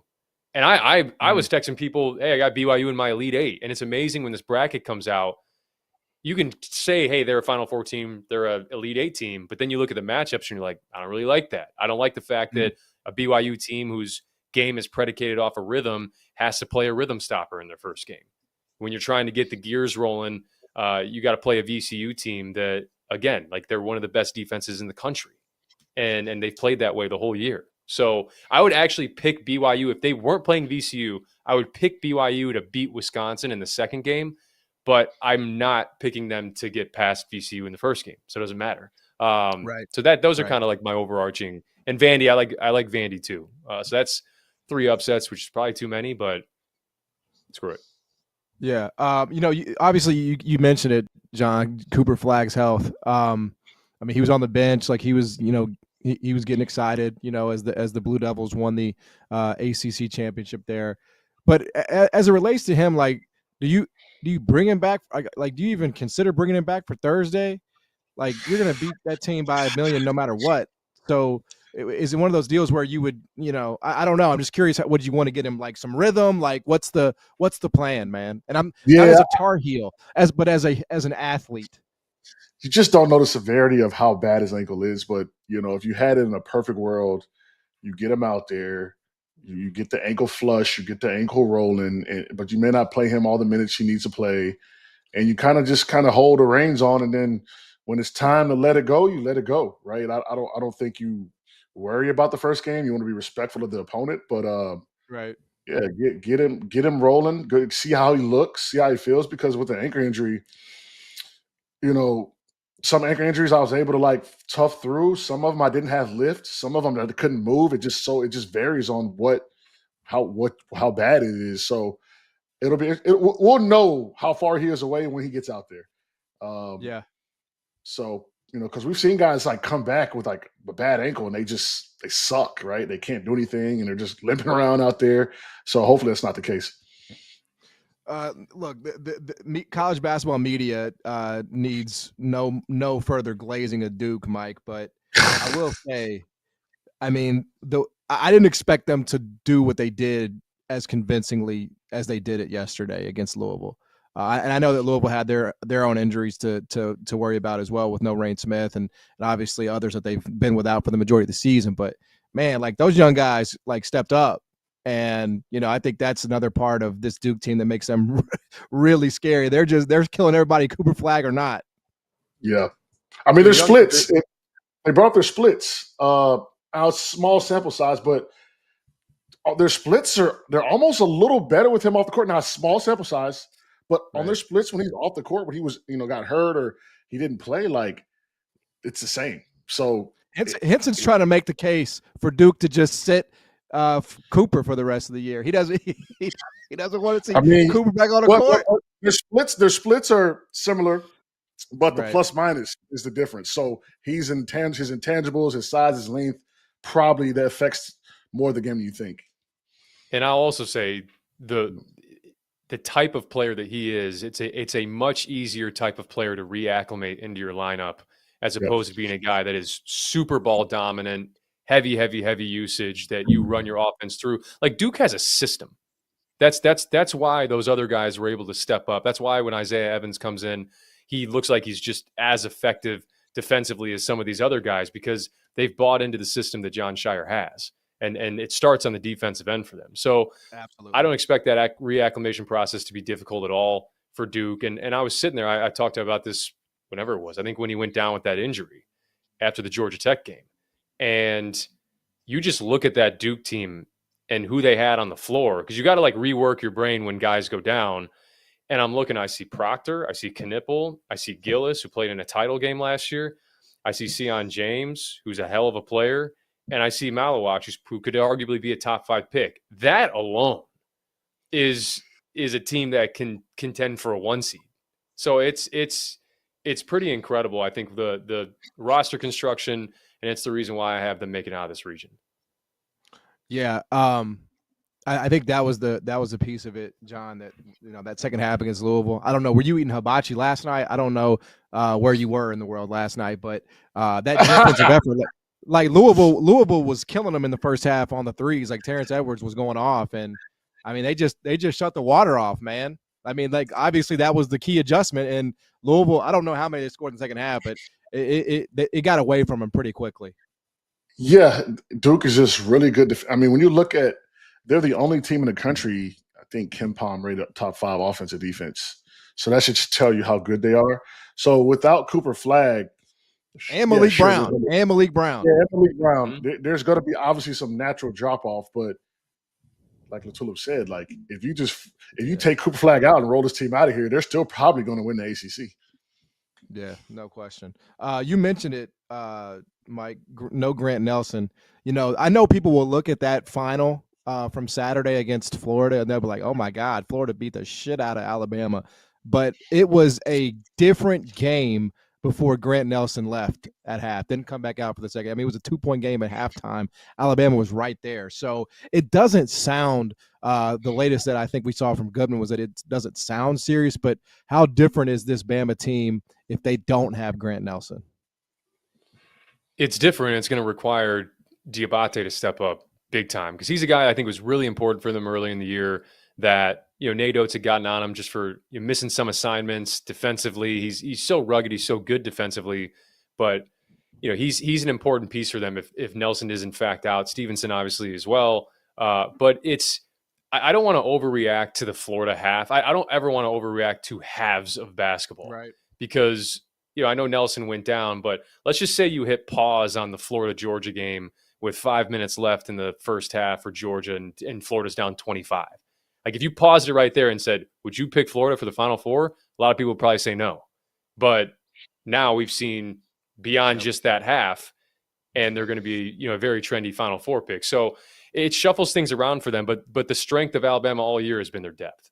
It has. So now it's prove it time. If Nelson is going to miss time, can that depth step up and be effective and help them get through these early rounds where, the St. Mary's game, if St. Mary's does knock off Vanderbilt, that's going to be a different looking game for Alabama. That is going to be they're going to try to make that as low possession as possible. So, and then Wisconsin and BYU, if they end up moving on, that's a little bit more Alabama speed. So can you make it through these early rounds and give yourself a chance to get him healthy? Hey, I haven't bet it yet, but as we're about to get a break, give me Montana plus. Give me Montana, not against not money line. Give me the points with Montana. All right, they're different. they're a good ass team, man. And I think Wisconsin's. I know. Obviously, they got to the Big Ten title game, but there's some elevation now. Long week. Montana's had the rest advantage. Man, give me the 17.5 with the Grizz Nation over here. Yeah, Y'all find out. Y'all like that find out. 17. Wisconsin's kind of fugazi, man. That's how I feel about them. So I think They Montana's don't going to call keep them the best team in the Big Ten. So does that mean Michigan State's fugazi too? Well, no. First of all, he was being kind. He's being a nice guy. I would say that too. I would say like if I like beat the shit out of a team, I'd be like, man, that's the best team in our league, no doubt about it, man. they're so good. But no, I like the points there. All right, listen, we're gonna come back. We got 2 more regions to break down. Then we'll do Final Four picks as well here on the Selection Show. Stick around. Now is your chance to prove you're smarter than the field of 68. We're hosting a Survivor contest with our partner Splash Sports. There's a $25 entry fee, a 25 entry max in the contest, and more than 1,700 spots available, which means there's a $40,000 max prize for the winner. Survivor is the future of March Madness. Each day you pick a team to win. If they win, you advance. We'll also be running a free-to-enter bracket contest as well as a second chance Survivor in the Sweet 16. So prove you know more ball than the field of 68 on Splash Sports. If you haven't heard by now, we have partnered with BetMGM for the season. We'll be using BetMGM lines to make all of our picks, and we'll have special offers for the listeners and the viewers. Download the BetMGM app and sign up using the bonus code FIELD. Deposit at least $10 and place your first wager on any game, and you'll receive up to $1,500 in bonus bets. Go download the BetMGM app and use the code FIELD today. Now is your chance to prove you're smarter than the field of 68. We're hosting a Survivor contest with our partner Splash Sports. There's a $25 entry fee, a 25 entry max in the contest, and more than 1,700 spots available, which means there's a $40,000 max prize for the winner. Survivor is the future of March Madness. Each day you pick a team to win. If they win, you advance. We'll also be running a free-to-enter bracket contest as well as a second chance Survivor in the Sweet 16. So prove you know more ball than the field of 68 on Splash Sports. I have been looking for the best deal on March Madness tickets, which is why I want to give the sponsor of today's show, SeatGeek, a huge shout out. SeatGeek is the #1 rated ticketing app with over 28 million downloads and more than 70,000 events available. Now that March Madness is here, SeatGeek has your back. Each ticket is rated so you know if it's a good deal with that little green dot, and it's backed by a buyer guarantee. You can get 10% off your next set of tickets at SeatGeek with code FIELD68. That's code FIELD68. Welcome back to the Selection Sunday show here on Field of 68, presented by SeatGeek, BetMGM. I'm John Martin, joined tonight by Mike LaTulip and John Henson, who was just he's having a great day. I don't know how would this day compare to your playing days at Carolina? Like, is this like second, third, all like just to make the field, man? You know what I mean? I'm just happy for those guys because I don't remember much about college as far as the games, specific games I do, but like the tournament is something that just an experience that it's just unrivaled. Like I missed it my freshman year. And so just the traveling and the practices and the preparation and the hype and get to practice in front of your friends or your fans. So like, I'm just happy that the guys get to experience that, especially RJ in his last year. So I'm more so happy for them as young men to be able to finish off their careers, some of them, in the NCAA tournament, whether it's one game or two games, just to have a chance, it means a lot. Absolutely. All right, we got a couple other regions to break down. Let's go to the Midwest here. We'll save the West, which I think is the best, for last. We're going to the Midwest here. Houston is obviously the 1 seed.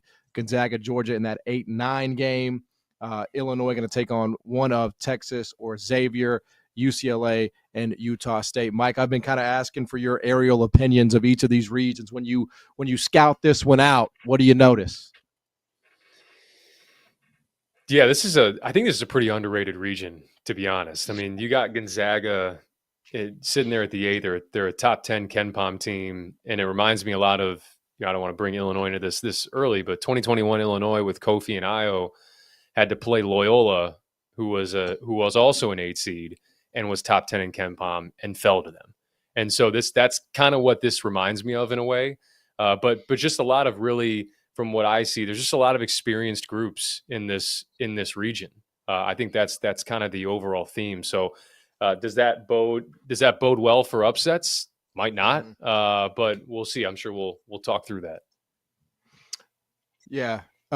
John, what do you think of this Gonzaga team? I mean, it's been one of those, obviously they did get their revenge on St. Mary's in the WCC title game, but underwhelming in some ways, you would say.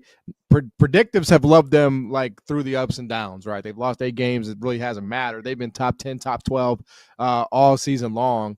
We're not used to Gonzaga being in this spot as an 8. Are they one of those 8s that you feel could beat a 1? Or have they earned this 8 and they're going to get handled? Like, how do you see a potential Houston Gonzaga matchup going? I could see it being a really tough game for Houston. The metrics obviously rate Gonzaga pretty high, and Gonzaga hasn't had to have much. They don't have much wear and tear on them, right, from their conference season. I mean, it's not like they're just going up against these like dogs every night, right? These big time schools. So that could be a tricky game for Houston. I'll say this to the day I die. We were number 1 over our seed, I think, the 3rd year. Maybe we were 1 or 2 my 2nd year. But that second game of the first weekend, by far, was the scariest game for us. Like, from a standpoint of the game and a standpoint of the team, right? Like, because those teams are they have such a high variance, right? Like Georgia, no question. Like Georgia could beat Alabama, right? Like they could beat Alabama, but they also could lose by 30 to Vanderbilt. So they also beat Florida. I mean, they're one of the few, that have done it. Those type teams scare you. Like when we had to play like Isaiah Thomas and Terrence Ross, and we only won by 4 points. And I think the next year we had to play Creighton with McDermott. We pulled away late, but like I know you guys remember that Creighton team. Like that was not a team that you really wanted to see as a number 1 seed second game. So it could get tricky. That's gonna be a fun game if it gets to that point. The other thing I'll add too is the 8-9, and this is how I've always historically looked at this. It's one of 2 things. It's either a super talented team that has underachieved a little bit, or it's a team that's absolutely surging. It's usually one of those 2. And so, like, either way you slice it for these 1 seeds, you got your work cut out for you in a round of 32. I think I think Gonzaga handles Georgia. I do believe they get that done. But if you're going to give me, and I think you're right, John, the predictives are going to have that very closer than we probably expect. And I'm absolutely going to be betting a large amount on Houston. I think what works against Gonzaga in that 8-9 game, the 1-8 game that you're talking about, is their brand, right? Like they're not sneaking up on anybody. It's typically going to be, Mississippi State, I could see them giving, Houston a little bit of a hard time or one just generally, right? Just because they're not perceived. But like you can sell this as we're playing a blue blood here, Yeah. So whatever I just don't think you're going to catch Houston off guard generally. So I think it kind of works against them because they're a high profile team in that game. So I kind of think everybody will be on high alert there. All right, let's pull it back up, Dag, in this region if we can. There are a few more games I wanted to hit on before we got to the West region. Texas gets in. I think that was maybe I don't know if it was a surprise. It felt like because after they beat A&M, they probably would be in with the respect that the SEC got. Before we get to the Illinois preview, Mike, Texas Xavier, any thoughts on who comes out of that one? Yeah, I've been banging the Xavier drum for about 2.5 months now. I thought they were a tournament team back in late December, and I would take Xavier in this game. I mean, they're one of the most experienced teams in college basketball, and there's not really much more I can say about it. I think Xavier advances, and I think that's the end of the season for the Longhorns. Yeah, and so that would get you Illinois here, and they are playing better basketball. So is this the moment now? They got a 6. That's better than it looked a month ago. What their path here. I mean, you're getting a banged up Kentucky team. If you win that one, most likely you got a chance here to make a run if you're Illinois, Mike. No, I think the common theme it felt like from the Illinois fan base was try to get a 6 and see if you can match up with Kentucky at the 3 spot. And yeah, I mean, again, I talked about Xavier. Xavier's one of the most experienced teams. Illinois is not one of the most experienced teams. There's going to be a lot of guys for Illinois that are going to be playing in their first NCAA tournament. But again, we've seen the peaks. We have, and not many outcomes would surprise me with this Illinois team. If you talked about them making a second weekend, or if you talked about them falling to, in their first game, I think everything is on the table for this team. It's just, it depends on how they can get their footing to start the game. Because I think that tends to really dictate, I think, their confidence at times, and especially on the defensive end. And if they can get that right, sure. I mean, you go into that Kentucky game and you let it rip. I mean, it should be a really good crowd. I mean, Illinois fans don't have to go far. You're in Milwaukee, and if you make it to a Sweet 16, you're going to Indy. So it's set up nicely for the Illini. Yeah, I was in Nashville, and I got a chance to watch Alabama, Kentucky, and man, Kentucky really scares me. Like I know they're a good team, believe me, but they're hurting right now, man. They're hurting. The injuries are piling up on them, and they scare me. They feel like a team that would go down, in a 6-3 matchup. John, when you look at this region, let's pull it up again today, because I'm gonna ask this question to John. When you look at this region, which is it Kentucky as a top 3, top 4 type seed that you feel like could have an early exit? Like who you think is vulnerable, in the top 4 here? Well, when you look like at that bottom half, like, you see Kentucky kind of vulnerable.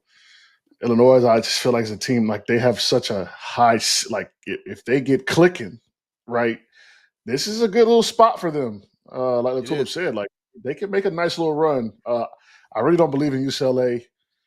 Coach Cronin is going to probably yell at them, to the point where they just want to go home. So I like Tennessee or Illinois to kind of run through this part of it. Like you said, Kentucky's limping, they're leaking oil. UCLA, I don't really, we're not talking about Tennessee. This is a nice little path. You know what I'm saying? Yeah. To kind of, Mm-hmm. at least They do. Like, yeah, I did see a sentiment like the committee just handed Tennessee an Elite Eight. I don't think I believe that, but I do think they probably. No, I mean, Kentucky, Kentucky can very well put up a fight here and make it out of this bottom pod. That wouldn't surprise me at all. I mean, Illinois or Kentucky wouldn't surprise me. I mean, Illinois, lost on a buzzer beater to Tennessee earlier this year. The one thing with Illinois as well is you play a team that is already have a game under their belt, that already has a win under their belt. That's huge. But as I look at the rest of the region too, it's just like I think Clemson's being slept on at this point. It wouldn't surprise me at all to see Clemson make it back to an Elite Eight. We talk about experience. I mean, this is one of the most experienced teams in college basketball. And then, the 4-13 game, that's going to be a trendy upset pick. I guarantee it, with High Point and Purdue.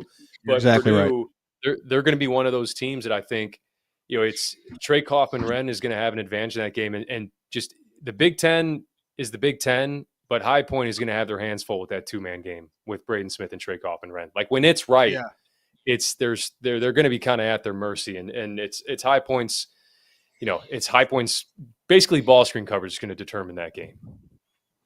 Yeah, I agree with you on Clemson. I think the only I've got an 80-1 future on them, but the only pause I have now is that they lost Dylan Hunter in this stupid ass conference tournament. You're losing for the year, and I know he's not their leading scorer by any stretch of the imagination, but like you could just kind of tell how sad Brad Brownell was about it, and like that scares me. Like when a guy is just clearly despondent about losing a player, like that's the that ain't good. That ain't good.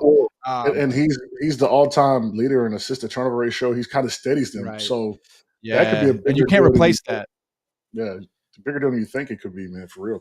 I mean, they can win. They're obviously a big favorite against McNeese State, and they're big, so that will help them. But I don't know. I just think, unfortunately, I think that helps them I think that helps them against Purdue too. I mean, those are with Locken and Shefflin. Like you have multiple guys you can throw at Trey Kaufman-Renn as well. Yeah. So, and I like Jaden Zachary on Braden Smith. I mean, there's a lot that you can do there. So you get to a Sweet 16, and then now you let Houston and Gonzaga just fight. Like, hey, tire each other out, man, and then try to take a crack at it to get to another Elite Eight.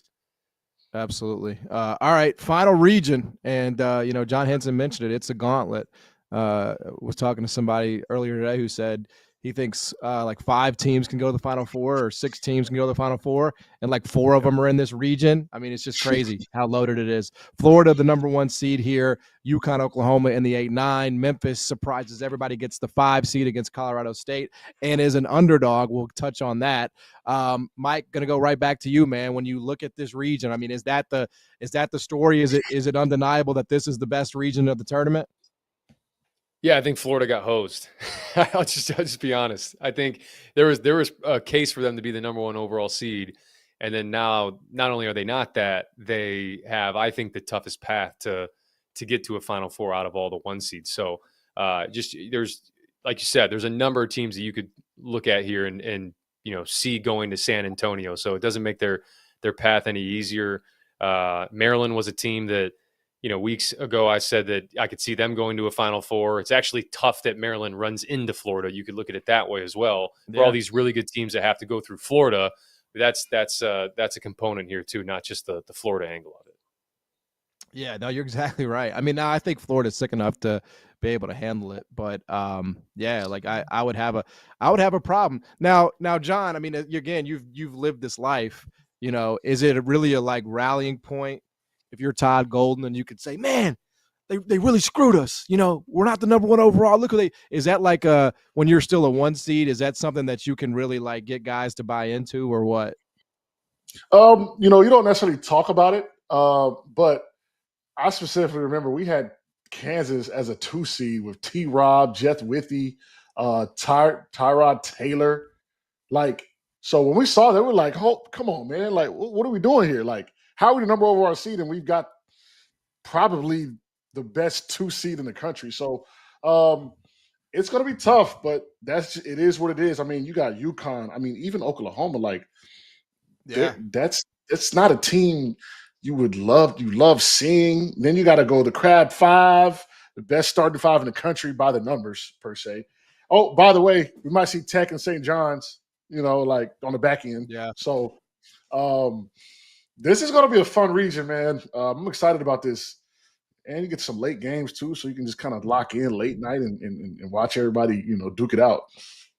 No doubt. And another one we didn't even mention, Arkansas, Kansas, that's 7-10. I mean, that is as good as it gets. Let's talk about the top of these seeds. Obviously, Florida, they have shown you they have been playing as probably, better than anybody, honestly, over the last 3 weeks of the season on the whole. St. John's is in that mix too, though, Mike. And they, win the Big East championship, obviously, this week.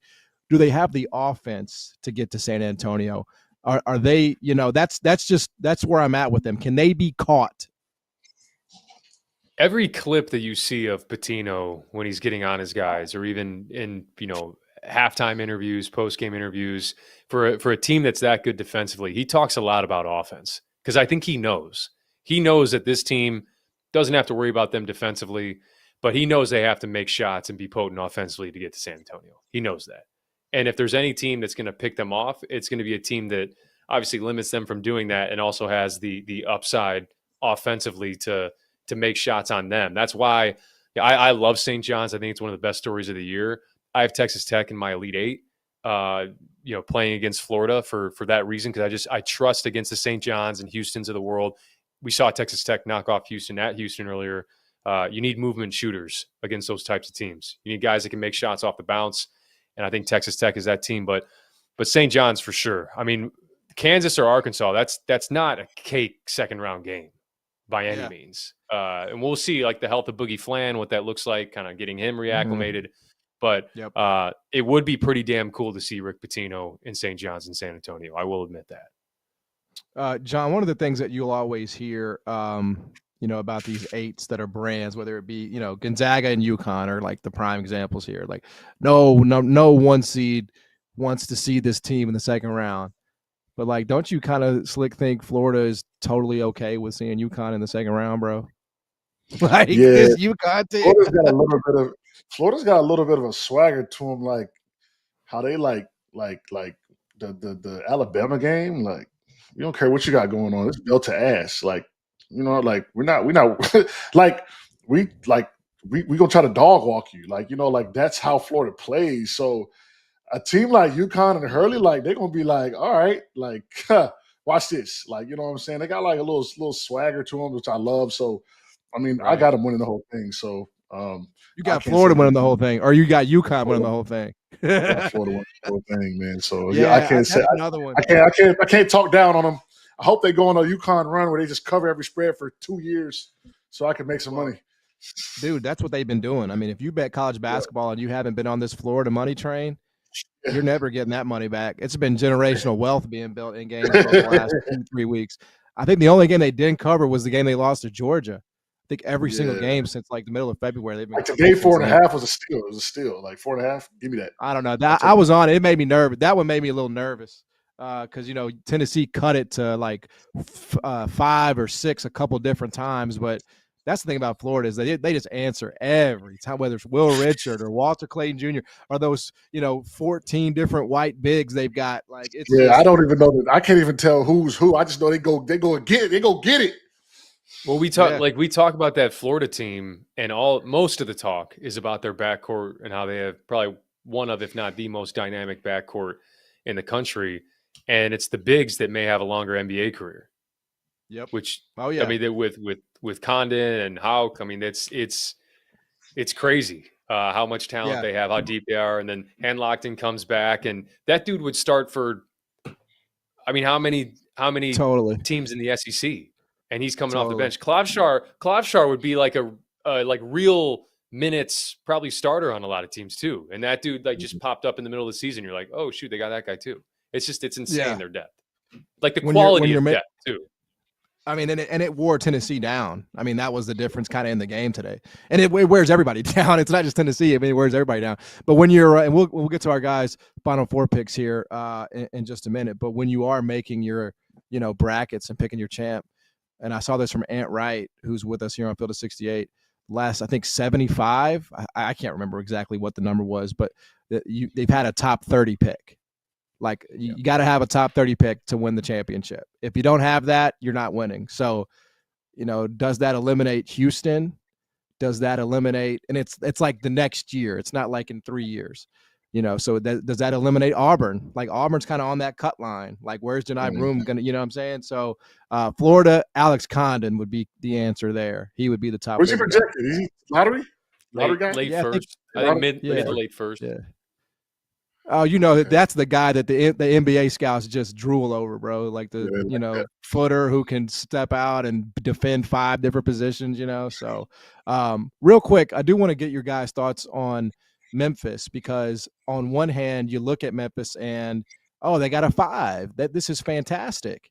Memphis got rewarded for playing their and winning in the non-conference schedule, but they drew Colorado State, who, according to Torvik, has been the 8th best team in the country since a month ago today. So, Mike, I would ask you, was Memphis really rewarded with this draw? I don't think they were, to be honest. I don't think they were. I think for Memphis, it's tough because the Tyrese Hunter injury, I think, changes the calculus a little bit here. It's a killer, bro. It's a killer. Has to be factored in. It has to be factored in because, and then just for how good PJ Haggerty has been, to be able to come into this 5-12 matchup and for at least to be a debate with how good Nick Clifford's been playing. It's a debate who's got the best player on the floor. That's what I worry about as well. I think. Who's the X factor in this game, John? You probably can read my mind. Who's the X factor in this game for Memphis? It's got to be though. And I don't even know if he's an X factor anymore. He's like number 1 now, but Dane Danger. Yeah, it's Dane Danger. Man, yeah, Dane Danger has a chance. If they're going to advance in this game, it has to be a big Dane Danger game. Just has to. Can Dane Danger have a big game against Colorado State? I think he can. I mean, we've just seen over the years. I mean, I watched him at Illinois, and he had big games against high major teams. But the second you dip down to mid-major plus, you saw it all year in the American. The second you dip down to mid-major plus, he becomes an absolute problem. Yeah, problem. Yeah, and even in the Mountain West, he would have been one of the best bigs in the Mountain West.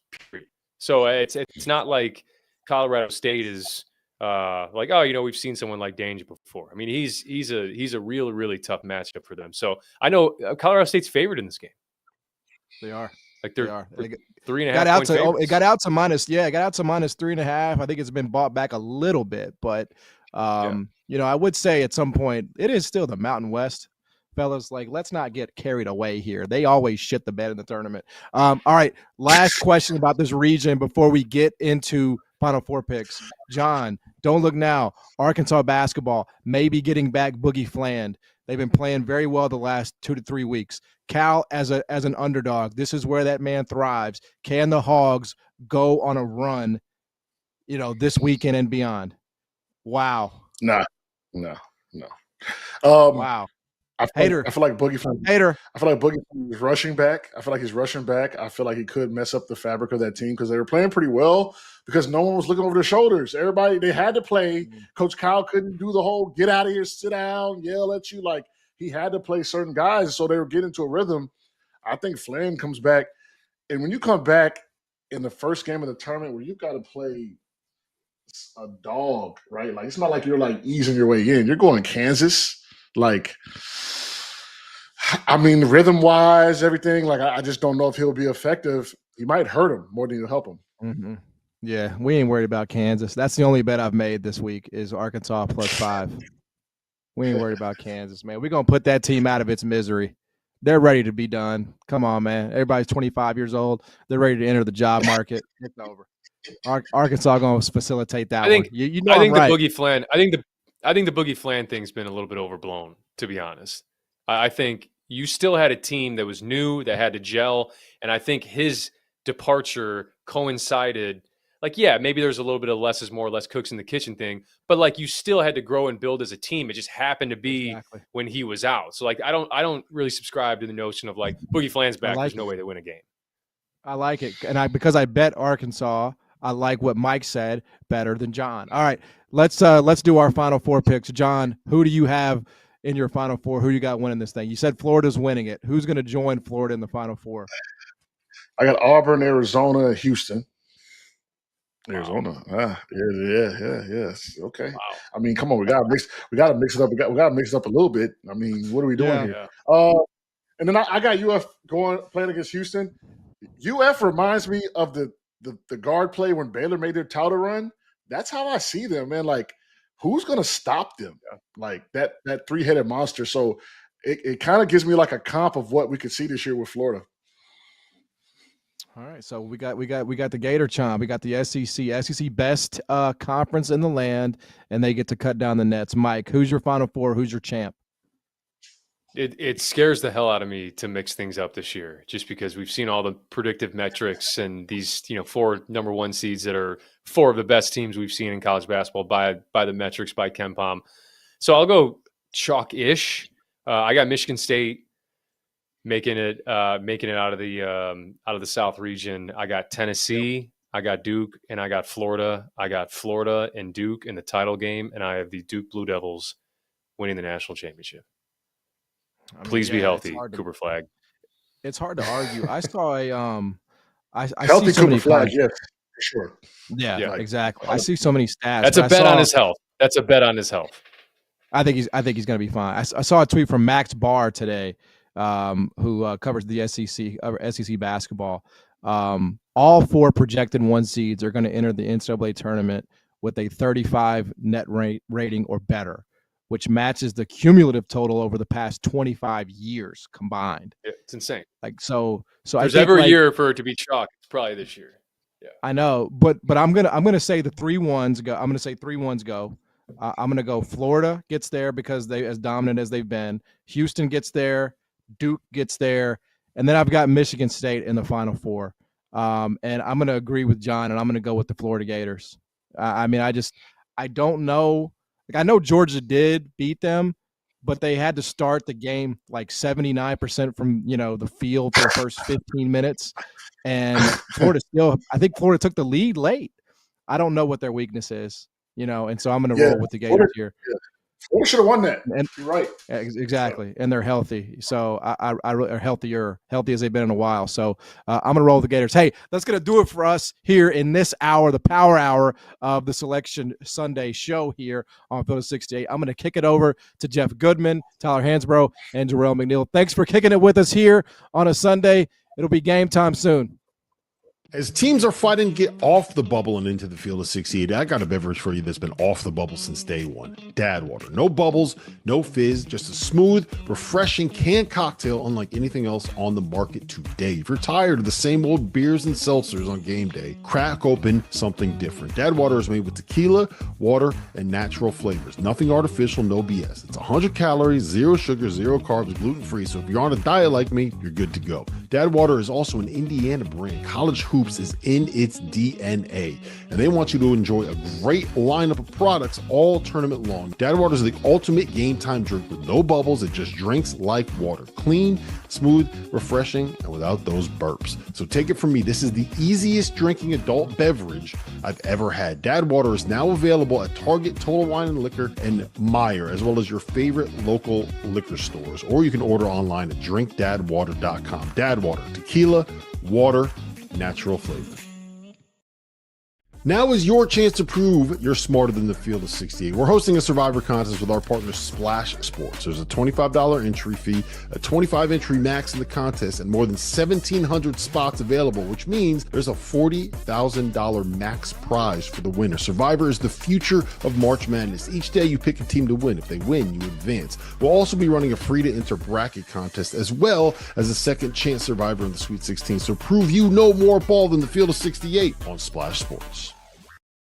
I have been looking for the best deal on March Madness tickets, which is why I'm going to give the sponsor of today's show, SeatGeek, a huge shout out. SeatGeek is the #1 rated ticketing app with over 28 million downloads and more than 70,000 events available. Now that March Madness is here, SeatGeek has your back. Each ticket is rated so you know if it's a good deal with that little green dot, and it's backed by a buyer guarantee. You can get 10% off your next set of tickets at SeatGeek with code FIELD of68. That's code FIELD of 68. I want my home to feel like my home. So whether I'm looking for big furniture, just a small piece for my place, or maybe some storage solutions for the basement or the garage, the answer is Wayfair. Seriously, I needed a new patio set and fire pit for my backyard. I bought it on Wayfair. It looks great on our deck, and it gives me an excuse to fire up the smoker, invite some friends over, crack a couple beers. Just last week, I bought a new chair for my office, someplace comfortable to sit while the madness takes up the 4 screens in front of me. I got it on Wayfair, clicked a few buttons. A couple days later, it showed up at my front door. They even offered to help set it up for you. Digging through online stores can be intimidating. Trust me, I know. It can be hard to find what you're looking for in your price range, but not on Wayfair. They have great options, even if you are balling on a budget like me. Wayfair has every style for every home, including mine and yours. So head to wayfair.com and shop everything home. That's WAYFAIR.com. Wayfair, every style, every home. College basketball fans, are you ready to take your hoops game to a new level? Whether you're a seasoned bettor or just trying to win your March Madness office pool, Rhythm is here to give you the edge this season. With data-driven predictions for every single college basketball game left on the schedule, Rhythm helps you maximize your bets. And as March Madness kicks off, Rhythm's insights will help you spot those plucky Cinderellas that you know are going to shake up the NCAA tournament. But that's not all. When Selection Sunday rolls around, let Rhythm's AI-powered bracket generator do the heavy lifting for you. This is the same AI tool that performed 35% better than the average ESPN bracket last year. And here's the best part. Rhythm pairs perfectly with our Field of 68 expert analysis, giving you the 1-2 punch that you need for the rest of the college basketball season. So don't wait. Download Rhythm today and get ready to see college basketball and your betting results in a whole new light. If you haven't heard by now, we have partnered with BetMGM for the season. We'll be using BetMGM lines to make all of our picks, and we'll have special offers for the listeners and the viewers. Download the BetMGM app and sign up using the bonus code FIELD. Deposit at least $10 and place your first wager on any game, and you'll receive up to $1,500 in bonus bets. Go download the BetMGM app and use the code FIELD today. All right, welcome back. Another hour of the Field of 68 bracket show is upon us, and we are joined by a stellar cast here. I don't know who's the most famous of this group. It certainly ain't me. We got none other than Tyler Hansbrough. We got Jarrell McNeil, and we got Bruce Pearl starting out the hour. So appreciate it, guys. Bruce, I think you're looking down at maybe some Alabama State and St. Francis info right now. Is that what you're peeking down at? No, because we don't know who we're playing. So right now we're looking at Louisville and Creighton just for today, maybe a little bit in the morning. And then we got time to get ready for Alabama State and St. Francis.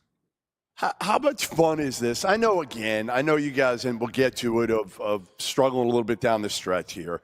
But how much fun is it, Bruce, what you've been able to do this year? Because it wasn't expected. You knew you'd be good, but nobody knew you'd be this good this year. And at this point in your career, with all the other crap that's going on in college basketball that people love to talk about, you have one hell of a year. Up until maybe the last week or two, it wasn't as good. Yeah, well, you're right. Absolutely right. We lost to Tennessee, and they're a 2 seed. We lost to Alabama, and they're a 2 seed. And we lost at Texas A&M, and they're a 4 seed. I mean, so we lost to 3 good teams. But after we clinched, the SEC championship. But you're right. I think we've lost a little bit of our mojo. We're not making shots quite like we were. We're not controlling games like we did a little bit early in the season. We obviously have got to get that back. So I'm definitely going to own it. But we played 23 of our 33 games against this field. We played against every 1 seed. That's crazy. I think the 2 teams in the country that you really didn't expect to be on the 1 line, or even the 2 line, or even maybe the 3 or 4 line is us in Florida, right? I mean, Florida wasn't picked to be a top 10 team. We were picked, a 20? Something like that. So, yes, we're very, very pleased to be in the position that we're in, and we hope we can take full advantage of it. Coach, I had a question actually about your schedule. You guys have played probably the toughest schedule in college basketball, and obviously the SEC is what it is this year. How do you think that type of schedule prepares a team just for the tournament? Well, Tyler, before I get to that answer, you and I have got some history together. Do you remember the history that you and I share? You're gonna have to. All right, it's okay. Not. It's okay. No, I'm gonna tell you what we share, because it was a big deal for me, but it wasn't a big deal for you because you had no idea who I was. The year that you were the National Player of the Year, whether it was Naismith or Wooden, I was lucky enough to be the Tennessee coach. And I believe I was the National Coach of the Year that year, too. Was that 2005, or what year was that? That was 2009. And now that you say that, I absolutely remember that. Yes. Oh, yeah. I remember that. All right. Well, I was so honored to be – I have a picture with the 2 of us at that award, and that was a big deal for me. Hey, Bruce, you made such a big impact on Tyler that he doesn't even remember. He said he remembers. He's got a chance to be National Coach of the Year again this year. So maybe it's every time I see you, you're just getting the award.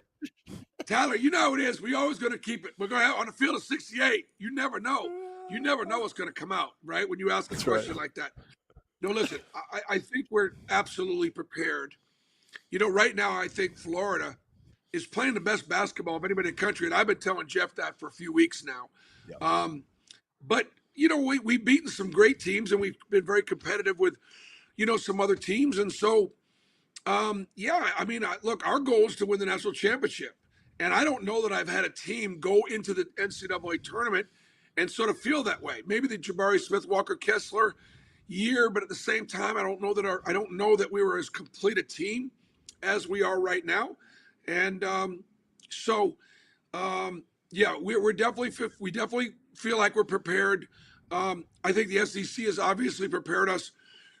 We'll be favored in the first game against a very athletic, hard-playing Alabama State team, or a St. Francis team that runs really good stuff and everything. But then, Creighton or Louisville, they finished second in the Big East, or at least right there in the tournament. And, we all know what great job McDermott does, and they got great size. And then Pat Kelsey is absolutely a Coach of the Year candidate with the turnaround that they've had at Louisville, and they finished second or third in the ACC. I mean, I think Louisville's like ranked, what are they, 13th or 14th in the AP? And so to be an 8 seed, that's not an easy draw, but the 8-9 never is. That's right. Coach, how you doing? I just wanted to jump in, and first of all, I'll say this since you jumped to the history bit. I'm sure you probably remember Tyler. I wasn't as good of a player, but I definitely remember you from the UWM days. We had a couple conversations late in the game about my recruiting before I decided to go to Marquette. So I just throw that out there. So you may not remember that. Yeah, another great that player. Another great player. Another great player I didn't get. It's a story of my life. Don't worry, you got your fair share after that, Coach. But no, I just wanted to ask you. Just about, and I see, obviously we see and we know the state of college basketball has changed a little bit, but just having such a team, not only with a great players and great experience, but just older guys with this specific team this year. Just talk a little bit about how that'll help you just with the layout of the tournament. And for the people who don't know, you got 2 games in a week. You go back home, and hopefully, if you keep winning, back on to a new location the next weekend. Yep. Well, Jarrell, a couple things there. First of all, of all the 1 seeds, or even maybe the 1s and 2s, we probably have the fewest number of 5-star high school kids in the field. Right now, the only 5-star we have is Todd Pettifor, who's a freshman. The rest of our guys were mid-major guys, junior college guys, Division II guys that were humble and hungry and have developed into great players as they did get older. So that makes us a little different. A lot of teams have gotten older. We're one of them.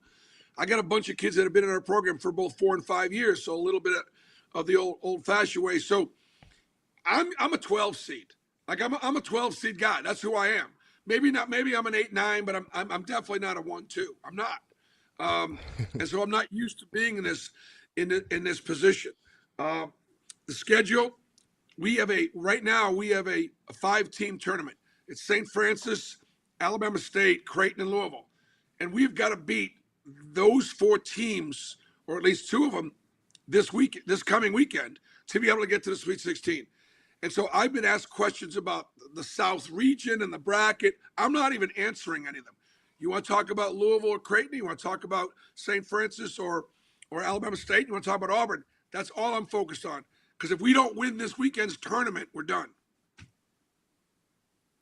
All right. So, I always keep it real with you. And my one thing with watching you over the last week or two, you give so much freedom to your players, and your players have a blast. I sat down with them a few weeks ago. I'm telling you, it's the best interview I've done in 10 years, Bruce. Sat down with you first, and then Tahad, Janai, and Miles. It was the best, most fun I've had doing an interview in 10 years. I mean, Tahad's ripping on Janai. Miles is ripping on Janai. Like, it was a blast. And then they can flip it and get serious. Yeah. So your team has fun on the court. They talk some shit. We know that. They have some fun. Do you think at any point maybe they have too much fun at times? And have you thought about, hey, guys, I got to have a conversation with these guys going to the NCAA tournament. All right, enough. It's all business now. No more talking. You can have fun, but like there's a right time for that. Now it's time to flip the switch. Yeah, no, we actually had that talk tonight. We really, truly did. But we're not going to stop having fun. They're kids. This is their one shining moment opportunity. And Tom Davis taught me this a long time ago. He wanted me to coach the way he coached, but to be myself. And I want my players to play the way we want to play, but I want them to be themselves. And so, look, I love the fact that those guys have fun with each other. They cut up a little bit. But Jeff, the one thing about them that they're I got some competitive kids. These guys hate to lose, they love to win. And so as long as we stay competitive, we can continue to have fun. And so there's a fine line between passion and joy and being unsportsmanlike. And I think we walk that. I think we walk that walk. I think we walk that walk all the time. And I just love letting my kids kind of be themselves. No, you listen. Again, I think that's something that makes you guys really good this year. It's that combination where, again, they have fun. You can tell. I mean, the chemistry with your group, that's hard to replicate. What's been the biggest thing? I'll leave you on this. What has been the biggest issue? And again, I know you played great teams, but you beat great teams all year. What has been the biggest issue over the last couple of weeks that you need to rectify before you get to the tournament here? Well, I would say the consistency of our defense, defending without fouling, which we've just fouled too much. And there's an art to defending physically without fouling. And boy, you better have that figured out come tournament time, because you're going to get different officials that don't know you, and you know, who knows. So and I think the last thing would be, you know, when you play Tennessee or you play Florida or you play Texas A&M and Duke, we've lost those 4 games. Those are some of the biggest, most athletic, the most physical teams. And so when we continue to advance in a tournament, we're playing bigger, stronger, more physical teams. We've got to be able to play through all that contact and find a way. And that would be, I think, our greatest challenge. All right, Bruce. Appreciate it. Get down to work. I don't know what you got going on tonight. Get a good night's sleep, because you're going to need it for the next few weeks. And hopefully we'll see you in San Antonio. And hell of a season, though. Hell of a season. And we appreciate what you've done for the Field of 68, coming on, calling, wanting to come on. We appreciate it. Yeah, you know, I've worked hard for the Field of 68 when I've done a couple of interviews from my car. That's commitment right there. This backdrop looks strange to me. We've never done one. Yeah, we've never done one actually with you not driving. I'm a multitasker. Tonight, I'm not driving tonight. I'm working. All right, be well. Thanks, Bruce. We'll talk to you soon. Thanks, Coach. All right, there you have it. Auburn head coach Bruce Pearl, Field of 68. I don't know if we're calling this after dark now. It's getting late, but Tyler Hansbrough, Jarrell McNeil, I think this is hour like 4 or 5. I can't even keep track at this point, but we cover it like nobody else covers it. We know that. Field of 68, we've been on it all year. We're on it tonight, and we've got 2 of the best on right now with me. And I'm going to start because I have to. I have Tyler Hansbrough here now. And there was a team that made the field tonight that I can't buy into. I just can't buy into it. They were 1-12 in quad 1 games. The one win was back in December against a UCLA team that's okay on a neutral court.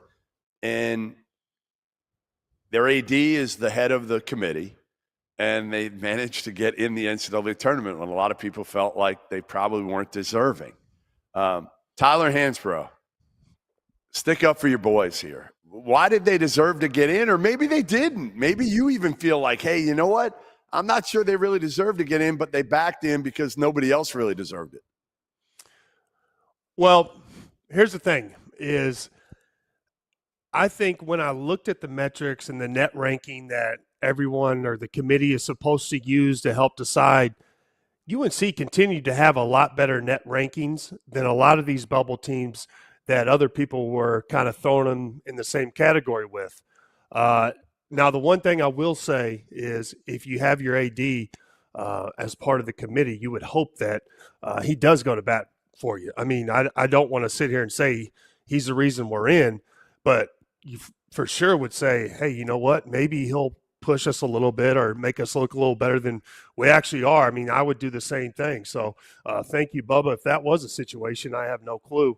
But I will say this team, after the Clemson loss at Clemson, where we got absolutely annihilated,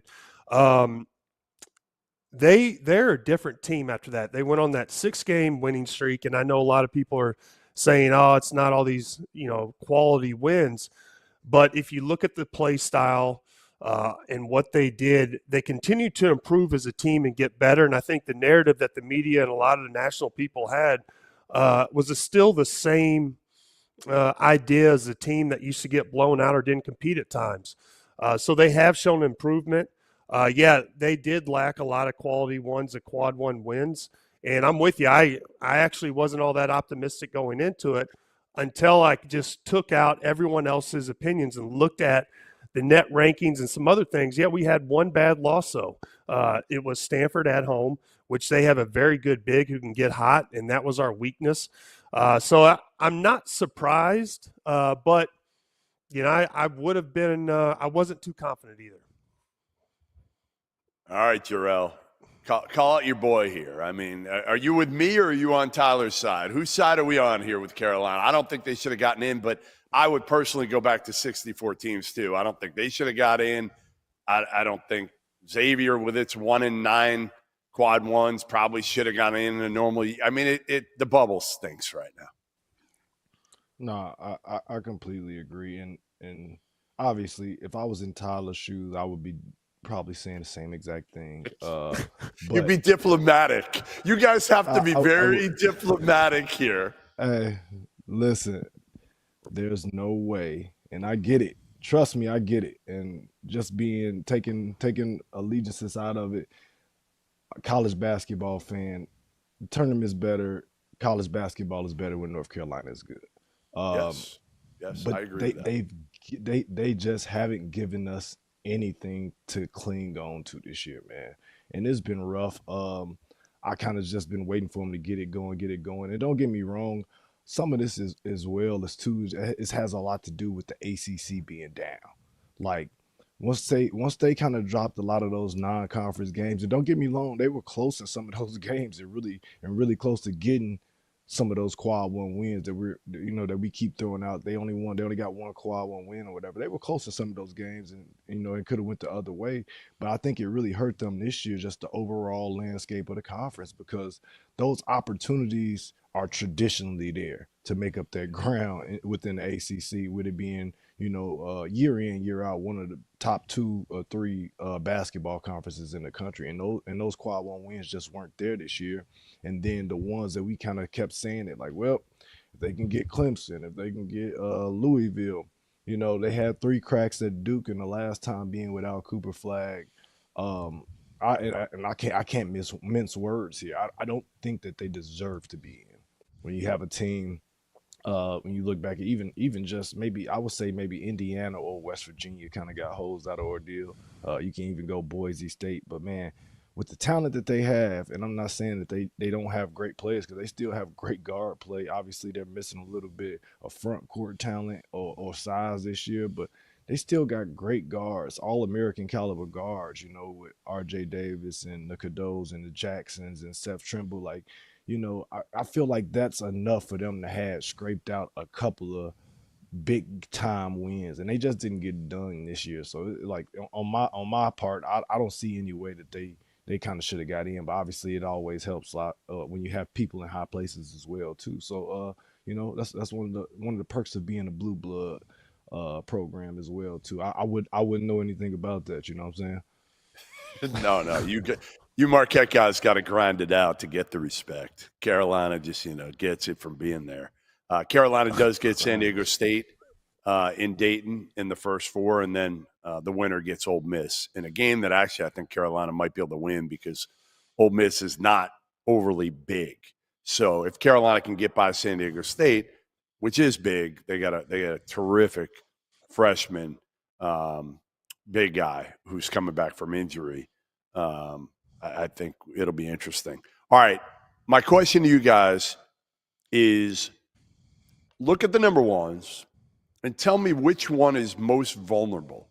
Tyler, which number 1 seed do you think goes down first, if any? I'm hoping you're not picking chalk to go to the Final Four. Which one's the most vulnerable?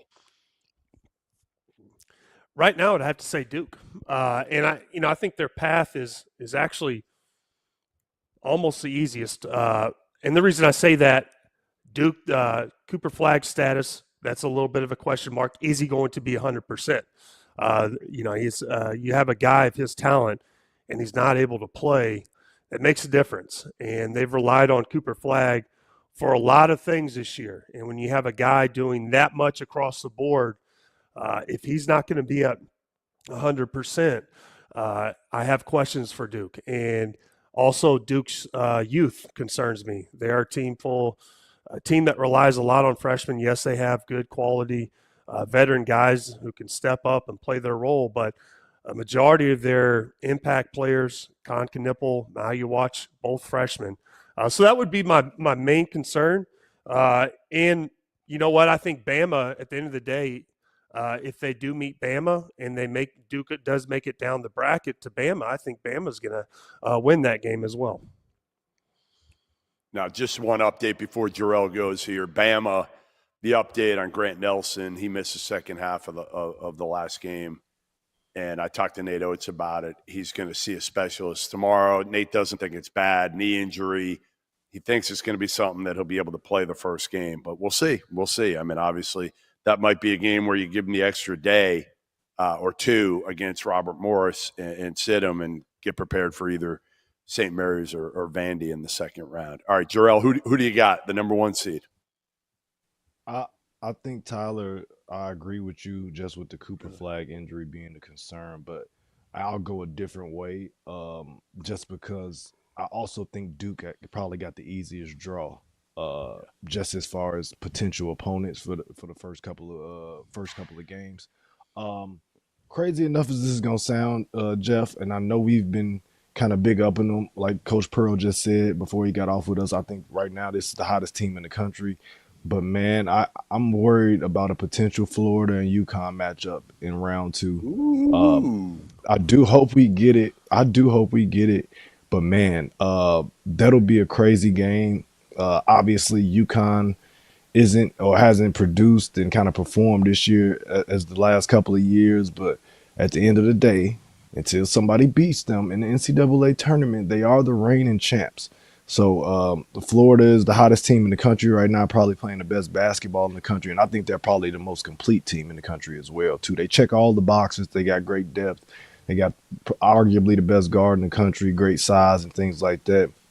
And, we're looking at a potential where they're going to run into the Huskies, though, in round 2, obviously, if both teams win. But I'm a little bit concerned about that. I don't know if that's a great draw for Florida. It'll be an intense game, and I know if nothing else, that Coach Hurley is kind of laying low right now. With kind of flying under the radar a little bit, so in a different position than he's usually in, and probably gonna get an opportunity to shock the world right out of the gate and let them know that they're still the champs. So I'm a little bit concerned about that second round matchup.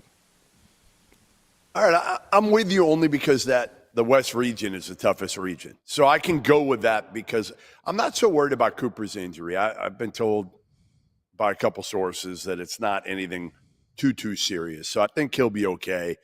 I think they'll be fine. Florida's region is loaded.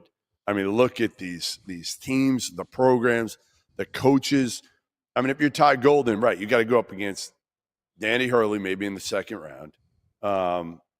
Then, the bottom half is unbelievable. I mean, think about this, guys. Bill Self versus Tyler's favorite coach, John Calipari, in the first round in the 7-10 game. If I had told you before the season, either one of you guys, a 7-10 would be Cal and his $7 million in NIL against arguably the best coach in the sport, Bill Self. And then, by the way, whoever the winner is, potentially probably place Rick Pitino in Providence, where he used to coach, in front of a crowd that's going to be like so pro Johnny's. Like, that's going to be absolutely amazing. All right, I'm going to go with Houston, guys, as the number 1 most likely to lose. And here's why. I've got the other all the other 1 seeds, and they're all SEC teams. Auburn, I've got Florida, I've got Tennessee, all going to the Final Four. I'm giving a spoiler here a little bit before we pick our Final Four picks, but and I've got Duke. So Tennessee is my only number 2 seed that is advancing, beating Houston. I got a lot of chalk, but I think it is kind of top heavy this year. I don't think we're going to see the craziness that we've seen. FAU getting to the Final Four, San Diego State getting to the title game a couple years ago. I don't think we're going to have that. But my question to you guys, if we do get that, give me a team that maybe you guys are high on. It could come out of, not nowhere, but like not a top 4 seed. Is there somebody, Jarrell, that you like that kind of, and you can't pick Marquette. You can't pick Marquette. All right? Yeah. Anybody but Marquette. Anybody you like that could come out of nowhere a little bit? I'm a double right back to that West region, Jeff. I've seen enough of them this year. I'm confident in the coaching ability.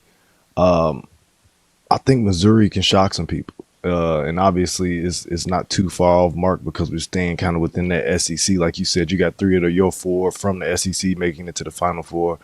But man, I think Mizzou can kind of shock some people and make a really deep run. And I don't think necessarily going into this thing anybody is kind of expecting it from them on their end. It's obviously, I think it's going to be some upsets, but I'm in agreement with you. I don't think it's not going to be a FAU this year. Like nobody's going to make, like, you know what I'm saying? It'll be some early upsets, but they won't make it to the Final Four type of level. I don't think that's going to happen, but I can see maybe a handful of like 4 or 5 seeds that might get in and kind of get hot at the right time and make a deep run. But I like Mizzou. Dennis Gates has done a tremendous job. I thought the pickup of Mark Mitchell has been huge for them. They got Grills, Bates, so they got enough firepower, and I love their style of play as well too. Me too. They'll come after Drake, and I love Drake's point guard. He might be my favorite player in the country, Bennett Sturts, but man, he's going to have a lot on his plate, a lot. They're going to come after him. Tyler, who you got? Actually, I was going to pick Mizzou. I'm not going to switch my team just off of that. And also, Mizzou did beat Florida this year at Florida, so they're very familiar with them. They're a tough team. They play physical as well. They have a lot of different good players. This is going to be a surprise here. I'm going to go with Creighton. Now, Creighton, Kalkbrenner, veteran player. They haven't had a lot of tournament success. But listen, they have the ability. I like McDermott. I like the Stephen Ashworth kid. He's a veteran player. He can hit shots.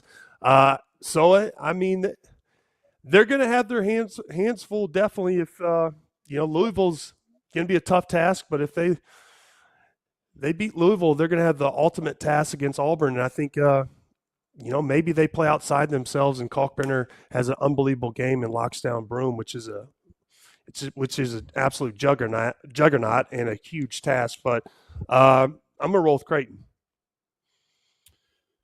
All right, we're going to take a break. The lights keep going off here at Vandy, by the way. How about that? I got to get them back on. Anytime somebody leaves, I think they flip the lights off, thinking they're the last one in the building. Then I got to text somebody, and they got to turn them back on for me. So we'll get the lights back on, take a little break here. When we come back, I'm going to get these guys to tell me their craziest or most memorable NCAA tournament story from them playing. I think they both got some good ones. So we'll hear that next on Field of 68's Bracket Selection Special. Next. If you haven't heard by now, we have partnered with BetMGM for the season. We'll be using BetMGM lines to make all of our picks, and we'll have special offers for the listeners and the viewers. Download the BetMGM app and sign up using the bonus code FIELD. Deposit at least $10 and place your first wager on any game, and you'll receive up to $1,500 in bonus bets. Go download the BetMGM app and use the code FIELD today.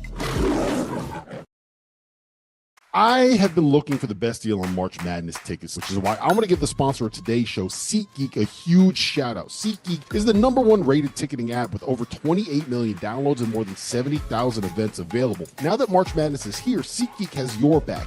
Each ticket is rated so you know if it's a good deal with that little green dot, and it's backed by a buyer guarantee. You can get 10% off your next set of tickets at SeatGeek with code FIELD-of68. That's code FIELD-of68. Now is your chance to prove you're smarter than the field of 68. We're hosting a Survivor contest with our partner Splash Sports. There's a $25 entry fee, a 25 entry max in the contest, and more than 1,700 spots available, which means there's a $40,000 max prize for the winner. Survivor is the future of March Madness. Each day you pick a team to win. If they win, you advance. We'll also be running a free to enter bracket contest as well as a second chance Survivor in the Sweet 16. So prove you know more ball than the field of 68 on Splash Sports. All right, the lights are back on. How about that?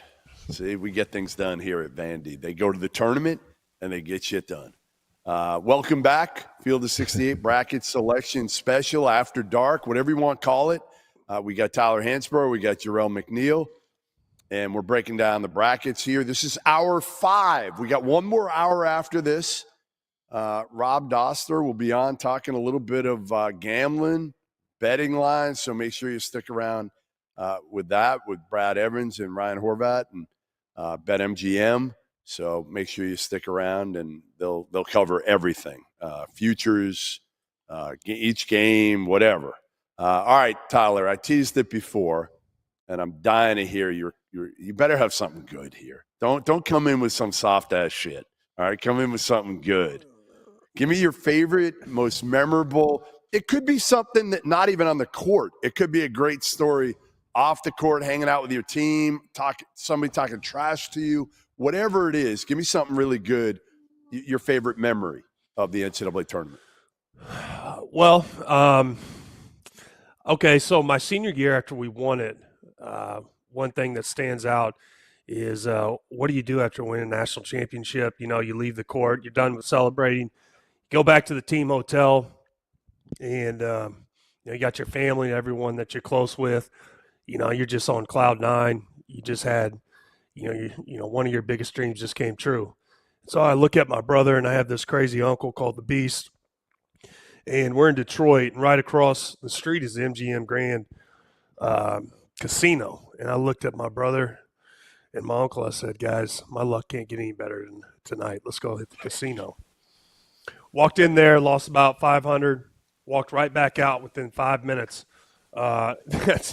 That's probably one thing that I remember. I also remember like Julius Peppers and all those guys being back celebrating with us. That was cool.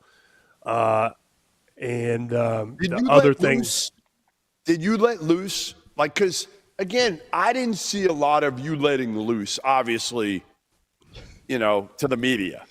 Like, after you win it all, did you just lose your shit and just go crazy? Or not really? Or were you still kind of the Tyler that I knew then? No, it wasn't right after the tournament, right? I mean, about, when we got back to Chapel Hill, I mean, I felt like a rock star. We felt like rock stars. We went out really hard and then, celebrated a little too hard. And then, I thought about it. I was like, man, this is not productive. So that's where I, lived it for a little bit and lived like a, college frat kid. So it was fun, but yeah, I did let loose. But, I never really let loose to the media. I was a young college kid.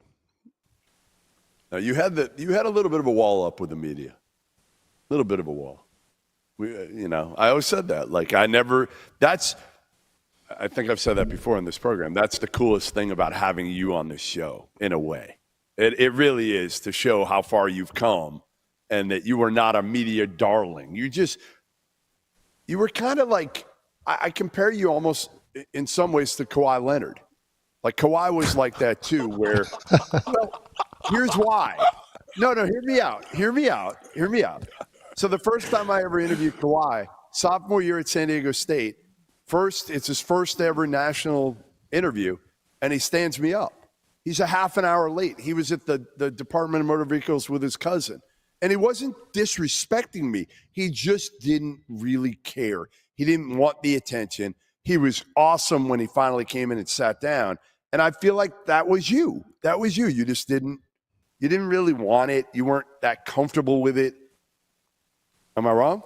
Well, first of all, I think there's a misconception that, I mean, so many people make the media out to be, people are just trying to find something, or, they make the media out to be like, we're trying to investigate and report all this bad stuff. We're good people. We like to see good stories as well. And, I've also, I don't really care all that much what you guys say anymore about me. So that's had a big deal to do with it. But yeah, I was intimidated. You're told as a college kid I was a quiet guy, and they made a lot of the people in the media out to be, these people that report a lot of bad stuff about you. So of course I was going to be on guard, because they give us all these, nightmare stories that could go wrong if we say the wrong things. All right, Jarrell, give me your quick story from the NCAA tournament. Then we're going to get to our Elite Eight Final Four national title picks. And this will be short because obviously Tyler kind of killed us with the flex of after we won it all. Unfortunately, I don't have any of those stories, so they all kind of ended in heartbreaking despair for me, which they do for most people. But I will say this: I got an opportunity. And this is just a location-wise thing. We got an opportunity to get to California twice in my 4 years. So the freshman year, we ended up in San Diego. Anytime you can get out of Milwaukee around this time of year and head west is it's always a bonus and a perk. And we always enjoyed those trips. Obviously, the longer or farther away we can get, the better. You kind of just get an opportunity to really bond and have fun with your teammates. And then I want to say that was our junior year, because that was the year that we ended up in Anaheim as well too. And I'll just say this, because we had Stanford Steve on the other night, Jeff, which he was absolutely great as well too. Probably one of the most fun shows I've done this year. He kept talking about that Stanford game and how he had nightmares about me, and I did have a big game, but he kind of buried the lead. Like, we ended up losing that game from a Brooke Lopez, like, behind the backboard jump hook at the buzzer. Absolutely heartbreaking, but still, looking back on it now, all in fun. Wouldn't trade it for anything in the world. Only difference I would change is that we were able to put together a couple more wins. So this time of year is always great. All right, let's turn this to, before we do our Final Four picks, biggest upset special. Give me one, Tyler, that you feel like, all right, this is the one. If people are listening to me, take a shot on this team. And it might be just going against another team as much as anything. It might be a team you just don't believe in.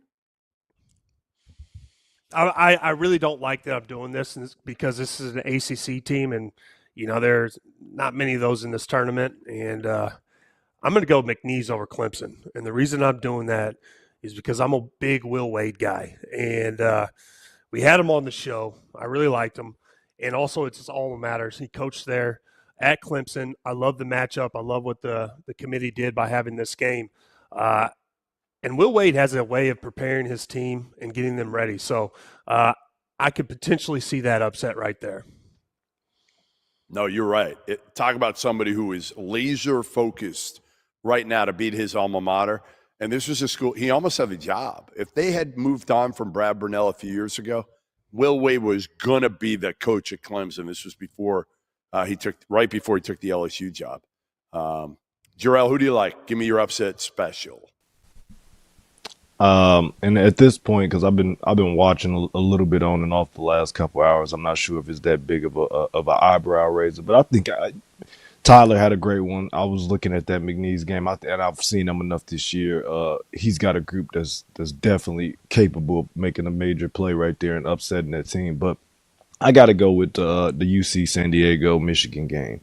And don't get me wrong, Michigan has looked great. They obviously coming off a Big Ten championship, but one of the things I always think about just going into this tournament is I don't necessarily love having to play all the way through the conference tournament championship on Sunday before you get started for the NCAA tournament, because it really has no correlation. Those guys are riding high. Obviously, they've put together a really special year, but they got a team waiting on them, man, that I think is going to be chomping at the bit. So, they better get off to a pretty quick start. I think that's going to be upset city, and it'll be a shocker early on. All right, so I'm going with the Akron Zips, and they play against my alma mater, So I'm going to get shit for this, right? But So there's a couple reasons. I know. Like, I just put myself in the dumbest situations, right? Like, you guys are trying to protect your alma maters, all this. What do? I pick against them. So dumb. But I'm doing it for two reasons. One, Akron was 17-1 in the MAC. MAC's a really, really good league. Really good league. So they won their regular season title and they won the tournament. And to me, that's the thing. When you do both, you're showing how good a team, that neither was a fluke, right? They're that good. They got a guard, two guards really, Nate Johnson, Tavari Johnson. Nate Johnson is special. One of the best two-way guards in the country. I don't care, mid-major, high major, doesn't matter. And Tavari Johnson is a little jitterbug type guard who's really talented as well. And then the flip side, guys, you guys know this. I don't know what I'm going to get from Caleb Love. I don't know what I'm going to get. Now, again, Akron might get smoked in this one, but Caleb's known to have those 2 for 15 games. And if he has one, by the way, Akron is one of the best three-point shooting teams in the country as well. They're deep. They shoot the hell out of it. They score it. I think they average like 85 points a game. So I'm going to take the zips on this one. I'm gonna zip them up and probably zip up. My alma mater is probably going to zip me up. And I'm never going to be able to be welcome over there again. But all right, let's go with we'll start with the Elite Eight. Let's start with the Elite Eight. And we'll start with the South Region, where Auburn is the number 1 seed. Michigan State is the 2 at the bottom. Tyler, you start. Who do you got in the Elite Eight there? In the Elite Eight, coming out of it, I went Auburn and Iowa State all the way down. But, I'm going to go with Auburn, and they're going to play Creighton. And then I'm going to have Auburn taking that one against Michigan, Texas A&M, and Michigan. And then my Tar Heels taking that one. But, yeah, in the South, I'm going to have Auburn coming out of the South to the Final Four, beating Iowa State in that final matchup right there in the semis in the South. Jarrell, who you got in the South? I'm going Auburn as well. I think they'll get tested, but I also think they'll end up making it through. And the shocker here, I love the Iowa State. I think the Keyshawn Gilbert injury may be the straw that kind of breaks the camel back. So you and I loved them all year. You loved them all year. Yeah, I did. And but I'm gonna remain a homer, Jeff. So I'm taking the Golden Eagles. They're gonna get Michigan State that second round, and they're gonna make a run after that because I'm not sure. I'm not. We're gonna build off of some of the moments that we had. I'll say that in the Big East tournament, Cam is playing at a phenomenal level. David Joplin's been pretty good. Chase Ross has been good for the most part, better part of the year. But to be honest with you, I do kind of like the matchups. I think they'll be able to spread some people out. Hopefully Ben Gold will be able to keep it going and play stellar, at least make a couple shots so we can pull and get some of these teams that we're going to have issues with, obviously, on the size battle. I think that's the biggest thing with Michigan State and just the physicality. But if we're able to spread them out, make some threes, which is always a big thing for Marquette this year. Like if they're not making threes and not shooting the ball great, they're going to have long nights. But I think they're going to put it together at the right time. They'll get past Michigan State. And to be honest with you, after that, I think it becomes very possible for them to get to the Elite Eight, at least on this side of the bracket. So you got Auburn, Marquette in the Elite Eight. Who's going to the Final Four? Auburn? Auburn. Yeah. I got Auburn playing Michigan State in that one. If Gilbert had been healthy, now again, if Gilbert had been healthy, Iowa State might be a damn number 1 seed because they had their mojo, and then it all changed when Gilbert got hurt. Michigan State, to me, they're not overpowering, but with Jace Richardson, man, they found something there. They found a dude, and they can give him the ball, end of game situation, and they know. Like, I feel like they haven't had that guy for a couple of years, right? Like, Jay Nakins isn't that guy. They had it with Tyson Walker a couple of years ago, obviously. But last year they were missing it, and I think they found it this year. And I think Jace is a killer, man. He's just one of those dudes that you could tell ice in his veins, right? He just doesn't – he's not a freshman. He just does not play like a freshman. All right, let's go to the West, Tyler. That's Florida, the number one. You got down at the bottom there, we got St. John's. I mean, this is the loaded bracket. This is the one with UConn up top. This is the one with Kansas playing Arkansas. Texas Tech is the 3. You know, it's loaded, man. It's loaded. Who do you like? So I'm gonna start out. I'm gonna take obviously Florida, and you know what? The matchup does get interesting because I have UConn beating Oklahoma. You know, this Florida UConn. I'm going to be interested to see how this goes because UConn has been extremely inconsistent at times, and they've been peaks and valleys season, especially some of the players like Caravan. If he shows up, has a great game, I think Florida is really going to get tested. But the Memphis-Maryland matchup is going to be a good one. And Memphis is a team that, you know, you look early on, they went on a little run against good teams in Maui. They have the capability of actually, you know, they might be a sleeper in the South region as well. But I'm going to have Missouri and Texas Tech. Like me and Gerald talked about, I'm going to have Missouri as my sleeper. I have them coming out. And then I'm going to take Kansas over Arkansas. Arkansas, obviously, I think Kansas, neither team has had the season they want, but I just think Hunter Dickinson, a fifth-year senior, I like Bill Self. I'm going to take Kansas. I think they can do it. And then obviously St. John's, Rick Pitino, I love them. And this one is really hurting me to say I think Kansas is going to beat St. John's.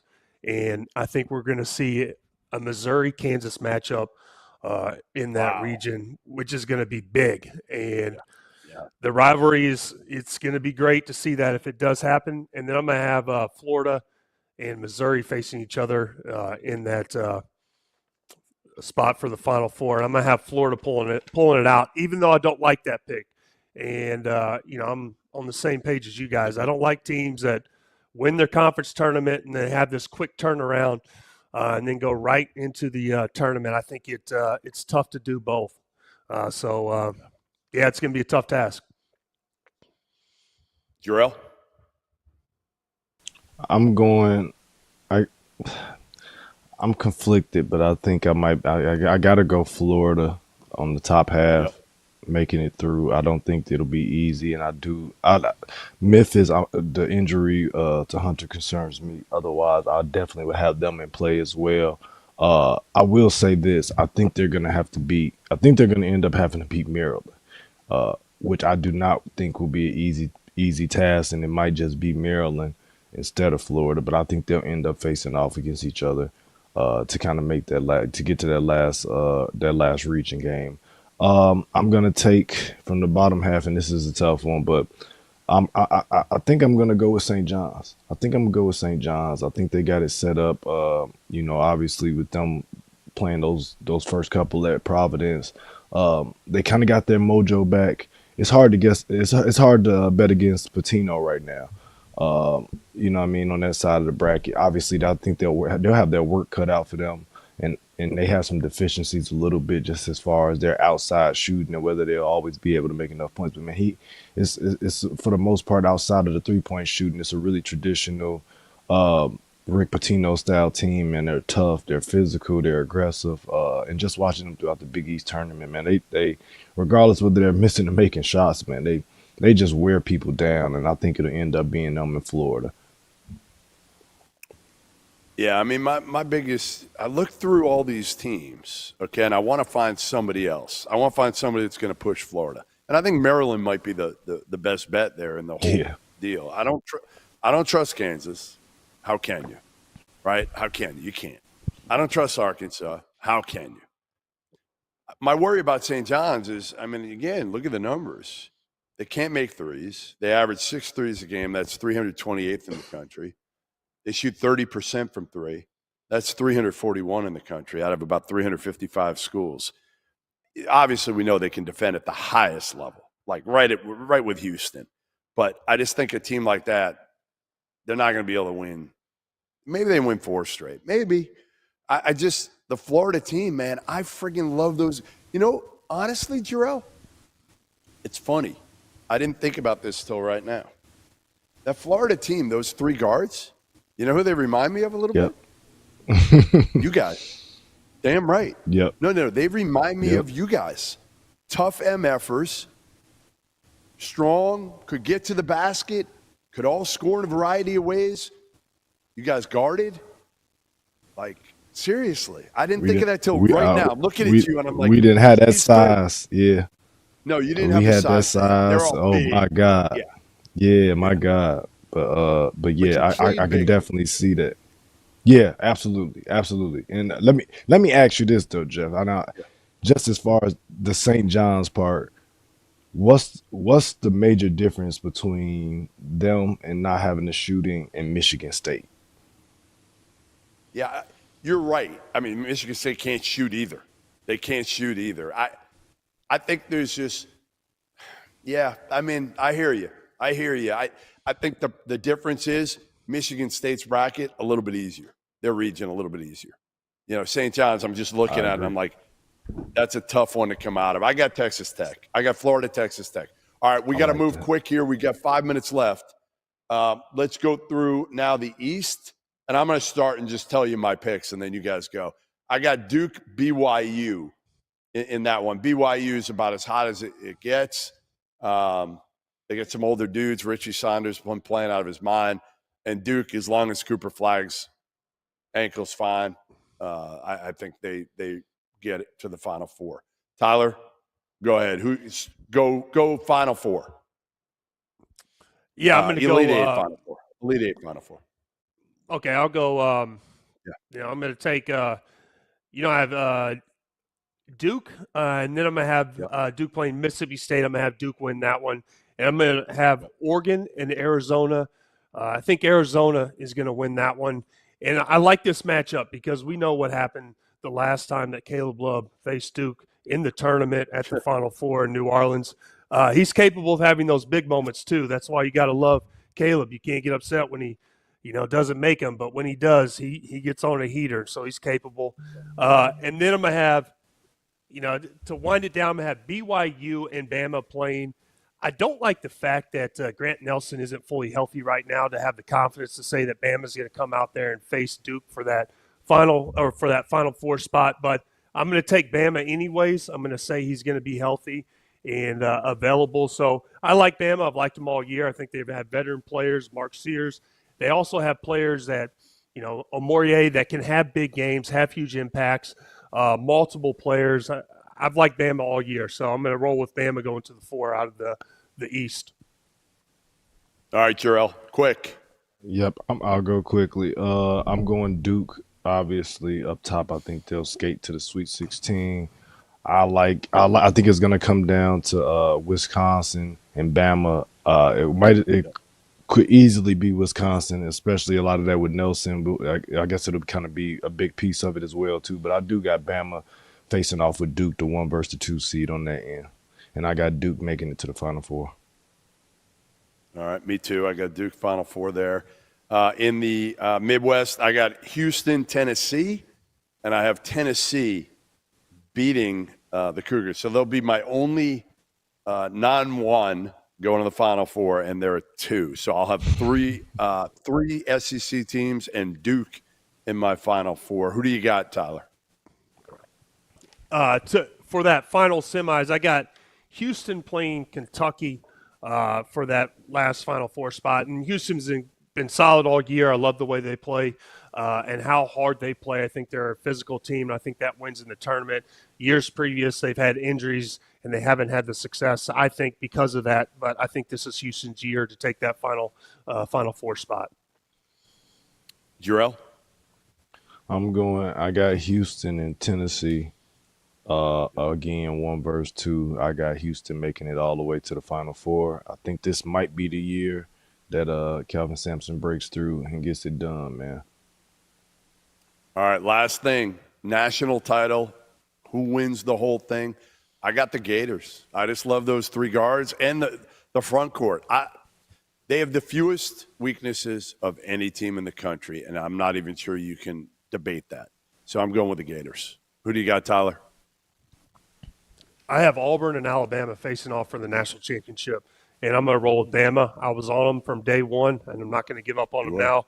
I hope Grant Nelson is healthy, though. I got Houston taking it home, so I kind of already led with that. I think this is the year he gets it done. I really do, man. Something just tells me they're gonna grind people up in this tournament. And Kelvin Sampson's gonna get it done. You know what this shows?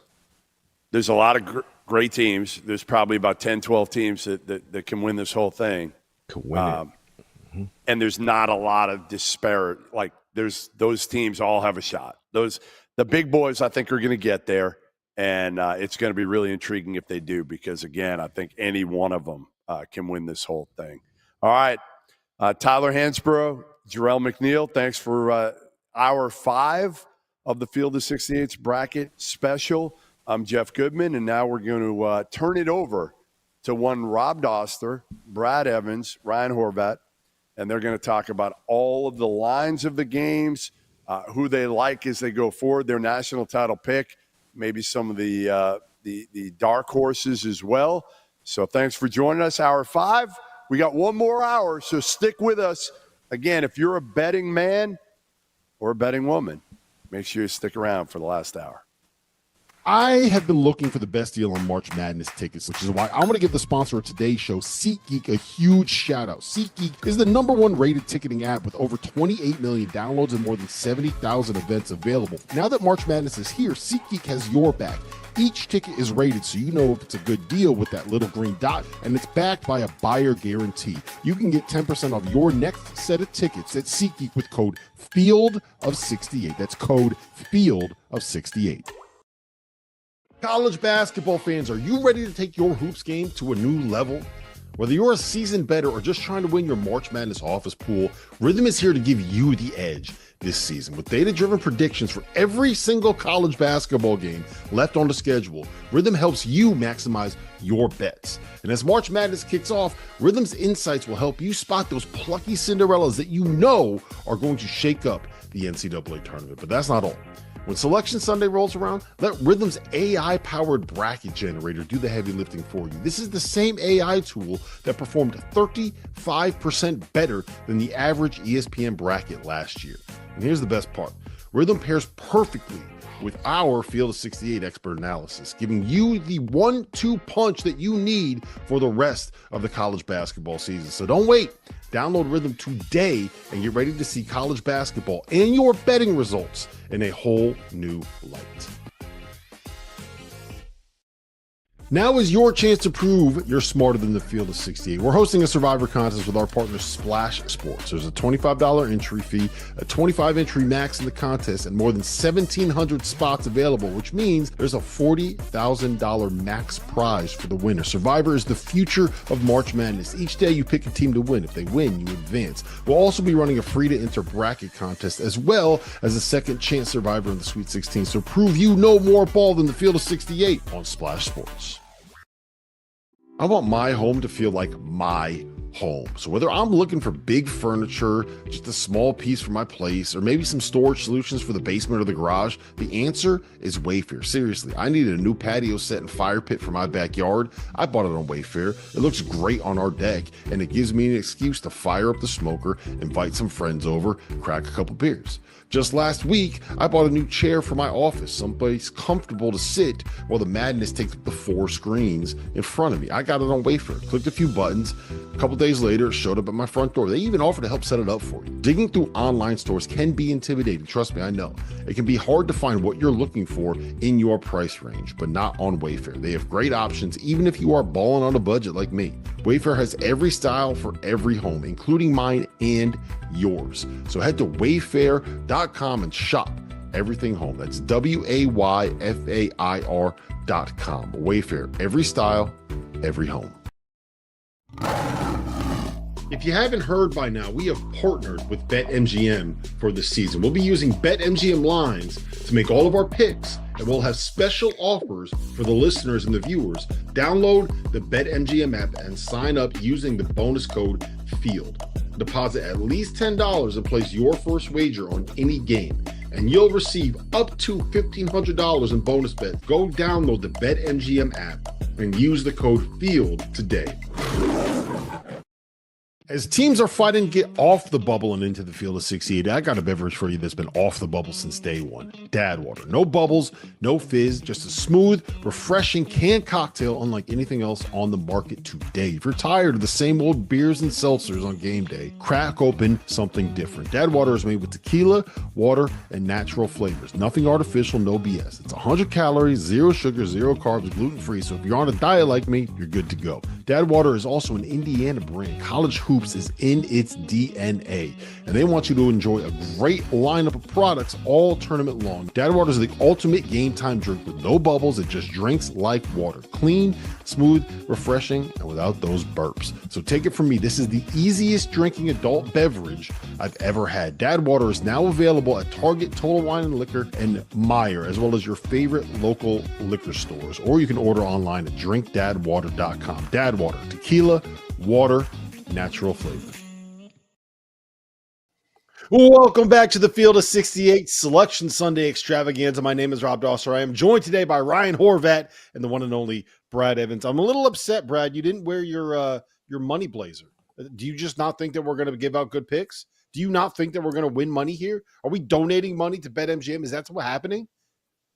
Yeah, listen, they build new wings at all their fancy casinos, all 13 properties they have in Sin City, based on the amount of money I donate on a regular basis. And by the way, that money jacket is going to come out of retirement because we're going to be in Las Vegas next week. And they are, that jacket is made from $100 bills I've sacrificed on losing wagers tied to college basketball. It's actually the most expensive sport coat that has ever been made. Yes. Correct. That's a fact. It's a fact. It's there. Listen, guys, we've been here for about 5 hours now, 5.5 hours. This is the last hour of our Selection Sunday Marathon, and we're going to be going through the first round of the NCAA tournament, making picks, favorite bets, favorite spreads, favorite totals, favorite moneyline underdogs, which is my favorite part of this this exercise. And I want to hit you guys with this first, okay? You got to make one bet. You got to take your life savings. You got to put it on one line, whether it's a total, whether it's a side, whether it's whatever it is, Brad. What is your one favorite bet in the first round? And I will allow you to pick something in the first 4 for this pick. All right, I'm going to take the under in Maryland and Grand Canyon, believe it or not. I saw that total open at a sky-high 149.5, and I was like, what in the bloody hell are the odds makers doing? Grand Canyon's calling card is an excellent defense. They do play at a kind of a brisk pace, but I understand that Maryland is also top 100 adjusted tempo, but they also are a fabulous defensive team. So I think it's going to be a chore to score in that game from beginning to end. So 149.5, despite what could be a fairly brisk pace, way too high of a total. So yes, I will throw kidney. I will throw other vital organs on the table along with a whole pile of cash. And hopefully we're not going to send myself 6 feet under as a result of that under not cashing.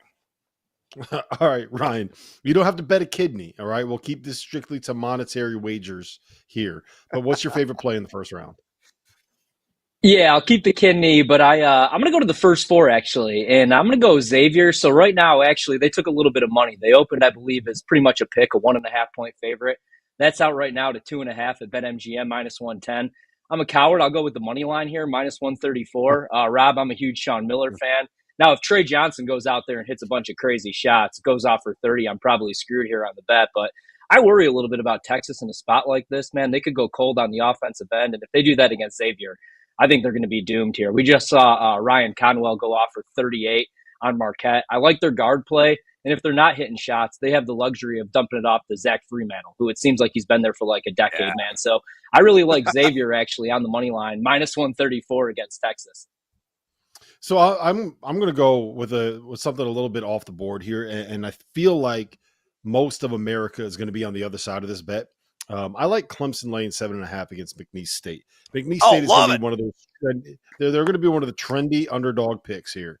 right? Everyone's going to have them. It's a 12-5 matchup. It's McNeese State. It's Will Wade. We've been talking about him all season long, but this McNeese State team is built to kind of overpower you, right? They're built to force turnovers. They're built to get on the glass. They're built to muck it up defensively.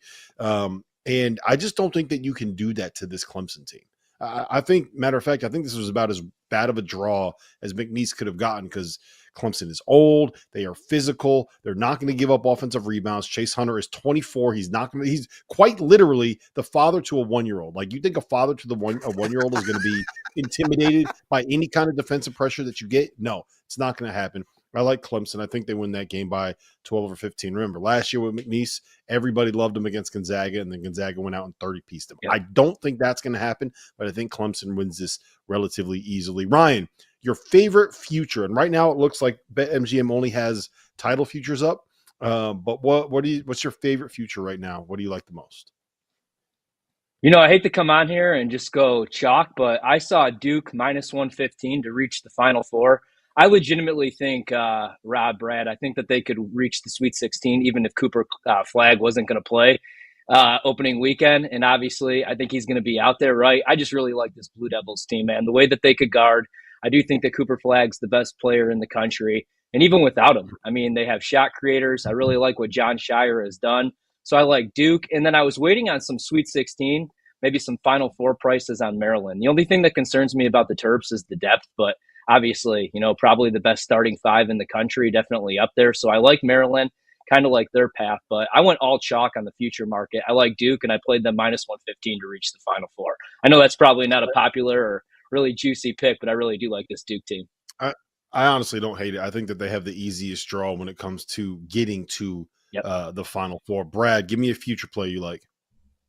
Yeah, smoke him if you got him. It's only appropriate because the number is plus 420 that I saw. Michigan State, the Sparty party is going to rage, guys. Let's do some bong rips because they're going to San Antonio. They're going to get the tour there of the Riverwalk and the Alamo. Look, man, I shunned this team like in early February. I said the correction is on the horizon. It happened, but it was brief. They were able to right the ship there very quickly. They're all of a sudden hitting threes. What the hell is going on in East Lansing? Michigan State is hitting threes. Why? Because Jace Richardson has been really a difference maker for this team. They're shooting over 36% from distance. Yes, Michigan State I'm talking about in the last 30 days. And, you know, for the most part this season, they were shooting well south of 30%. I love their draw. Auburn is showing some cracks in the dam, a lot of weaknesses defensively, offensively as well. And you might say, well, they still got Janiah Broome. He's a walk-and-talk double-doubles machine. He's got 18 of those on the season. I understand, but Michigan State's a team that can absolutely pack the paint, bludgeon you on the glass. And again, if they're knocking down threes with some consistency, all I'm asking is like 34%. Lord knows that they're in 36%. I'll see you in San Antonio. And the first Shinerbach is on me. Okay, we got Shinerbach references. We're talking about taking bong rips, and Brad has already decided he's going to wager his kidney. Maybe we made the wrong decision on who we're bringing onto the show and to this broadcast for that. I'll say this. I think when you look at how good these teams are, Houston at twice the value of what Duke is right now as a national title future, I think is something that, like, I think Houston is just as good as any of those top 4 teams in the country. And right now at BetMGM, Duke is plus 300, Florida's plus 350, Auburn's plus 400, and Houston is plus 600. Give me the Cougars on the 6-1 odds to win the national championship. And I haven't seen a line come out for this yet up on BetMGM, but I love BYU's path to the Sweet 16. And I love I think the Cougars can pick off Alabama as well. I think that they have like very real Elite 8 upside. I don't know if you guys have thought about this yet. I've mentioned it 2 times before already. Wisconsin played today, right? They had to fly back to Madison. Then they're flying to Denver. They're playing the 3rd game of the tournament. They're playing at 11:40 a.m. local time in Denver against Montana and then against BYU, who are both accustomed to playing at altitude after playing 4 games in 4 days in the Big Ten tournament. I think that Wisconsin is probably at this point my favorite fade when it comes to the first round of the dance. All right, guys, let's kind of break this down I want to dive into just the different windows, right? So on Thursday afternoon, we have the window of Louisville, Creighton, Purdue, High Point, Wisconsin, Minnesota, Wisconsin, Montana, and then Houston playing SIUE. Brad, is there anything in there that really stands out to you? Let's talk through those 4 games. Is there any side you like? Is there any upset you're in? Go ahead. Yeah. I mean, there's a lot here. I'm going to wager literally on every single game. Why? Because I'm a degenerate. You guys know that. I love Creighton on the money line. I already grabbed it at plus 250. As a matter of fact, there at BetMGM, taking on Louisville Cardinals. You look at Louisville.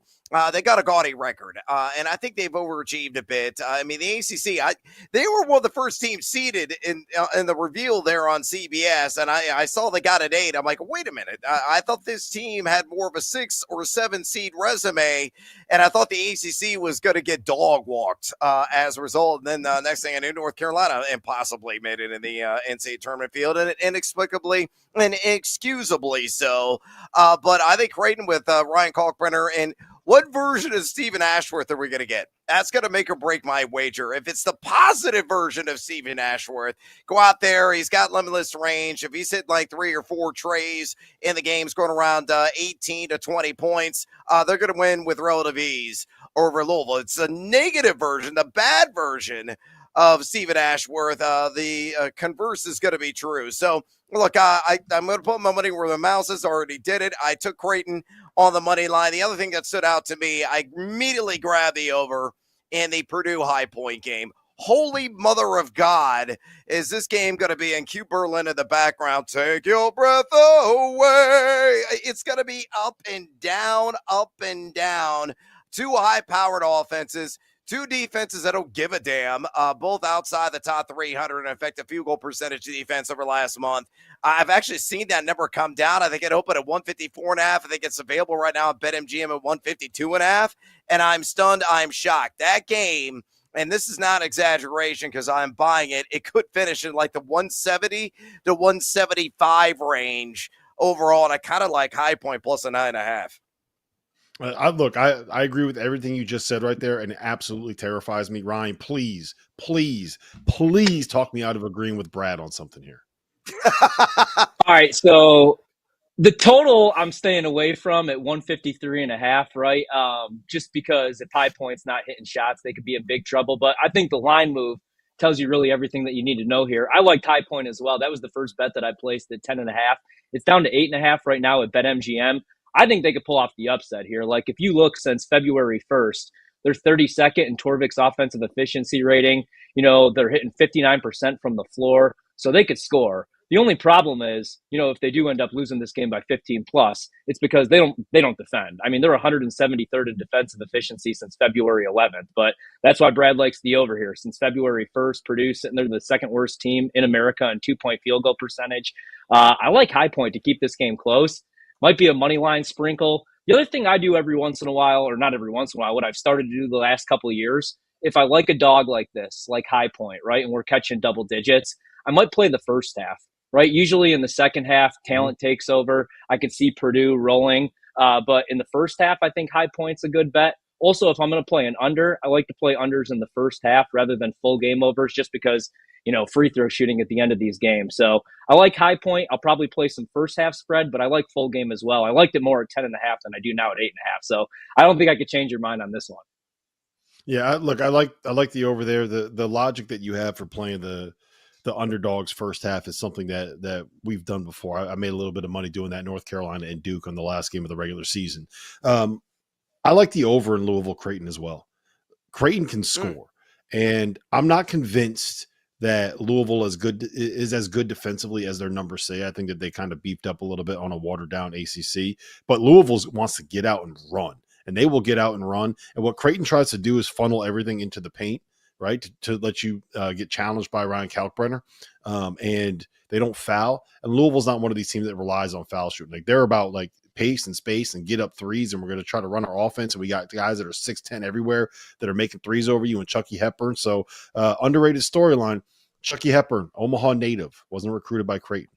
Get a little bit of revenge there in that matchup. All right, the next window, we have Auburn playing whatever. I think that'll be Alabama State or St. Francis.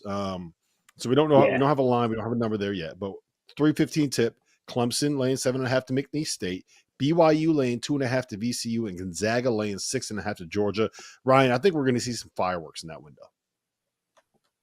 I really like the Zags team. Obviously they're a Ken Pom darling. They've been a little bit of a disappointment, but when you got a point guard like Nebhard, man, and they protect the basketball, I think the Zags can make a run. Now, the second round matchup scares me a little bit, but the only thing is I feel like everybody likes this Zags team, right? Ken Pom loves this team. Like I said, the metrics all do, and that's kind of baked into the line. I mean, we're out to 6 right now. I don't know if I want to play the Zags anything over 5.5, to be honest. I might have to play the other side.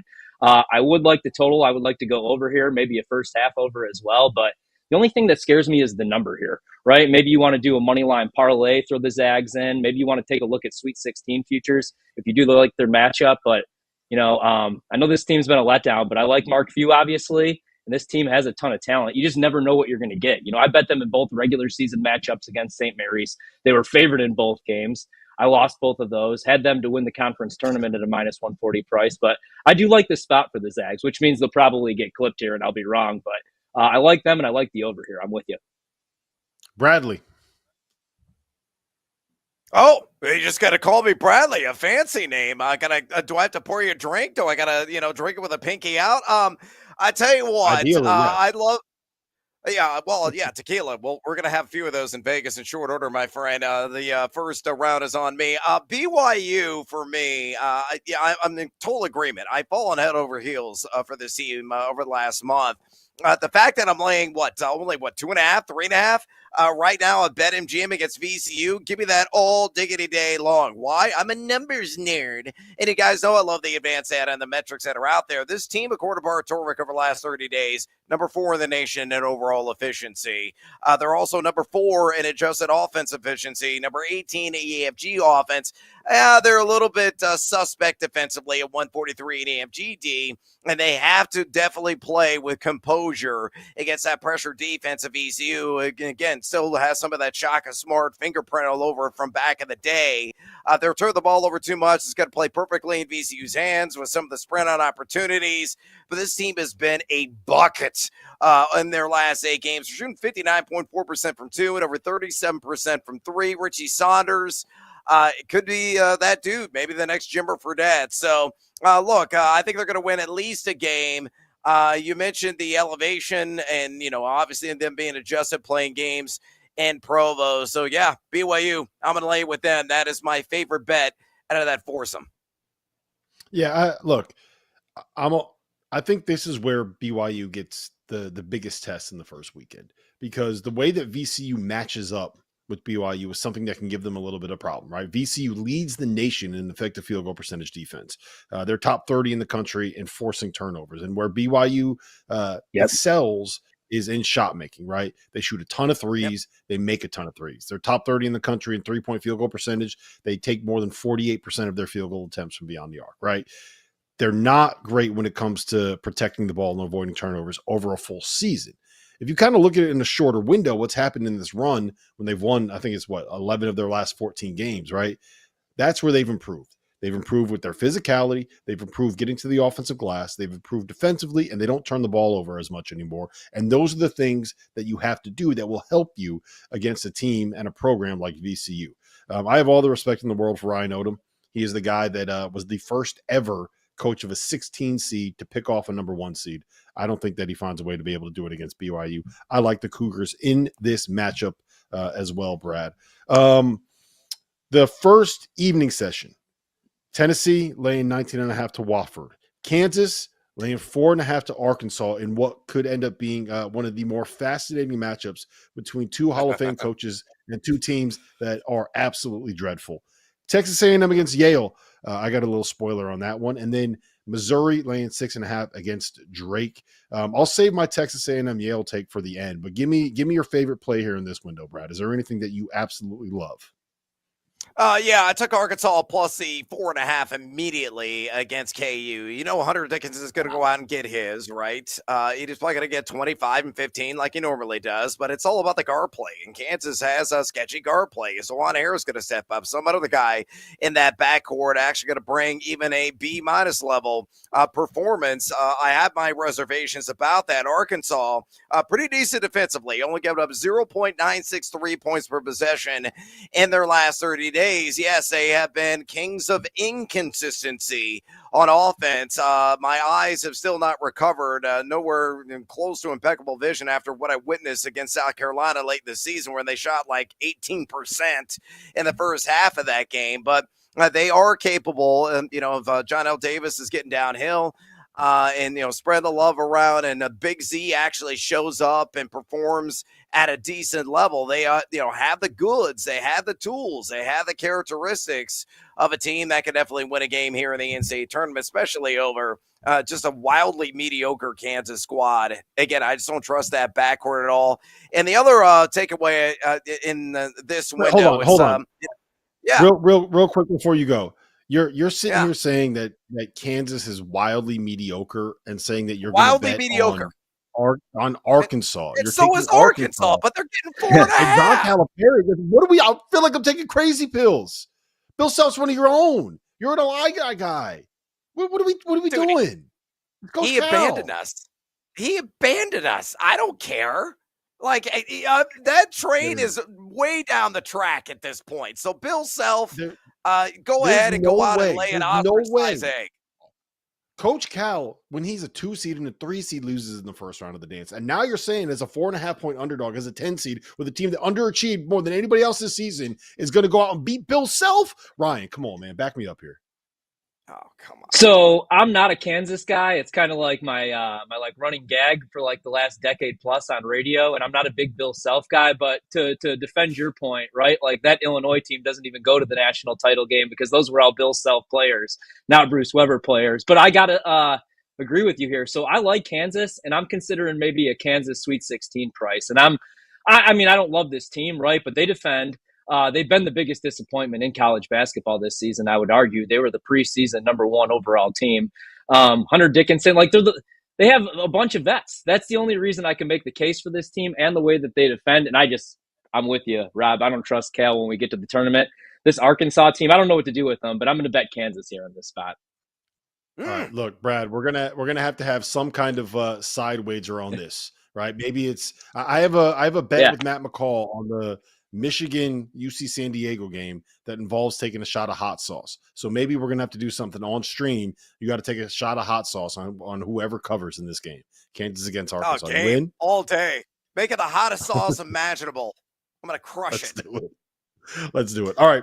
Here's my pitch for Yale against Texas A&M. I think Yale is my favorite upset pick in the entire first round of the tournament, and that's because the way that Texas A&M has to beat you, not wants to beat you, has to beat you, is getting on the offensive glass and forcing turnovers. And then they just trust Wade Taylor and Zurich Phelps to go out there and score. And what Yale does, as well as any of the mid-major programs in the country, is clean the defensive glass, avoid turnovers. They're top 10 in both of those categories. And they force you to take tough threes. They are 359th nationally in defensive three-point rate, which means there's only 5 teams in the country that forces opponents to take more threes than Yale forces their opponents to take. And Texas A&M, Brad, do you know what they're shooting from three this season? 31.1% from beyond the arc. 31.1%. I think Yale is going to force Wade Taylor and Zurich Phelps to settle for a bunch of threes. They are going to make sure that Yale does not get on the offensive glass, and they're not going to turn the ball over against Texas A&M's defensive pressure. Give me the Eli's. Boola, boola, Ryan. Boola, boola. Yale's advancing again. Yeah.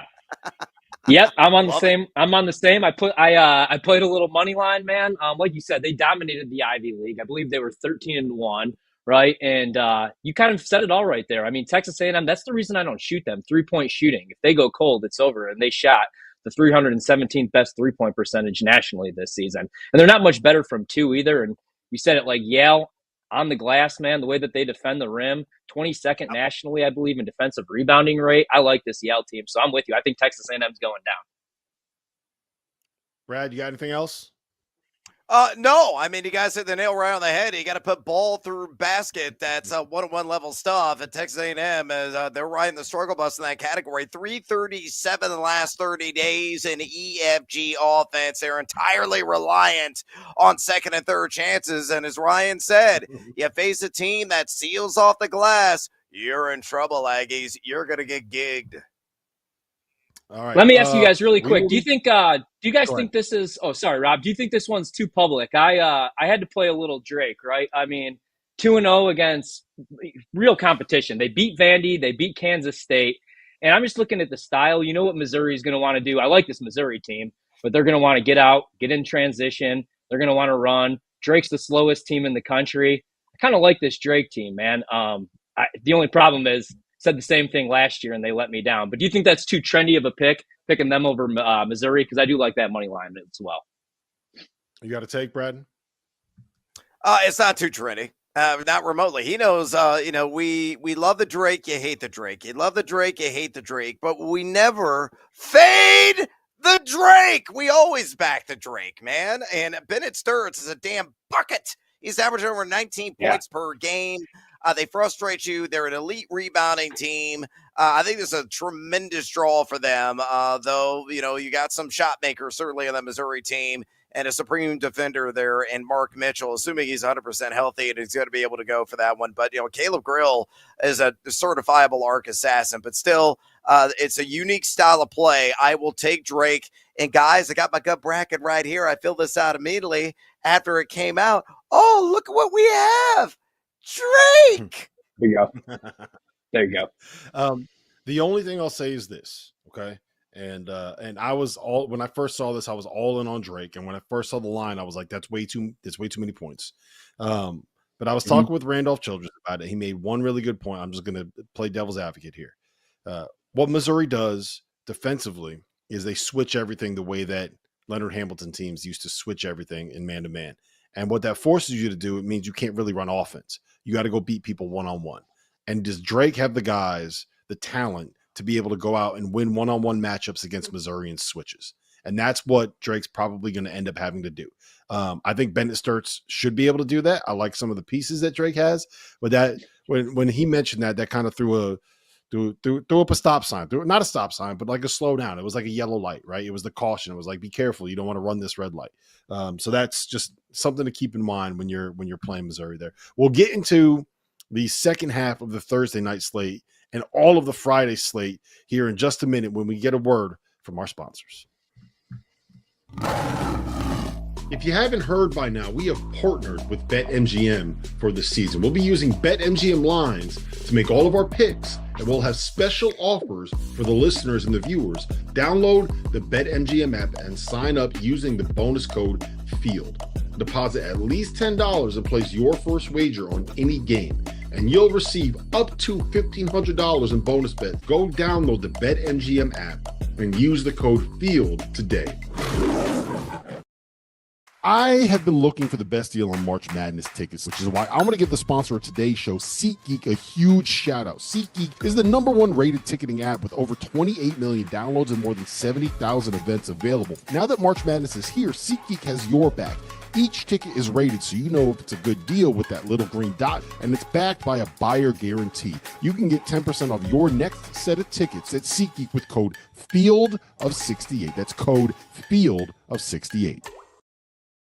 Now is your chance to prove you're smarter than the field of 68. We're hosting a Survivor contest with our partner Splash Sports. There's a $25 entry fee, a 25 entry max in the contest, and more than 1,700 spots available, which means there's a $40,000 max prize for the winner. Survivor is the future of March Madness. Each day you pick a team to win. If they win, you advance. We'll also be running a free to enter bracket contest as well as a second chance Survivor in the Sweet 16. So prove you know more ball than the field of 68 on Splash Sports.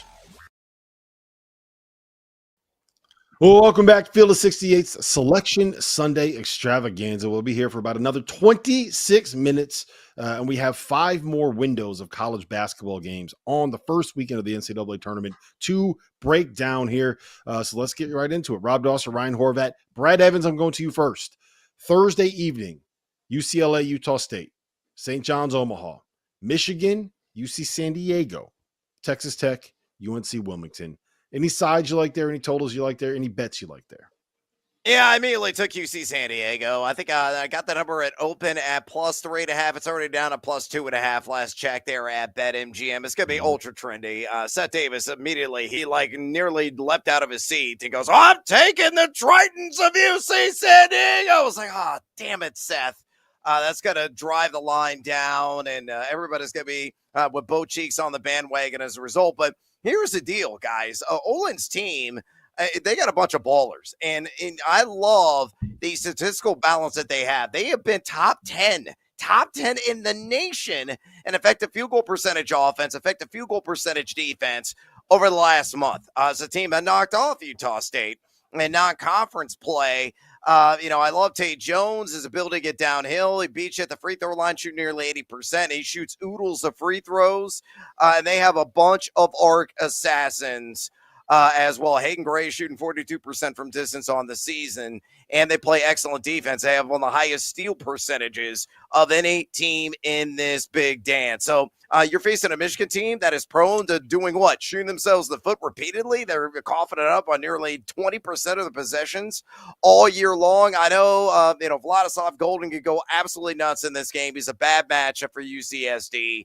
And then, of course, got Danny Wolf as kind of a jack of all trades. But again, the turnover issues of Michigan, once again, are going to rear its ugly head. And as a result, they're going to exit stage left. Give me UC San Diego straight up on the money line and get that right out plus odds at BetMGM.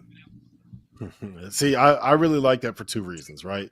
One is they are the best in the country when it comes to turnover margin. What I mean by that is they're number 7 in offensive turnover rate. They only turn the ball over on 13% of their possessions. Number 2 nationally in defensive turnover rate. They force turnovers on more than 23% of the defensive possessions that they have. And the knock on this Michigan team all season long has been their inability to avoid back-breaking turnovers. They go on these runs where they turn the ball over on 4, 5, 6, 7, 8 possessions in a row. Ryan, you're a Michigan guy, right? No, I'm not a Michigan guy, but I am going to be a Michigan guy in this spot. So I'm glad that you went to me here because I was going to tell Brad we're going to have to watch this game's in opposite rooms. So I saw Seth Davis and everybody else make the case for UC San Diego. And usually, you have the 12th seed and it's a 2.5 point spread. I think there's a 3 in some spots right now for Michigan. But I mean, Michigan, their issue is, man, they don't win by margin, right? 12 wins this season by 4 points or less, but we don't need them to win by margin here. I think they're the more talented team. I agree. I don't love the matchup. It seems like it's a trap line. And also, like Michigan, I feel like they weren't rewarded, right? They just won the Big Ten tournament, and they're still a 5 seed. I know that, a lot of people are down on them. I know they weren't trending well, playing their best basketball down the stretch. But I'm a Dusty May guy, right? And they also have 2 7-footers in Golden and in Wolf. And then you have Trey Donaldson, who knocked down shots as well. So I actually kind of like this Michigan squad here, and I played them. Now, I wouldn't go anything over 3.5, but a cheap money line price, I actually like Michigan, man. I think UC San Diego is a little too trendy for me. Yeah, they are really, really trendy. I will just say this. I think my hottest take of this tournament is that maybe it's not a hot take, but I do believe that Aniwa Tate Jones is going to end up being the superstar that comes, like the guy that everybody loves that ends up going viral. I think that they beat Michigan. I think that they beat Yale in the second round. And I think that we have a week-long love fest for UC San Diego and Aniwa Tate Jones, who he's from New Zealand. He's from Wellington. He's 6'6". He scores. He has one of the most creative passing arsenals that you're going to find in college basketball. And he looks a little goofy too. Like this dude is going to, if they win a game or two, this dude's going to see like his NIL number go through the roof. He has an opportunity to do some really fun stuff here. So I really like that UC San Diego line. I think St. John's buries Omaha. They just bury teams that don't have enough athleticism to deal with them. I'm going to stay away from Texas Tech, UNCW. I don't know how healthy Texas Tech is heading into this first round game. And the UCLA Utah State line, I kind of want to be on UCLA. Fading Utah State feels like a good thing in that spot. Let's go to the Friday afternoon slate because I think this one is where it gets really fun. We got Mississippi State Baylor. Mississippi State's laying 1.5 points. Alabama laying 22.5 to Robert Morris. Iowa State minus 14.5 against Lipscomb and Lenny Acuff, one of the best mid-major coaches that you're going to find in a situation where Iowa State's banged up. And then Colorado State, the 12 seed, is a 2.5-point favorite against the Memphis team, Ryan, that is – I don't think there's anything out there officially yet, but it does not sound promising about the foot injury that Tyrese Hunter is dealing with. Let's start Colorado State and Memphis. Talk me out of it, man. Talk me out of it. I don't understand why – there isn't more of a buzz about this Colorado State team. No, I'm with you, man. Right? I mean, this is a really good basketball team, and it's really rare where you see a 12 seed, favored over the 5 seed. Now, last year we saw it a ton. This year, I think we only have 2 higher seeds that are favored over the lower seeds. Last year we had 8, which kind of shows you where we're at this year. Now, the only thing that scares me about Memphis, if they were fully healthy, I would probably like them in the spot. I like their non-con. They played the 4th best non-conference schedule in the country if you're looking at KenPom, right? And they beat UConn, they beat Missouri, they beat Michigan State, they beat Clemson, they beat Ole Miss, right? But, I mean, I just don't want to go against this Colorado State team in Clifford right now, man. He could give you a 20 in any tournament game. I like Colorado State, so I'm going to be on that side with you here. Brad, you got anything on Memphis? Yeah, I'm going to fade the living daylights out of him. Guys, like a running back in the NFL, when you see a hole, what do? You ram it! And that's what I'm doing with CSU. I grab them immediately. I don't care what the line is. I would play this at like -9.5. And I know they got the former Fighting Illini and Dane Danger. Watch yourself. With the Memphis Tigers. He's been amazing. A double-doubles machine in his own right there in the post. But Mbemba is an effective defender, very good rebounder there, so maybe can neutralize in some way Danger. But Nick Clifford, my God, he's averaging around 26 points per game in his last 6 contests. He's going to go out there and mess around, probably drop 30 or 35. You got Jalen Lake there. You got some other and Crocker Johnson. I mean, you got a number of guys that shoot the ball effectively from outside. There is no team in the country, gentlemen, in the nation that has been better offensively, according to the EFG data, than the Colorado State Rams over the last 30 days. They are shooting, and this is real, folks, in the last 10 games, 56.6% from 2. Oh, and it gets so much better. 47.4% from 3. That's outlandish. And no, they're not only taking like 5 threes a game. Over 40% of their shots have come from distance over that stretch. So they are soaking wet, and they're playing better defensively. They're going to continue to ride the high. They're going to win at least a game, and I got a little sprinkle on them and make the Sweet 16 at +410 as well. I just don't know what to say. What do you do when you see a hole, Brad? You ram it.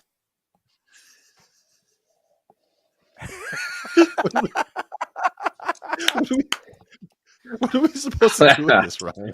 It's after dark here on the field of 68, so let your mind wander. I got nothing on that. Let's move to Friday afternoon. Okay, let's move to Friday afternoon. Duke is going to play one of the playing game winners, so we got to kind of move past that. And Ole Miss is going to play the San Diego State UNC winner. I'm going to ask you about SDSU and UNC here in a second. But St. Mary's Vanderbilt is one that is interesting to me, as is Maryland Grand Canyon. I feel like Grand Canyon is a team that they bring back some pieces from last year when they were the trendy pick, right? When everybody was on them. Tyan Grant Foster hasn't had a great season, but Ryan, like 10.5 points for a Grand Canyon team, that feels kind of low to me. Yeah, it does feel kind of low. So I guess the 2 big bets, like immediately when everything was dropped, were a lot of people liked UConn, and then a lot of people liked Grand Canyon, which I kind of expected, man. But I don't know if I really like this spot for Grand Canyon. I'm probably going to go the opposite direction here. I like this Maryland team. I was waiting on some Sweet 16 prices to drop on them. Now, Grand Canyon, they have a ton of talent, right? I just don't know that they have the athletes to compete with a team like Maryland. Maryland doesn't get in foul trouble, right? And Derek Queen and Julian Reese, I just think are going to overwhelm their wings. I think that probably they're going to win the battle of the rebound battle here. And if anything, man, I'm going to look at an over here, right? Like both teams are going to get up and down the floor here. So I might play the over, But I actually like Maryland. I figured Grand Canyon was going to be a popular pick, but I like this Terps team. Like I said, the only thing that does concern me is if they do get in foul trouble. They don't have a whole lot of depth, but that starting five is just so damn good, man. Brad, you got anything in this window that you like?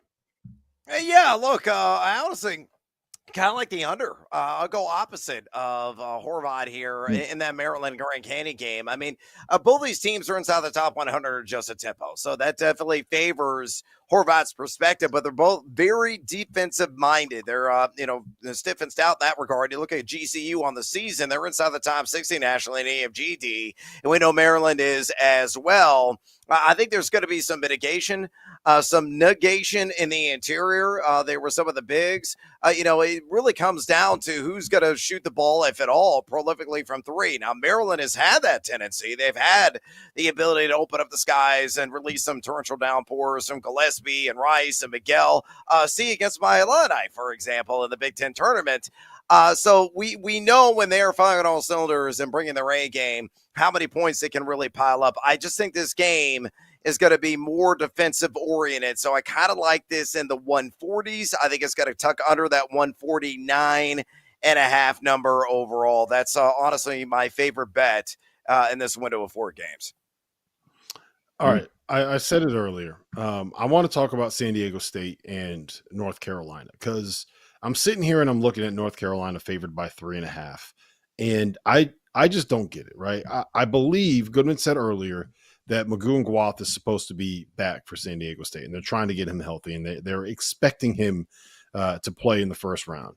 And given what San Diego State can do defensively, how physical they are, how big their wings are, I have a very difficult time, guys, seeing North Carolina being able to handle that. And I'm kind of off this North Carolina team. And I think the biggest thing is I don't trust them being able to figure things out in the first half. And I just can't see San Diego State, given the run that they've been on. Like their starting point guard is Nick Boyd, who lost to San Diego State in the Final Four the last time that he played in the NCAA tournament. So I think that North Carolina digs themselves holes. I really like San Diego State first half, but I don't see UNC being able to come back. I like the San Diego State money line here. I think they win. I don't know if it's necessarily that much of a battle. I think San Diego State has a point to prove here. The people in the ACC that have been complaining about the Mountain West getting so many bids here, Ryan, I think are going to have a rude awakening when North Carolina faces off with San Diego State.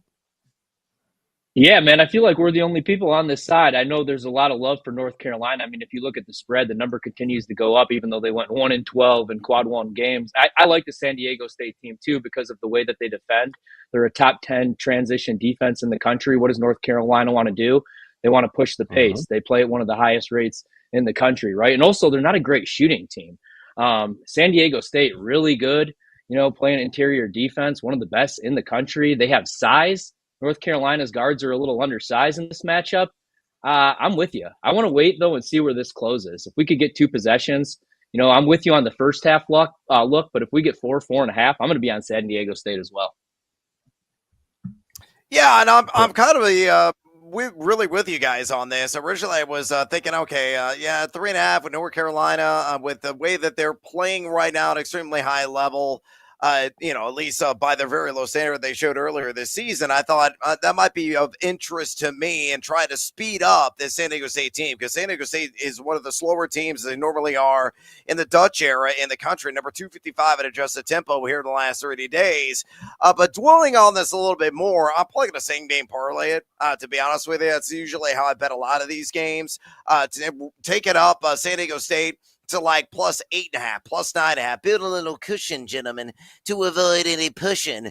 And then taking the total way down, maybe 7, 8, 9 points. The goal is always between plus 100 to plus 110 is what I strive to get on a simple 2-leg build and try to stack those and wins in multiple games. So that's probably going to be the soundest way in my mind to approach this contest is, again, build up some of the spread points in San Diego State, taking down the total, and then hitting that over as well, because I do believe SCSU will be a willing running participant with North Carolina that is really going to try to dictate pace in this game, which is up tempo and trying to take their breath away. Yeah, just an update. Magoon Gwath is available. Brian Dutcher did say that today.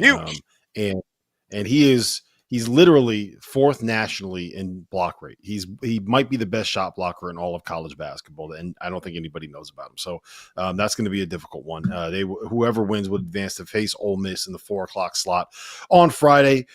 Let's get to Friday evening, gentlemen. We're going to wrap it up with Friday evening picks, and I think this window here from 6:50 until 10:00 on Friday night is the best window that we have in all of the first round of the NCAA tournament. Florida minus 28.5 against Norfolk State. Yeah, whatever. Then you get Kentucky laying 10.5 against Troy. Then you get Marquette laying 3.5 against New Mexico and Cam Jones against Donovan Denton. Then you get Arizona laying 13.5 against Akron, which is a massive number. I like Akron plus 13.5. I don't know if you could tell, Brad. And that's fair. The only downside with that wager, in my mind, I think it's going to be somewhat trendy. And I know you got the former Fighting Illini head coach, a man who's got the same barber as me there in John Gross. The thing that I worry about with the Zips is they're not particularly big team. They're one of the smallest teams, according to Ken Palm, in effective height. But they utilize their quickness to get to the rim and try to generate second chance opportunities. I think the bigs of Arizona are going to be a problem. Now, the upside of Akron is that offense, when it's on, it is electric. And certainly Arizona is a team that really is going to live and die by Caleb Love. What version are you going to get? Night in, night out. I have no freaking idea. Is going to go out and drop 27, 30 points a game. Certainly capable of it. He's also certainly capable of starting the game over 10 from 3. And if you get that version of Caleb Love, yeah, they could get run out of the gym against a Zips team that loves to zip, get up and down that floor. But I do worry about their diminutive stature against the bigs of Arizona. They could get worn down in the second half and ultimately let it slip away. But it's a lot of points. I'm kind of with you. If I had to lean, I would take Akron plus the 13.5. Yeah, that's where I'm at with it. Anything you like there, Ryan, in this early evening window? Yeah, in the early evening window, man, I like Troy, actually. Now, early on this season, I'm a big Mark Pope guy. I like what he's doing at Kentucky, the way that he's building that program, but they're beat up. And the thing about Troy is they defend and they press. They press at the top 30 rate. Connerway is one of the better defenders in the country, especially if you're looking at steals. I believe he's top 5 in the nation. And again, Kentucky's beat up, and even if Lamont Butler's out there, no Jackson Robinson. Troy's biggest weakness, though, is they turn the ball over way too much. They're outside the top 300 in turnover rate, looking at Ken Palm. So if they have 20-plus turnovers, Kentucky's athletes are probably going to take advantage. They're going to end up winning this game by double digits. But I like Troy, man. I think Kentucky might be on upset alert here. So I'm going to take the points here with Troy. Totally agree. Yeah, one thing to note on that real quick is that Kentucky does not try to force turnovers defensively. Their defense is built around, we're going to make you take tough shots. We're going to try to force you to take threes over the top of our defense. We're going to contest them, and then we're going to go get defensive rebounds. Troy does Troy. I don't know if turnovers would be an issue against a team that's not trying to force turnovers. The only thing I'll say about that is Kentucky has gone from being a team that ranked outside of the top 100 in defensive efficiency on February 5th to being a team that has ranked in the top 20 in defensive efficiency, according to Torvik, since February 5th. I think that they figure some things out on that. I don't know where you stand, Brad. I think Kentucky finds a way to get this done. The downside, I think, for Kentucky is in the front court. Mario Williams could, obviously you show up and show out in this game. Andrew Carr, we'll see. Of course, Jackson Robinson, we know, is going to be out of this game. It sounded like Lamont Butler is going to be in uniform, according to Mark Pope, which is great. But Troy really kills you getting those second chances. Yeah, and that's big. But Troy kills you with those second chances. Over the last month, they're getting an offensive rebound at over 38% of their possessions. I think 10.5 points is way too high in my estimation. I'm going to side with Horvey on this one. I think Kentucky's going to win, but I think it's not going to be a sweat-free victory. I think it's going to be within that 6 to 8 range in the bitter end. Marquette, New Mexico. I just like New Mexico plus 3.5 there. I think that they find a way to be able to get that done. Last window, UConn laying 4.5 to Oklahoma. Illinois will play the winner of Xavier and Texas, and we'll talk about Xavier and Texas here in a second. Michigan State laying 8.5 against Bryant. Oregon laying 6.5 against Liberty. I love those last two games, the dogs. I love Liberty plus 6.5. I would take a sprinkle on the money line plus 230.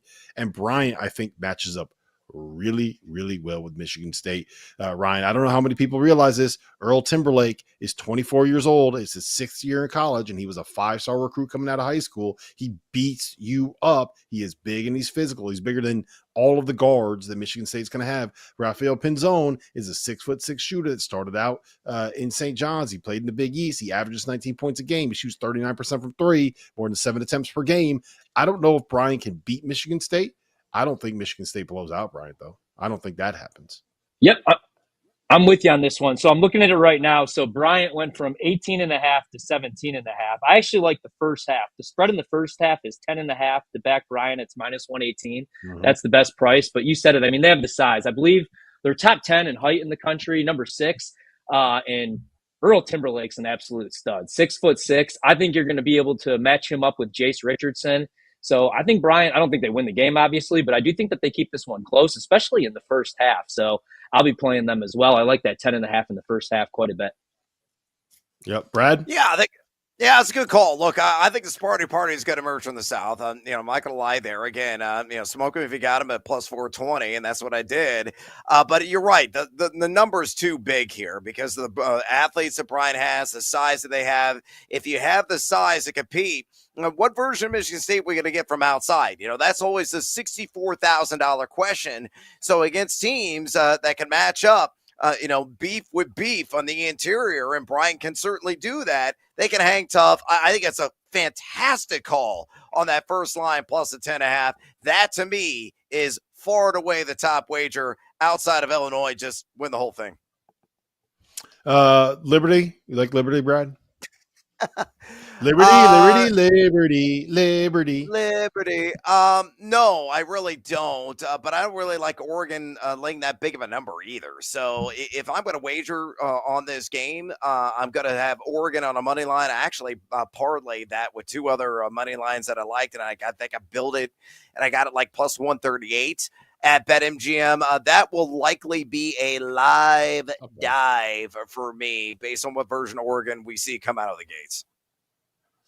Ryan, where do you stand on Liberty? I'll give you my pitch after you're done. So, yeah. So, okay, originally I looked at this one and I was like, here's your 12 over the 5. I like Liberty to beat Oregon, even with Dana. I mean, the only thing though, man, is the travel. We talked earlier, about the altitude, and now you have Liberty, which is in Virginia, and you're going to now travel across the country to take on Oregon, and I believe Seattle. So they're going to have almost like a home court advantage here. But the matchup, I like Liberty, man. As long as Biddle doesn't kill them inside, I think they could pull off the upset. It's just the travel that scares me a little bit, or else this would have been my 12 over the 5. Yeah. So the thing I really like about this matchup, there's 2 things. One, Liberty, Richie McKay is a Tony Bennett disciple. They're going to play that pack line. They're going to force you to try to shoot threes over the top. They're going to clean up the defensive rebounds after you miss. They're not going to let you get out in transition. They're not going to turn the ball over. That's what they're going to do. They also have 2 really small guards. They start someone named Cade Matheny and Colin Porter, who are both they're listed at 5'10" and 5'11". I'd be shocked if they were taller than 5'8" and 5'9". And Oregon starts Jackson Shellstead at 6 foot and Keyshawn Barthélemy at 6'1". And there's not going to be the worry with Liberty when they're going up against high major competition is like, what happens if they go up against guards that are 6'4" and 6'4"? Like those dudes aren't going to be able to get their shots off. And I think they'll be able to do it against Oregon's backcourt. And the other part of it is Oregon kind of forces you to try to take some threes over the top. And I think that those guys are going to be able to make some of those threes over the top. They've gotten bigger. They've gotten more athletic. Owen Aquino is the most money they've ever spent on an NIL transfer coming into JUCO kids. So they have a little bit of size and athleticism. I like Liberty. I think Liberty will win. I'll have Liberty winning in my bracket, but I'll probably just take the spread there. UConn, Oklahoma. Are you betting on Dan Hurley here, Brad? No. Well, I mean, what are they catching? 4.5 for Oklahoma? I can't lay that large of a number with Hurley. I know it's your boys. I mean, if anything, I honestly like the over in this game. I think Oklahoma's going to try to speed them up. You know that there's going to be an entire pile of fouls that are going to mount up in this game, and those guys are probably going to knock down some freebies to ice the over and that one cashing in. That, to me, is the strongest wager, but I don't think UConn's going to cover the 4.5. So, again, gun in my head, who am I going to play? With my life on the line, it's going to be Boomer Sooner plus the points. I don't know if they're going to win outright. In fact, I don't have one outright, but I think it's going to come down to a final possession. Yeah, 4.5 is a crazy line in this game. Good. Yeah, I like UConn, to be honest with you. I like UConn here, man. The only thing that worries me a little bit, and I can't wait to see Hurley on the sidelines, because Oklahoma gets to the charity stripe at like a top 30 rate, right? They're taking over 22 free throws a game. And I like UConn the way that they defend. They block a ton of shots, but they do foul a lot. So I think Hurley's going to be going crazy on the sideline. But, I mean, he's got all the motivation in the world, right? I mean, you're an 8 seed. That's what he's going to sell to that locker room here for the next couple of days. So if I'm betting anything in this game, I'm going to lay it with UConn. Yeah, the 4.5 is too many points. It's I've watched too much UConn basketball this year. They absolutely and utterly terrify me. I'm probably going to have them winning a title in my bracket because, like, fuck it, why not? But they absolutely terrify me. Last thing we'll get into, and then I'll let you have your make your Illinois pitch for any kind of future, Brad. Yes. Xavier yes. minus 2.5 against Texas. Ryan, Xavier laying 2.5 against Texas. I don't know how you do anything other than just jump all over that Xavier line. That seems like it's way too low. Yeah, way too low, man. And right now, if you want to just play the money line, most of the prices are minus 140, but you can find a minus 135. I like the 2.5. I think they win this game by 4 points. Again, I like Sean Miller. I think they have the coaching advantage here. Betting against Trey Johnson always scares me. Like I said, I mean, he could go off for 30 in this game, but the only thing about Texas is they go on those droughts, man, where they could go 4 or 5 minutes without a bucket. And if they do that against Xavier, they could be in big trouble, especially if Conwell is shooting the rock the way that he did against Marquette in that loss in the Big East tournament when he went off for nearly 40. And then you have Fremantle, right? You could just dump it down low to him. So I think Xavier, actually, even though it's in the first 4, I think that's my favorite bet on the board for opening weekend. Mm-hmm. I totally agree. I already grabbed it. I actually grabbed it at open, Xavier minus 1.5. And just to reiterate what you're saying, to back it up again with the hard data, being the numbers nerd that I am, you look at Xavier, they're number 17 in EFG offense over the last 30 days. They're shooting 57.5% from 2 and 38.4% from 3. All they do is get buckets, and defensively they may be a little bit sketchy, but they're still top 25 at adjusted defensive efficiency in their last 7 games. So 2.5, yeah, that could be a very sweat-free cash in the end. All right, Brad, we're gonna have to get you a pocket protector here moving forward, since you are a numbers nerd. I am. So you're gonna have to wear that when we're in Vegas. All right, we're gonna clear out here. We're gonna go ISO 1-4 low. Brad, take us home. Why is Illinois winning the national championship? They're not going to win the national title, although if it happens, I'm streaking the quad with a La Bamba burrito in hand. Locals know what that is all about. Look, here's the deal with Illinois. I listen to the Field of 68 podcast with you and Goodman all the damn time. Goodman's like, I can't trust him. I can't buy in. Latube's like, well, let me sell you on this. And he still won't buy in. You bought in. You've got back out. You bought back in. You got back out again. They're enigmatic. That is the best way to describe Illinois. You don't know what you're going to get on a night in, night out basis. They are the epitome of a box of chocolates, Forrest Gump style. The good news is the team is healthy. The good news is there have been more defensive switches added to the overall scheme and arsenal by Brad Underwood. The good news is they have length, they have athleticism. The good news is they have a pair of NBA pros, although one is not really playing like it right now, Casper Xhaka Jonas. But Will Riley, his ceiling is sky high, and he's getting a little bit more action as a true point here and there. They have some size, obviously, with Tomislav Ivicic. When they're draining threes, and really kind of the magic number is when they hit like a dozen threes in a game. When you're taking 35-40, it may seem like a lot, but given the amount, it really isn't. They can almost beat anybody in the country. They're fantastic on the glass. Defensively, though, they have come unraveled. Illinois, though, got a glorious draw. I think the matchup of whoever they play, either against Texas or Xavier, they're going to win that game. and then likely to get Kentucky. Kentucky is a wonderful, almost ideal matchup for Illinois because they have wide lanes that Castor Jacka-Jones can drive and create in. Will Riley can do the same thing as well. They can get downhill. They can attack assertively. I described it as like Kentucky's a better version of Iowa, right? Defensively. And that's not really saying a whole lot. So I think Illinois is going to win not one, but 2 games and possibly taste sweetness. And I will be happy with that because they're going to lose in a rematch against the Tennessee Volunteers, in which my life ended with Jordan Gainey hitting that shot and marching down the court when the buzzer expired at the State Farm Center, and I was there. All right, guys, let's get out of here with this. Brad, Final Four picks and national champion. Go. Oh, wow. You really gave me a platform there to spew about Illinois. Final Four picks: Michigan State in the South, Florida in the West, Tennessee in the Midwest. I think the Midwest is going to live in the upside down, and Duke in the East. Florida, Duke, Florida cutting down the nets. Ooh, interesting. Ryan. Ooh. All right, so I was going to go with the prop that you're looking for, Rob. I also think it's going to be a really chalky tournament, man. So I'm going to go Auburn, but I'm going to switch it up, and I'm going to go with Maryland.